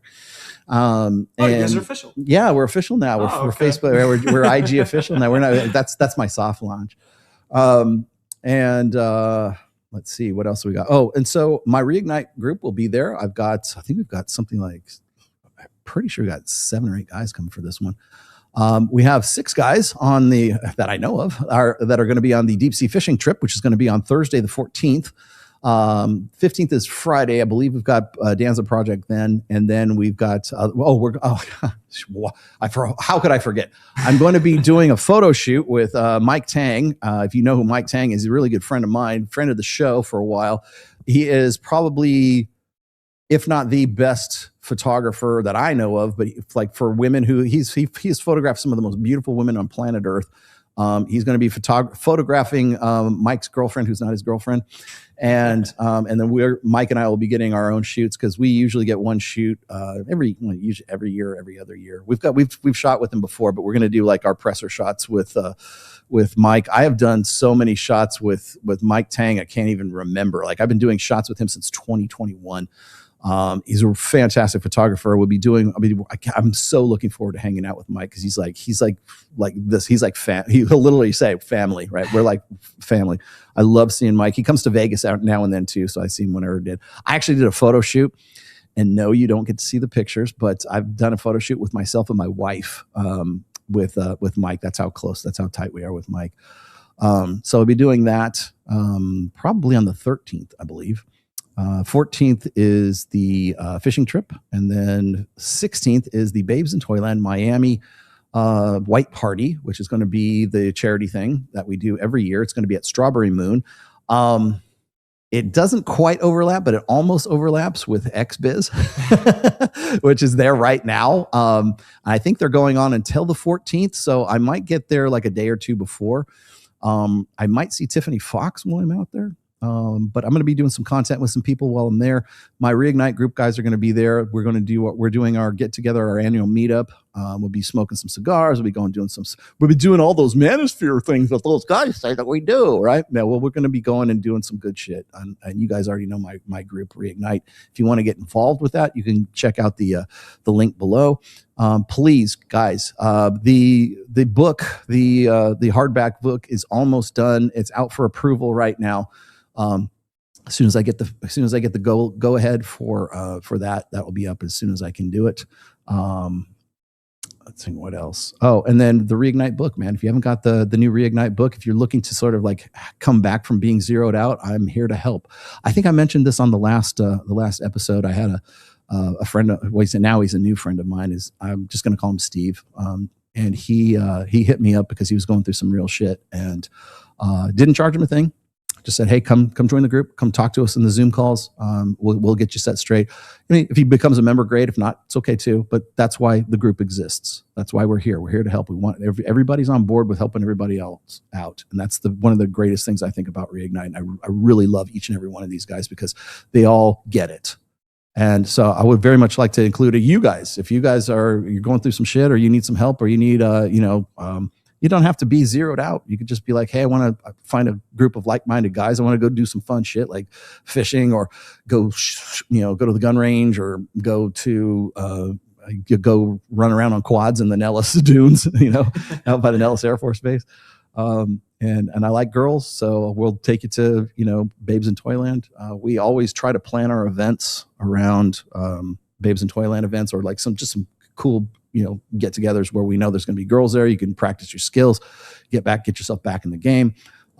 Good shit like that. People ask me this question all the time. They say, Rollo, is it only for old guys? I will say this: our demographic tends to be between 45 and 65. We have some guys that are even older than that, and we have guys that are younger than that. So there's no like hard, fast, we don't have an age requirement per se. but we tend to appeal to that demographic. So we've got a guy in the group who's 34, and we've got a guy who's 65 right now. So that's the range. The only difference between my group and MOA really is that we're more database. We're more like Mike says, we're the defensive side of things. He's the offensive side of things. But the thing is you still have to know offense to know defense, and you have to know defense to know offense, right? Mike is much more like, let's get out in the clubs, let's practice our skills. Most of his immersion stuff, he just had an immersion like where he gets like anywhere between 10 and 20 guys come out to Vegas, and they go out and it's like a hot seat. It's like a seminar. It's what do you call it? A mastermind, I guess. And then they go out in the clubs and they practice skills and stuff like that. It's usually for younger dudes, right? It's usually guys who like going to Zook, who like going to Hakkasan, like going to Sapphire. I like that. I'm 58. I like going to Sapphire. But hell, I like going to Zook too. But the thing is like, that's not everybody's speed. And so that's why me and Joe Marron have put together Reignite. If you are also, hell, you don't even have to be a member of Reignite. You can simply buy the book and get an idea of like what it's about. The Reignite book is a primer for my Reignite group, but it's also a standalone part of the Rational Male series. So people keep asking me, well, what's Reignite about? It's about sort of bringing together all of these what have previously been sort of disparate concepts. I go into great detail about frame, about burden of performance, mental point of origin, mindset as a part of that. Then there's other aspects of it too, but it makes sense of what we've talked about in the Red Pill for a long time by connecting all of those things together and using that connection so that you can build a plan for yourself, for your own sort of reinvention or your own reigniting yourself. That's what it's about. And it's doing very well. It's actually one of my better selling books right now, which I'm actually kind of proud of. So do check it out. It's available on Amazon. You can go to the link down there. You can find all of my books on Amazon. I am back on Twitter. So if you need to get in touch with me on Twitter, that's great. As I said, again, I'll be in Miami all this week. And so as a result, please check out my Instagram, because I'm going to be doing a lot more posting on Instagram than I usually do on Twitter. But anyways, and then also follow my Substack if you want to learn more about this stuff. People say, oh, well, how come you can't be direct about all this stuff? And what is an alpha? Okay, fine. Go to therationalmale.com. You can just go and look at year one. It's all right there. Pretty much everything in my first book, to a greater or lesser degree, you can find for free on my blog. Or follow me on Substack, become a member. Please become a paying member of Substack. It's only $9.99 a month. Or if you want to go for a whole year, it's $99 a year. So give you two months for free if you just sign up for a year. It's great. I'm usually putting out anywhere between 1 and 3, somewhere around there, posts per week. So I'm doing pretty active in that. And then again, if you want to just join the Zoom calls that we do for Reignite, and you just want to talk about stuff, maybe you don't need a full hour with me one-on-one, which you can always book with me. You can go to my Patreon, which again is in the links below. And if you sign up for the $200 level, the $200 tier, I will include you in the Zoom calls that we do for the Reignite group, so you can get an idea what the Reignite group is about. And then if you have questions, if you want to have conversations, if you have a problem that you want to sort of hash out with like-minded guys, because that's the number one question everybody asks is like, where can I find like-minded red pill guys? I'm showing it to you right here. This is hands-on. This is doing the real work. This is talking to guys and like one-on-one and actually doing the work and helping dudes out, right? So it's not just like, it's not just coursework. It's not just watching videos or it's not Kajabi classes. It's me. It's actually me. So I'm the most accessible dude in the manosphere. So please, and this is how you access me. So that being said, that's good. The last announcement I have is that on May 20th, after we come back from Miami, we're going to be doing Access Vegas, and we have agreed to talk to the guys from ABC Australia. We're going to be having the dude. What is the dude's name? What is this guy's name? I know I put it in Mike's hoochie here. Where'd it go? I just saw it not too long ago. God, did anybody see anything? Blake Lively and Justin Baldoni have like settled out of court. Yeah. God, that was funny as shit. Oh, here's his name. Okay, his name is Mark Fennell. M-A-R-C. Fennell. Mark Fennell. I got his Instagram right here too. So, anyways, he will be. We'll be talking to him. We're actually going to go. We're going to go to Roll and Smoke Barbecue. Oh, hell yeah. Hang out with him.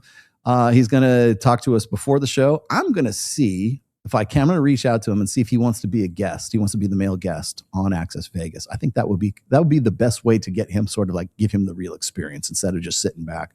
So, Mark Fennell, if you're watching, I would love to have you as the male guest on Access Vegas so you can get an idea about what we do. I think that's the easiest way to do it. But anyways, we're going to have him on the show. It's be similar to what we did with the CBS film crew when we had them actually in here back in August of last year. So we're going to be doing that. And I know people are like, oh no, that's a bad look. Oh my God, they're going to fuck you. Well, if we don't know our shit, then they're going to fuck us, right? But here's the thing. That's why I want to have him on the show. I want him to be actually the guest, the male guest on the show. And if he agrees to that, great. That'd be awesome. But we'll see how it goes. We'll see how it works. Don't worry, guys. Trust me. Trust me. Like, it's okay. Just trust Uncle Rollo. Uncle Rollo knows what he's doing. There you go. People who know him, like, oh my God, he's the Australian Louis Theroux. That guy's gonna fuck you. Why do you think he's gonna fuck me? Why do you think he's gonna fuck us? Please tell me. Can somebody? Okay, here's the thing. If you think that's gonna happen, I want to hear from you. Like text me or email me or leave a comment. If you think there's if you have some video of him fucking somebody else over in the past, like, I want to see it. Like, I want people to tell me what they think of this guy and what to expect. Okay. So hit me up on Twitter, or DM me on Instagram, whatever it is. Just let me know, man. Let me know. All right. That's that. I'll see you guys in Miami. Oh, and then this week, next week's show won't be from here. I'm going to do it from the Hyatt Centric in Miami. Ooh. I'll be doing it remote from probably my hotel room. So, or wherever looks cool. But anyway, so next week's show will be live from Miami, Florida, right near the beach. So look forward to that. And I will see you guys next week from Miami. Peace.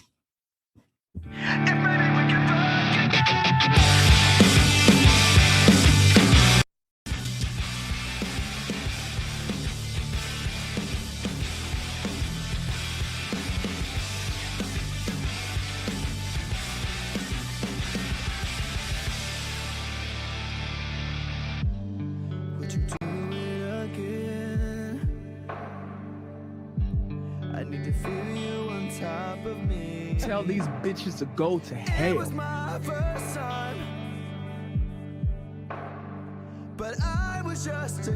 Hello there, children. How's it going?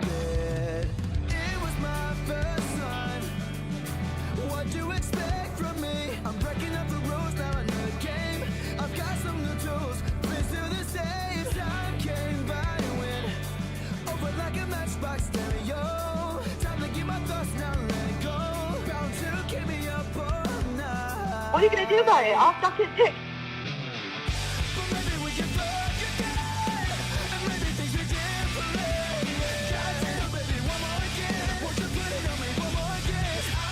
Thank you very much. Can I be in charge for a while?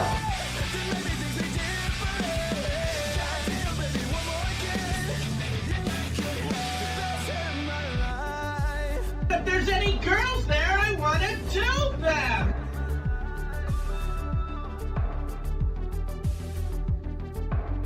Now we're fucking in the bathroom, tearing up everywhere while I got your hair. Why you screaming my name? That's nasty. It is nasty, right? Isn't it nasty? Ugh. She was swinging in the bedroom, whole time stopping and slipping with her hair. Like she's Claudia Kelly. Well, I'm a whore. Run me up and down like a pony. Turning up my song, getting nasty. Working up and down on your body. Run me turning up my song on your body. Baby, we get down to it all night. But maybe we can fuck again. And maybe things are different. Goddamn, baby, one more again. Won't you put it on me one more again? I need to know if maybe we can fuck again. Ain't nobody got time for that.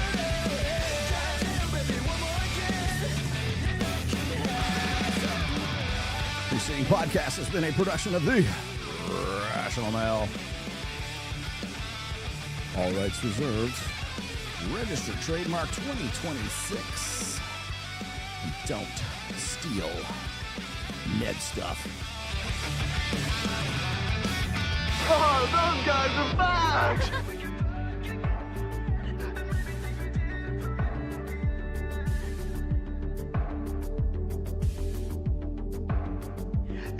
Hey, y'all.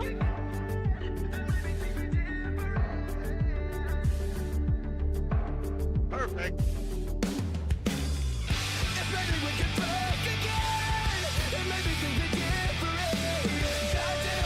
Kowalski, analysis.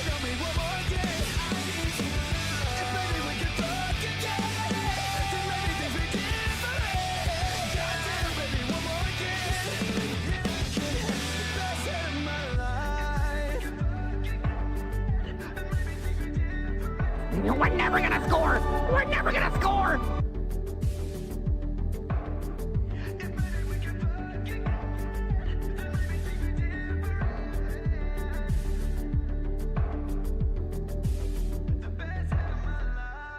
God wants you to have the